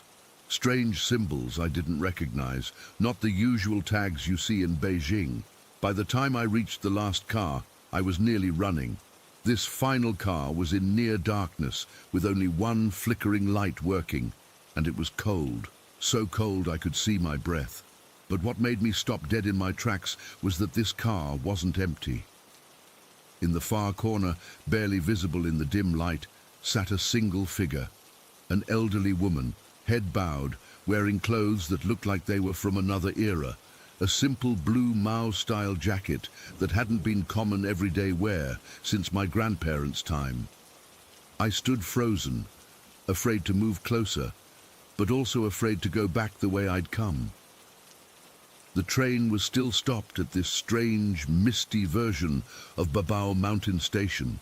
"Excuse me," I finally managed to say, my voice coming out as barely a whisper. "Is this train going to Guomao?" Slowly, the woman raised her head, her face. I still have nightmares about her face. It wasn't grotesque or monstrous. It was just empty, like looking at a blank wall where features should be. There were indentations where eyes should be, a slight bump for a nose, a line for a mouth, but no details, no color, no expression. I stumbled backward, nearly falling.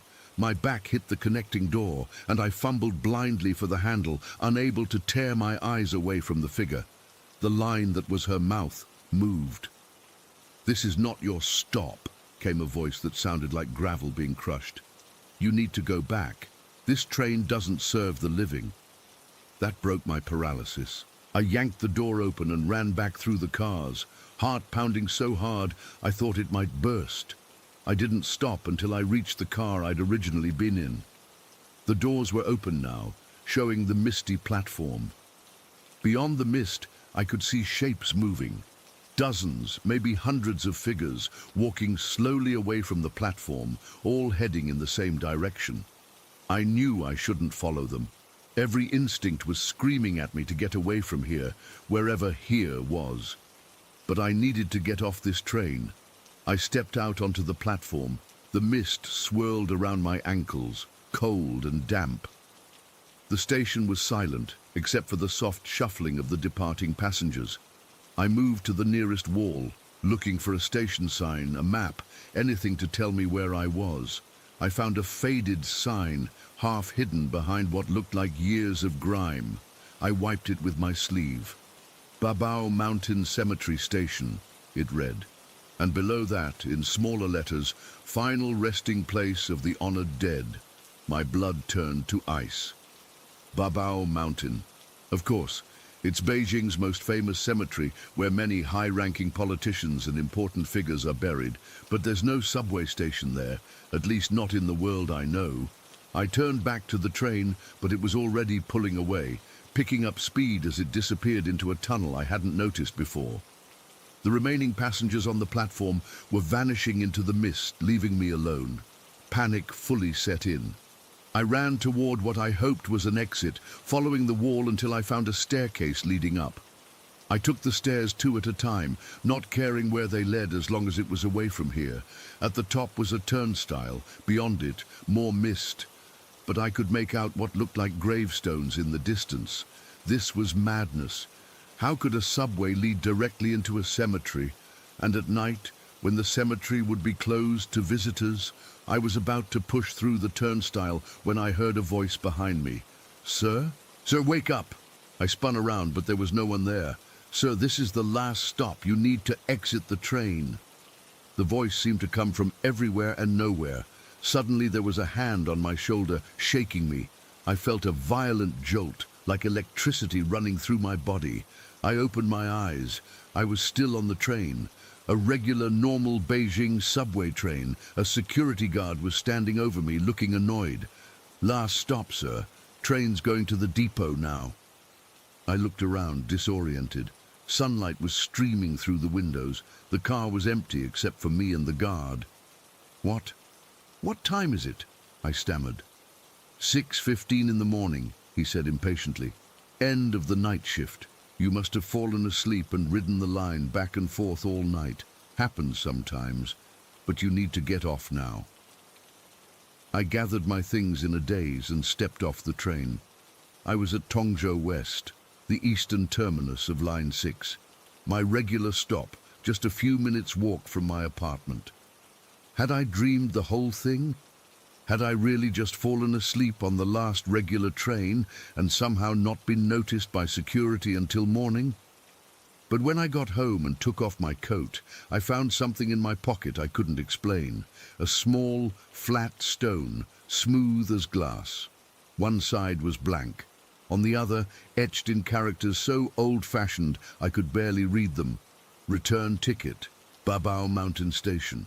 Sometimes I think about taking that ticket and going back to the subway late at night, to see if that train comes again, to find out where it really goes. But mostly, I just take taxis now. Story 24. I've been hesitating to write this down for years.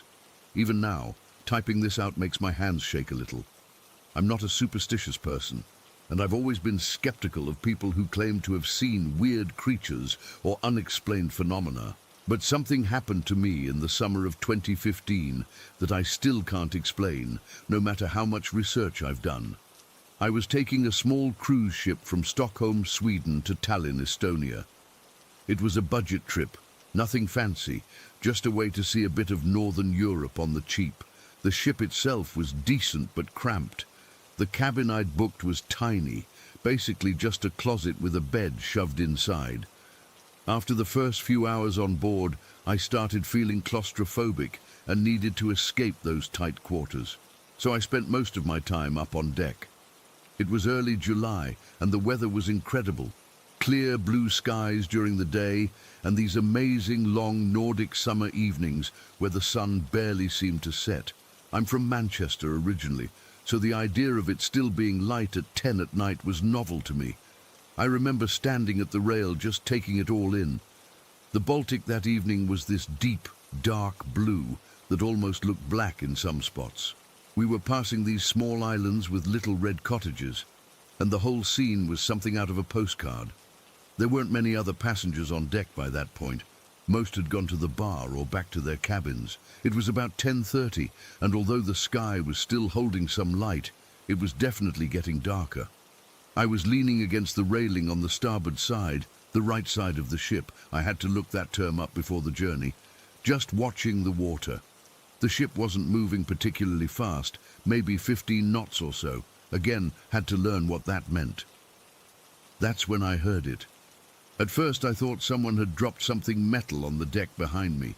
It was a sort of metallic scraping sound, but hollow, like someone dragging the tines of a giant fork across a pipe. I turned around, but nobody was there. Then I heard it again and realized it was coming from the water. I looked down, and what I saw next is burned into my memory. There were 4 long, thin, I don't know what to call them, spires, horns. They were jutting straight up out of the water, arranged in a diamond pattern. Each one was about 4 feet long, slightly curved, and they tapered to points at the top. They had this weird texture, not quite scaly, but not smooth either. In the fading light, they looked almost a bluish-grey color. My first thought was that we were passing some kind of shipwreck or underwater structure. That made sense. These could be poles or something sticking up from something beneath the surface. But then I noticed something that made my blood run cold. The formation was moving, not just drifting with the current, but actively moving alongside the boat. I gripped the railing tighter and leaned over further. The things were keeping perfect pace with our ship. They moved with this strange, undulating motion, slightly side to side, like the swimming pattern of a shark. The water around the base of these spires was disturbed, creating small waves, but I couldn't see anything else beneath the surface. I fumbled for my phone, desperate to take a picture, but my hands were shaking so badly that I couldn't get the camera app open fast enough. By the time I had my phone ready, everything had changed. The formation suddenly accelerated, moving slightly ahead of the ship. Then, one by one, the spires began to submerge. They didn't all go under at once. The first one, the one at the front of the diamond, dipped down, then the 2 in the middle, and finally the rear one. It reminded me of watching a whale dive, that sequential disappearance, except whales don't have 4 separate parts sticking up. The whole sighting lasted maybe a minute, possibly less. When it was gone, the water closed over it with barely a ripple, like nothing had been there at all. I stood frozen at the rail for I don't know how long. My heart was pounding in my chest. I kept staring at the spot where I'd seen it, hoping it would surface again so I could confirm I wasn't going crazy. But there was nothing, just dark water stretching to the horizon. Eventually I snapped out of it and looked around wildly for someone else who might have seen it. But the deck was empty. I ran to the other side of the ship, thinking maybe someone there had spotted something. But there were only a couple smoking, and they gave me weird looks when I asked if they'd seen anything strange in the water. I went to the ship's bar, thinking I needed a drink to calm my nerves. There were more people there, but when I tried to casually ask if anyone had seen anything unusual in the water, they just shrugged or changed the subject. One older guy laughed and asked if I'd seen a mermaid. I couldn't sleep that night. I kept replaying what I'd seen in my head, trying to make sense of it. Could it have been some kind of mechanical device, a submarine periscope? But submarines don't have 4 periscopes arranged in a diamond pattern, and the movement was too organic, too fluid.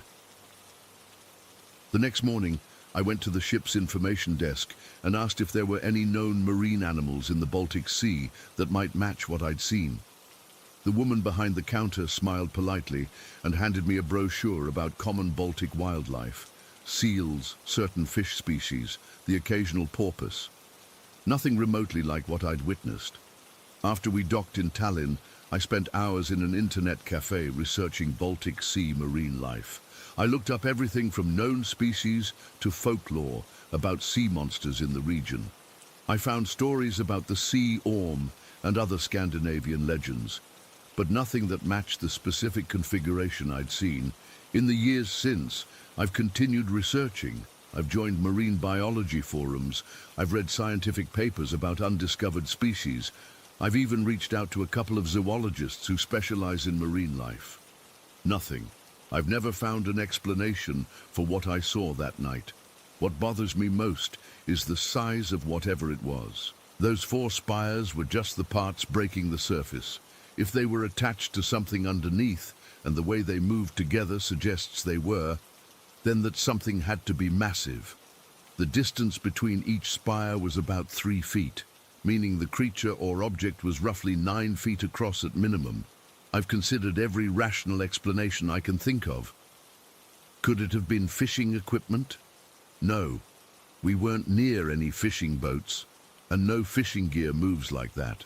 A partially submerged piece of debris, the synchronized movement rules that out. Some kind of military device being tested? Possibly. But why in relatively busy shipping lanes? A known marine animal. Nothing in the Baltic grows appendages like that. Sometimes I try to convince myself I imagined it, or that it was some trick of the light. But I know what I saw. Those four spires, moving in perfect formation, keeping pace with our ship before disappearing beneath the waves in sequence. I still take cruises occasionally, but I've never returned to the Baltic, and I never stand alone on deck at night anymore. Some irrational part of me is afraid of seeing those spires again, rising from the deep. But an even bigger part is afraid I won't see them, that this encounter will remain unexplained for the rest of my life. This bizarre memory that I can't share with anyone without sounding completely insane. What was it that I saw between Sweden and Estonia that night? Some unknown species, a secret military project, something else entirely? I don't know if I'll ever find out, but I know it was real. Those four spires existed. They were there. And sometimes, when I close my eyes at night, I can still see them, cutting through the dark water, moving with that strange, fluid motion that nothing man-made could ever replicate.